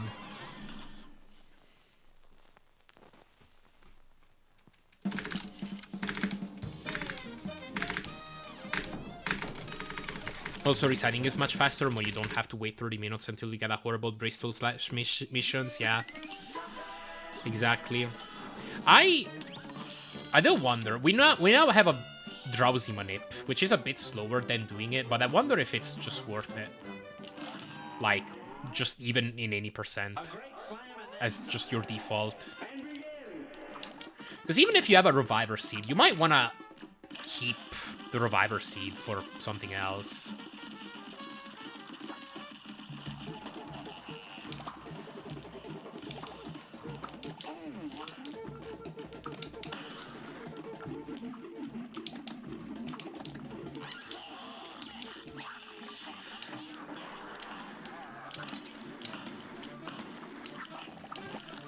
Okay. Oh, it'll probably be banned, since the Manip allows getting Warp Scarf in the Secret Bazaring. I see. Yeah, that just becomes much closer to a Wonder Mail run at that point. That makes sense. Well, Cuphead and his pal Mudman.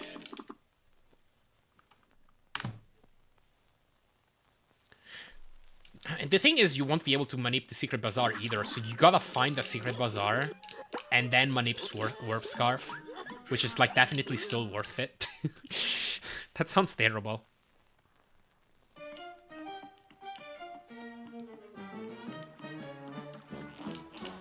Blue or red and then yellow. Okay, so it was all Gen 1.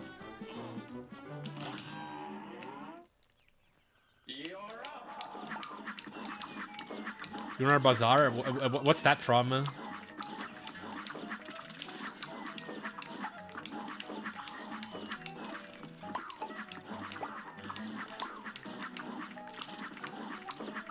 Oh, Risk of Rain 2. I've never played it. I know about that game, though. It's cool.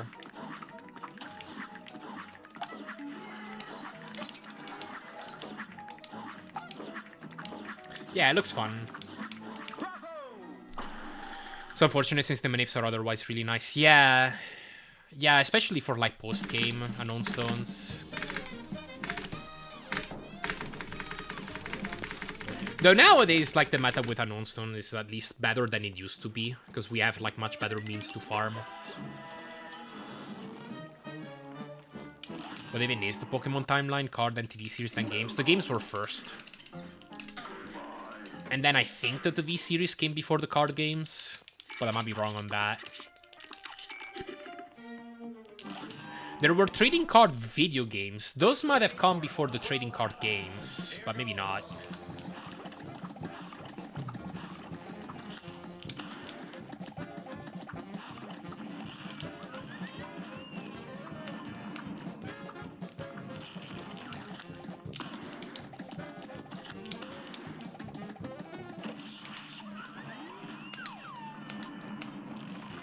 Well, but Pokemon is not made by Nintendo. It's made by Game Freak.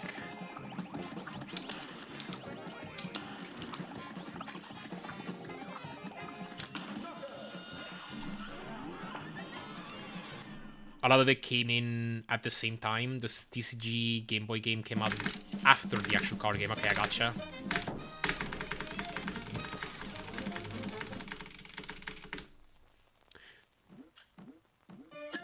I would be surprised if they already had plans to make other pieces of media, because I'm pretty sure the games were like a very surprise type of success. Like, I think they kind of thought they were gonna flop completely during development. Hello, Sludderai. It's this is from almost 2 weeks ago, I think. Oops.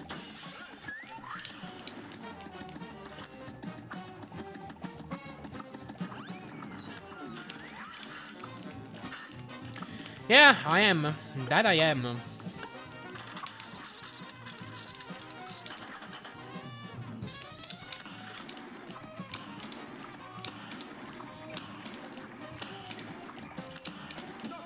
On average, I've been PBing every few weeks. So I'm still, like, pretty much on track for that. And next time I PB, it could very well be at 26. It also might not, but... I think the likelihoods that my next PB is at 26 are decent.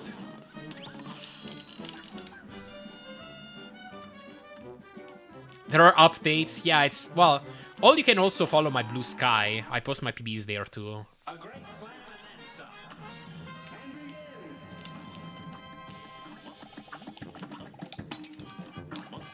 Oops.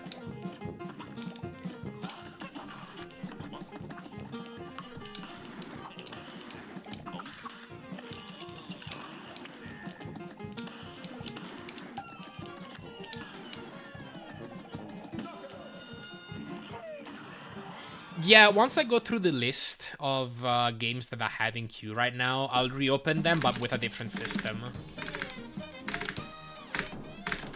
I've explained this before, so forgive me to everybody who's heard my explanation a million times already.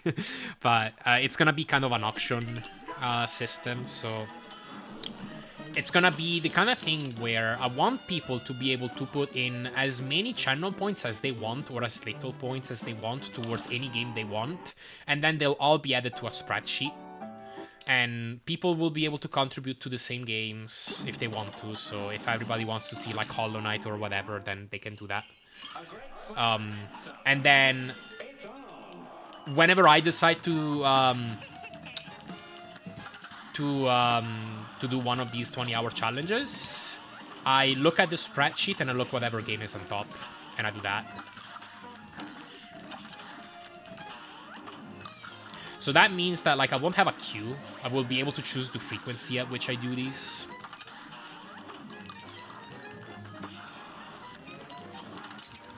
And it should be a lot more manageable. While also, like, keeping it accessible to people, because, like, the problem with these has been that, like, at 300,000 points, there's too many people who are able to, like, get it, surprisingly. Like, which is already a heck of a lot. That's a heck of a lot of points. And yeah, it leads to so many requests that, like, I'm not able to keep up with them. So this is my solution. Instead of increasing the price, which just makes it more inaccessible, I'm gonna make it a bidding system.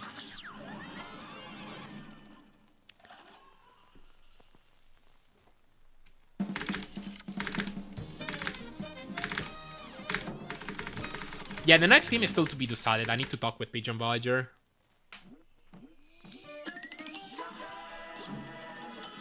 Keep that passion alive and all that, exactly. Because, I mean, I love doing that, but I don't love doing them, like, constantly. I also want to have time for my main grinds.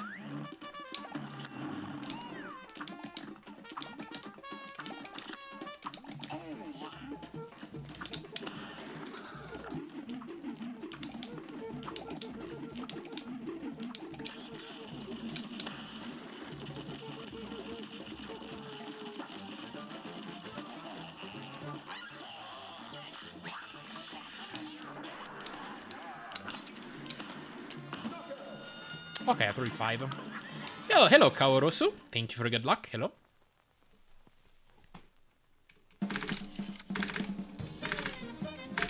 Yeah, I expect it to lean more towards popular games, and that's kind of the downside of it. Like, there's gonna be like less of a chance for like lesser known titles to get in. But also, like, not necessarily, maybe, because, like, I know there's some people here that generally have, like, a crap ton of points. Like, 600,000 or maybe more. Like, they alone, or maybe they with, like, somebody else could unite and just...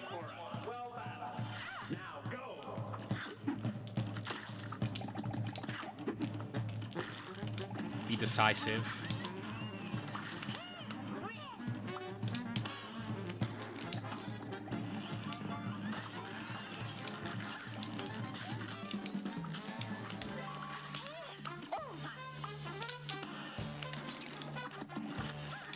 Oops. I just shot the waffle longer for no reason.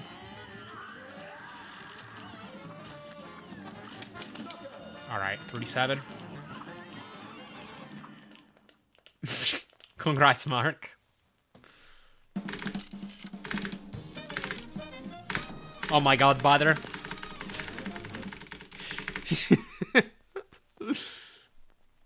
Lesser known runs could get a multiplier of the source. Like if there are less than 10 runs on the board, it's time 1 plus 2. That doesn't sound like a bad idea.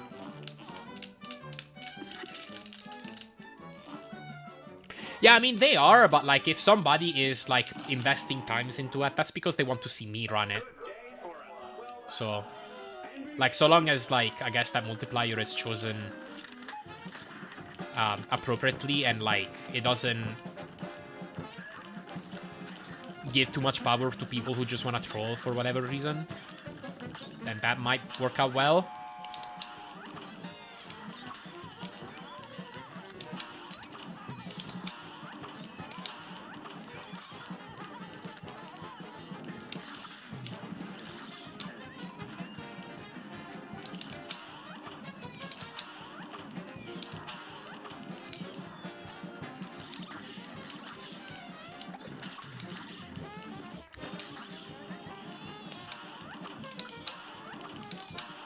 I shouldn't have shot at the X.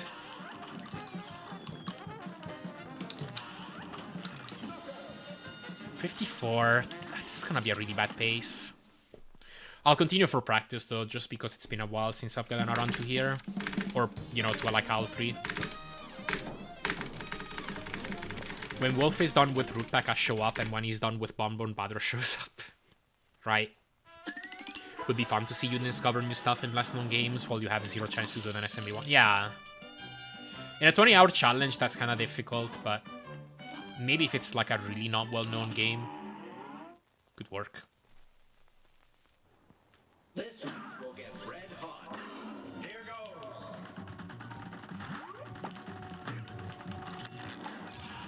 Oh god.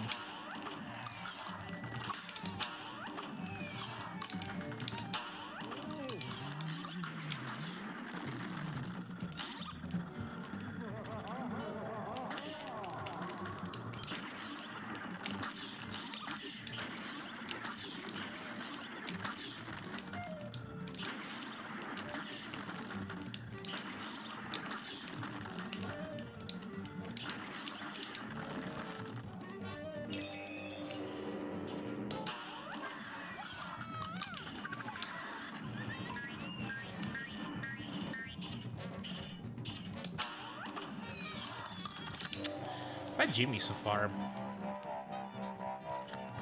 Might be able to go for the parry bait though. I think I should be able to.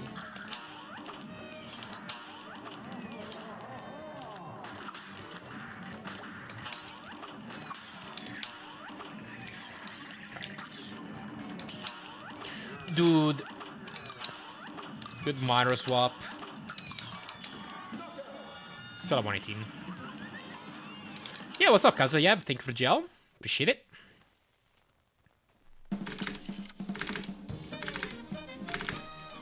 If in 2030 speedruns are still a thing, they have to be.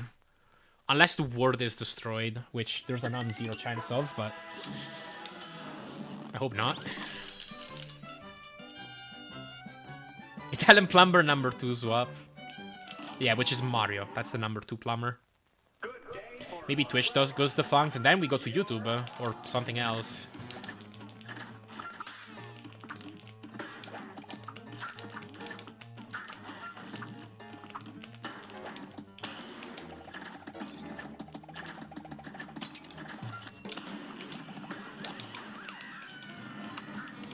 Are there channel points on YouTube? I mean, we could, like, make them be a thing. With, like, a bot or something.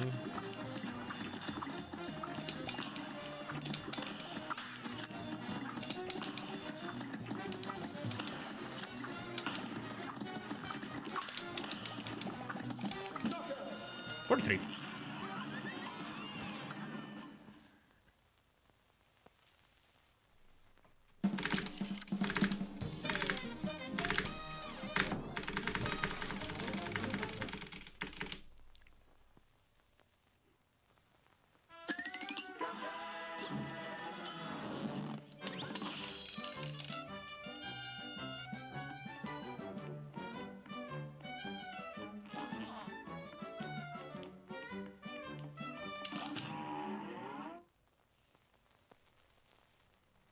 A brawl is surely brewing. It's on.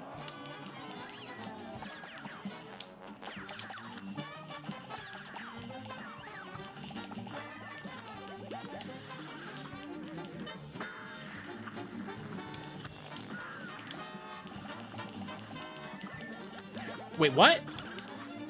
Oh, right. I got that wrong.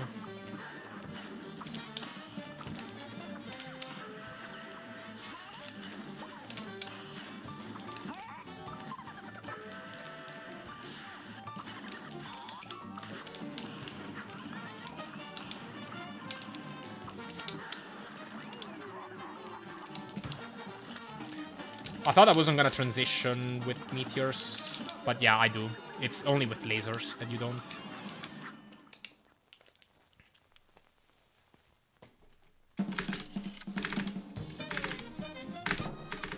I have almost enough for the Cuphead speedrun attempt redeem in your channel. What, 300k?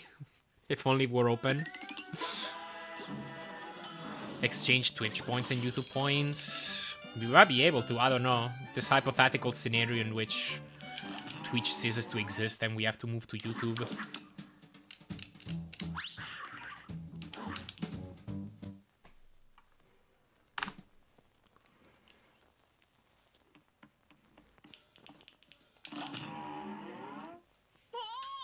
A great slam and then some.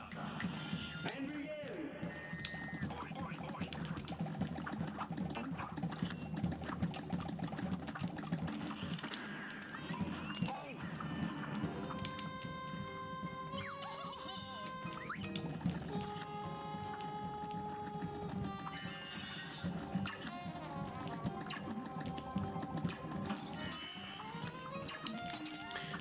Fine.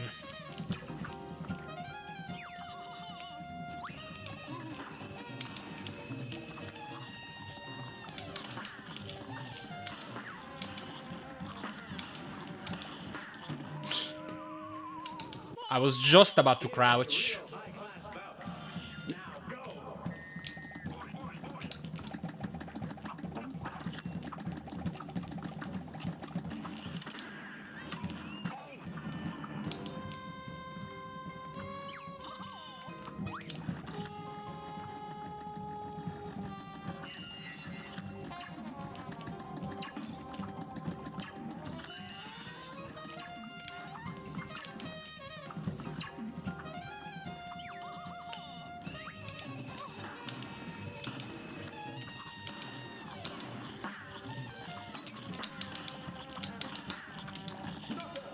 Okay.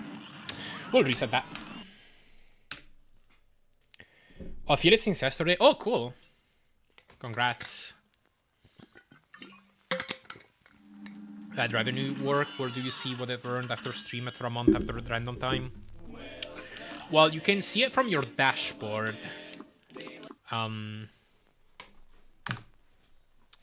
There's like some like analytics tabs. Typically the way it works for payouts is Twitch will send out payouts once you've accumulated $50, I think it is.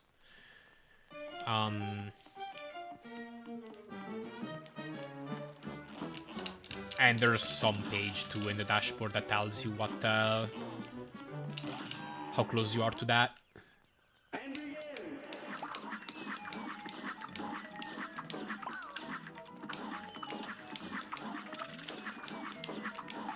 So yeah, if you just explore the creator dashboard, you should find it eventually. You sneezed? Bless you. Mark can't hit sneeze skip either.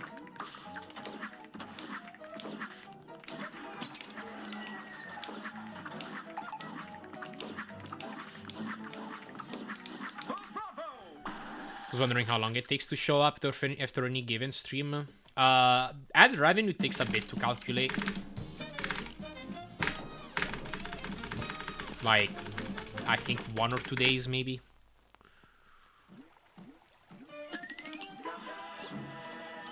Goal follies, yeah, just don't look at live split. Yeah, those are instant.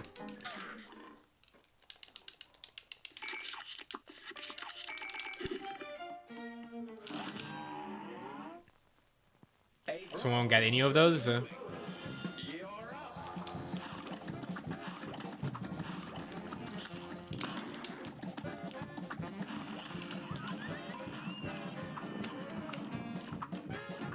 I mean, you can't like come in with the expectation to receive that. Like that's always just like an act of generosity from people. That being said, never say never. Huh.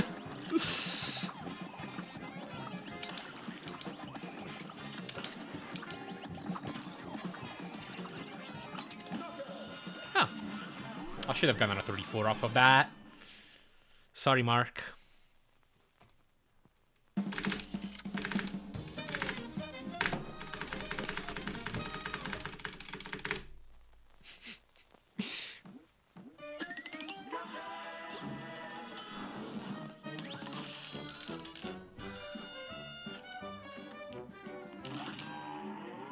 Oh. Can you actually do that?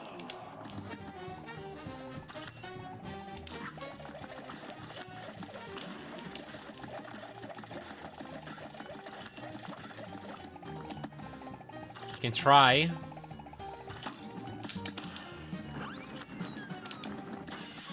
I guess if you have an independent business or whatever it is in Germany that you set up, then maybe.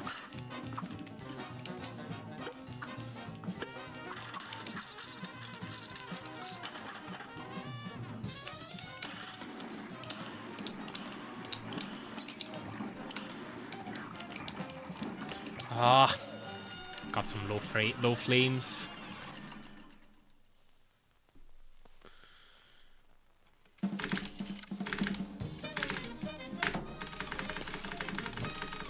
Is the frog's over damage better with that double damage spread versus a quad? On punches, I do a spread EX simply because it's easier to hit and you get the over damage anyway. Like, I used to do a quad under feet, but that position was actually kind of precise and it was failable. Meanwhile, the spread EX is not failable. So it's just like for consistency. And I get the over damage all the same.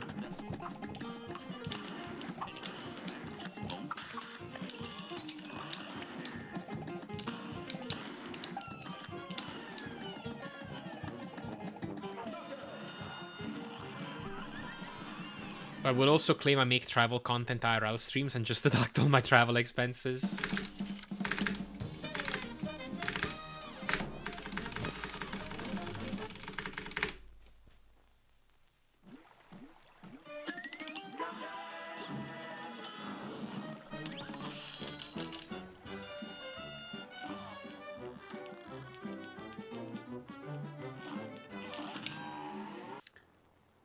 I hate being too close to... Yeah. That's exactly one of the issues I used to run into.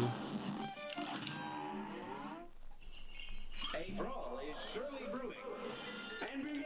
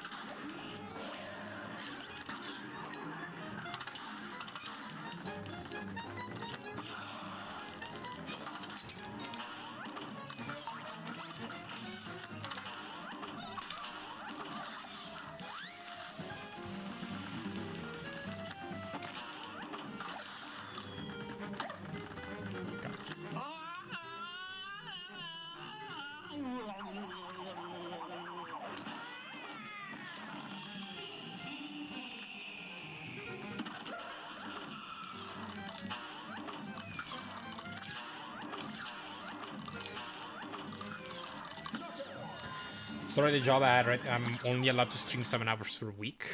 Is that how it works? Surely it can't be.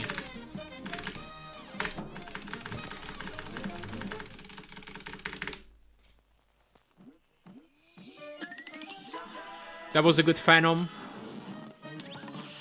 I think you forgot your glasses on, Mark.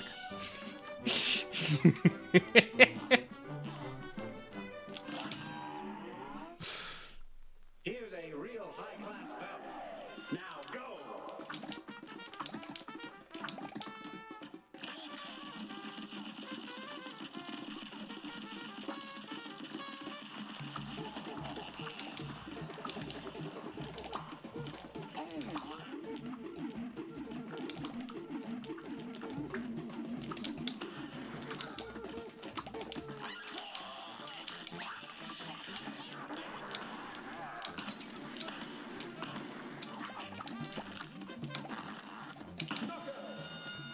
Did you like that, Cagney?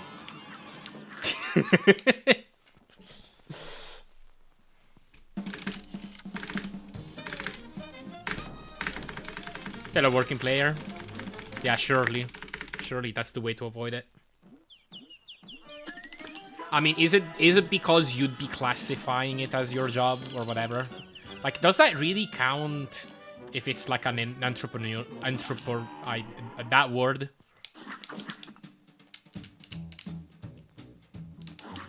Entrepreneurial thing.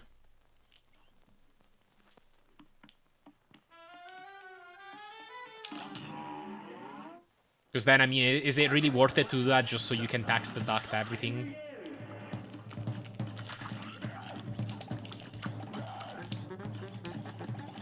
Then at that point...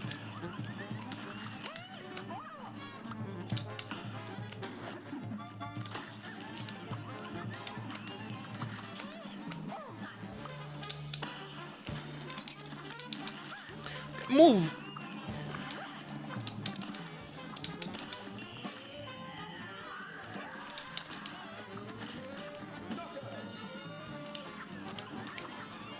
Hello, Archie.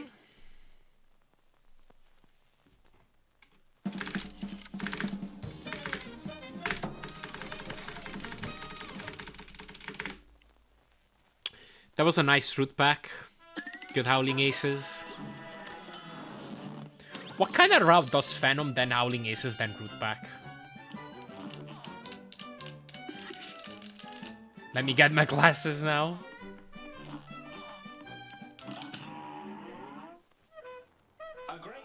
I have to go, GLHF. Oh, okay, have a good one, QC.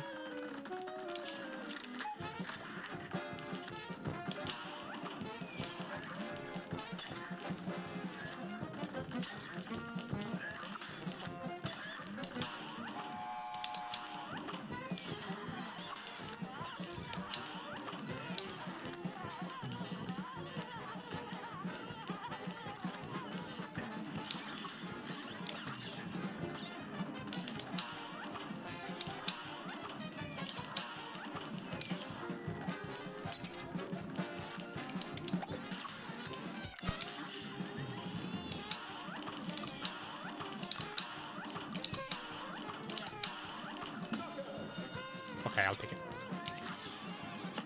Oh, you can see the time, but not the bosses. That makes sense now.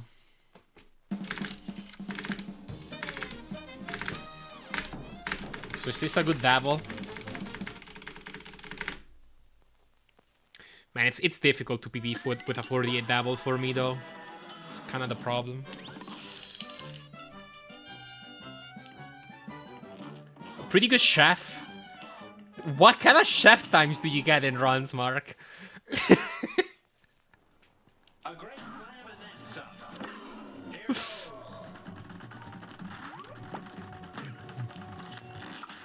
go. Oh, God. Okay. 59s.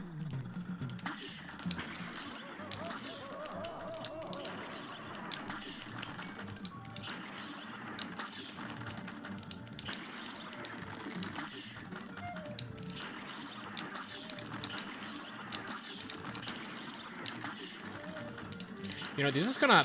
this phase 2 is gonna last longer. Yeah. Or phase 3, whatever.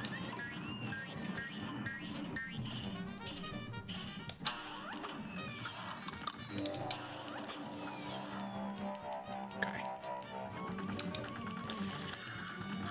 Might still be able to do the pay rebate with that, but I doubt it.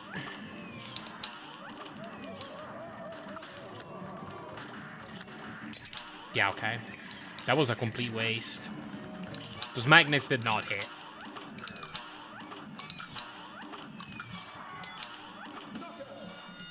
Man. If you wait later on the hand phase, you can get 3 ticks. That's what I tried to do.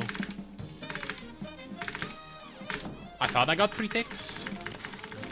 Really nice rugged ridge. It's not that great of a time for rugged ridge. A 54, okay. I gotta go that it's fun lurking. Alright, have a good one, loser. Thank you, GL. It looked like 2? Okay. Gotcha.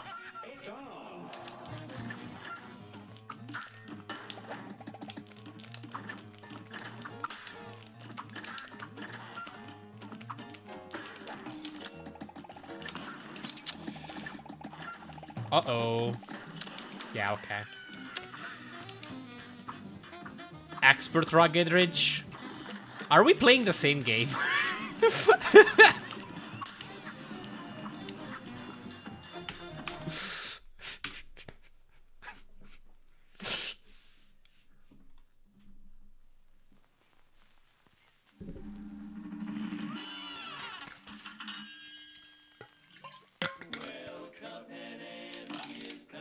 Alright, this might be my last run. We'll see.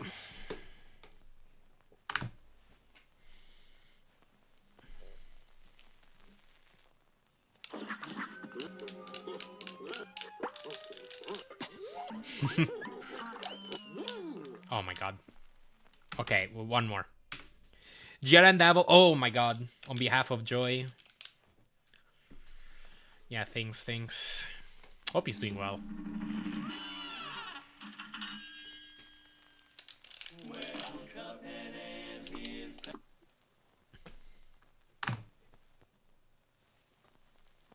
Yeah, I know.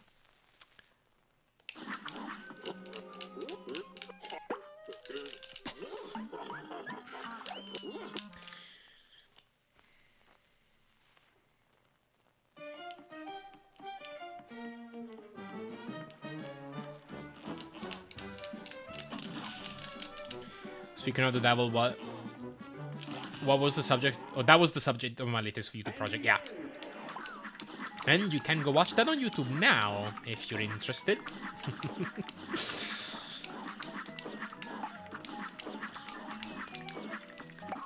Oh, it is a pretty long video.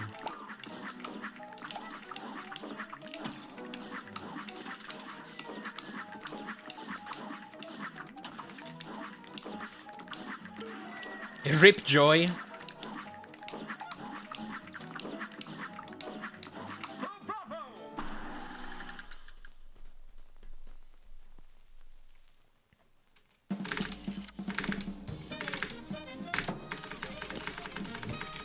sure YouTube will recommend it to me sooner or later, considering the amount of summoning salt I watched over the years.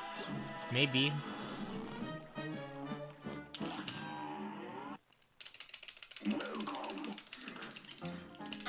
Hey, Skusk, yes, yes, yes, yes, Sigma. Who's a cheater?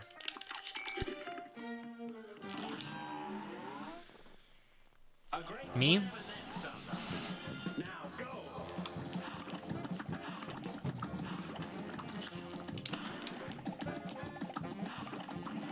Mark is a cheater. I knew that 33 root pack wasn't legit.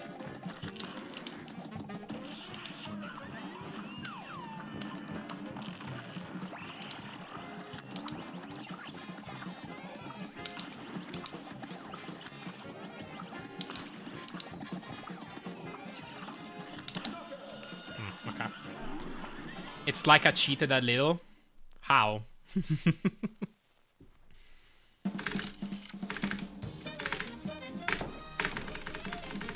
How did I throw a decisive strike? Because I suck at root pack.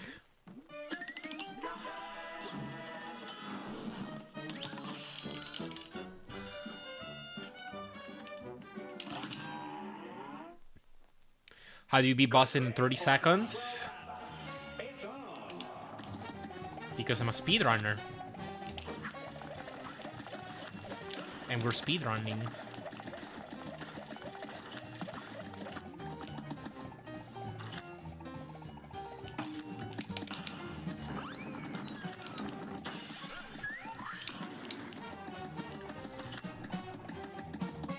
If you want to repeat now, you can be the best Cuphead runner by 2044.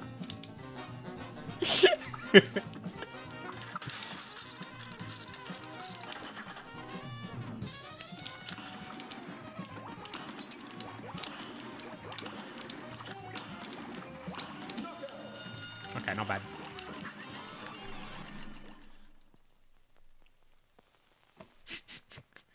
That's so funny. Hey, stops Twitch. Does anyone know how to stop the player 2 adding when I use controller on PC? You would...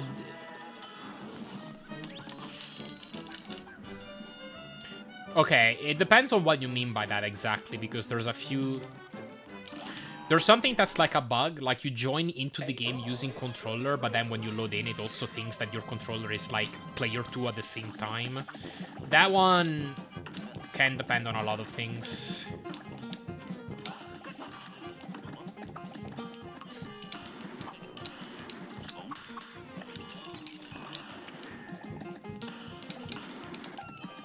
But if you're starting a playthrough on keyboard and then try to use controller in the middle of the file, the game will just think that you're trying to join as player 2, and the way you work around that is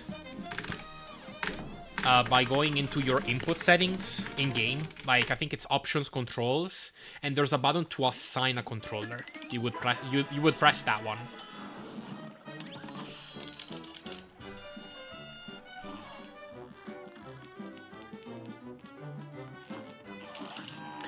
You're welcome.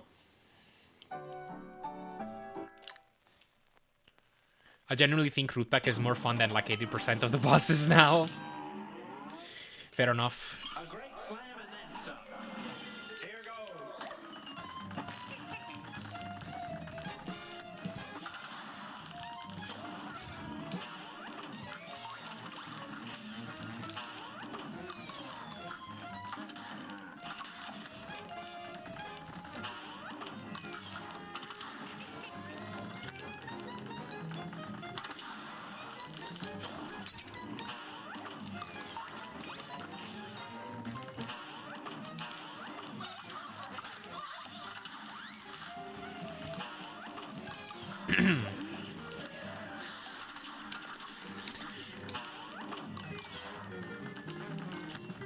Yo, hello, Pit Cat. Thank you for the job.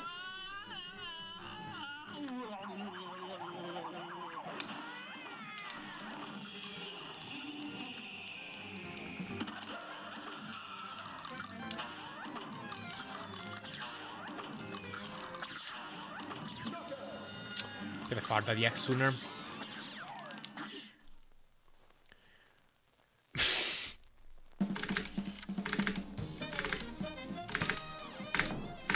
I don't know if I would.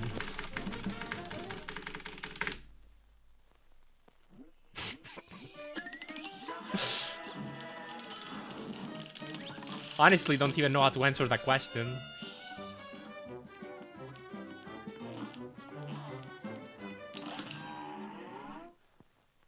A great slam and then some. Now go.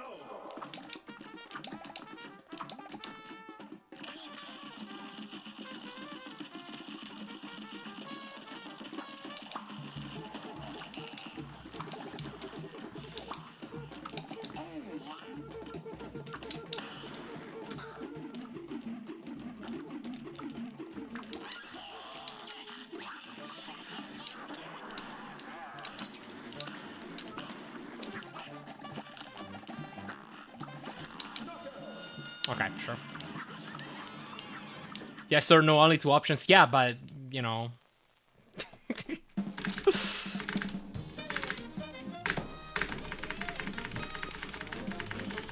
Alright, that's a pretty good L1. Different topic, guys.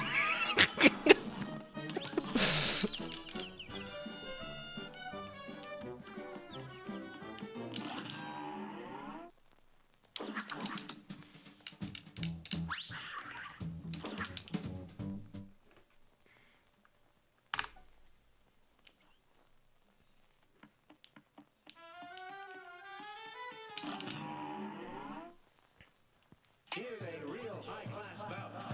Now go. What? This jerk.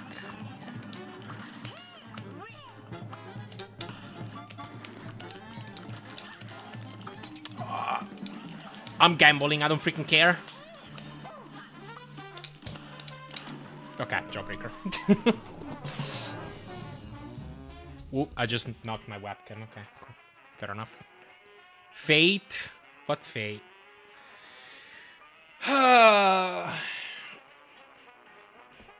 Oh god, I told my parents I was gonna help them with something, actually. I need to stop now.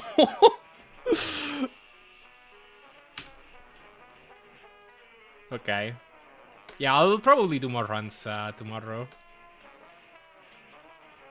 Thanks all for watching. Let's go find somebody to raid. This was a decent day of times, all in all.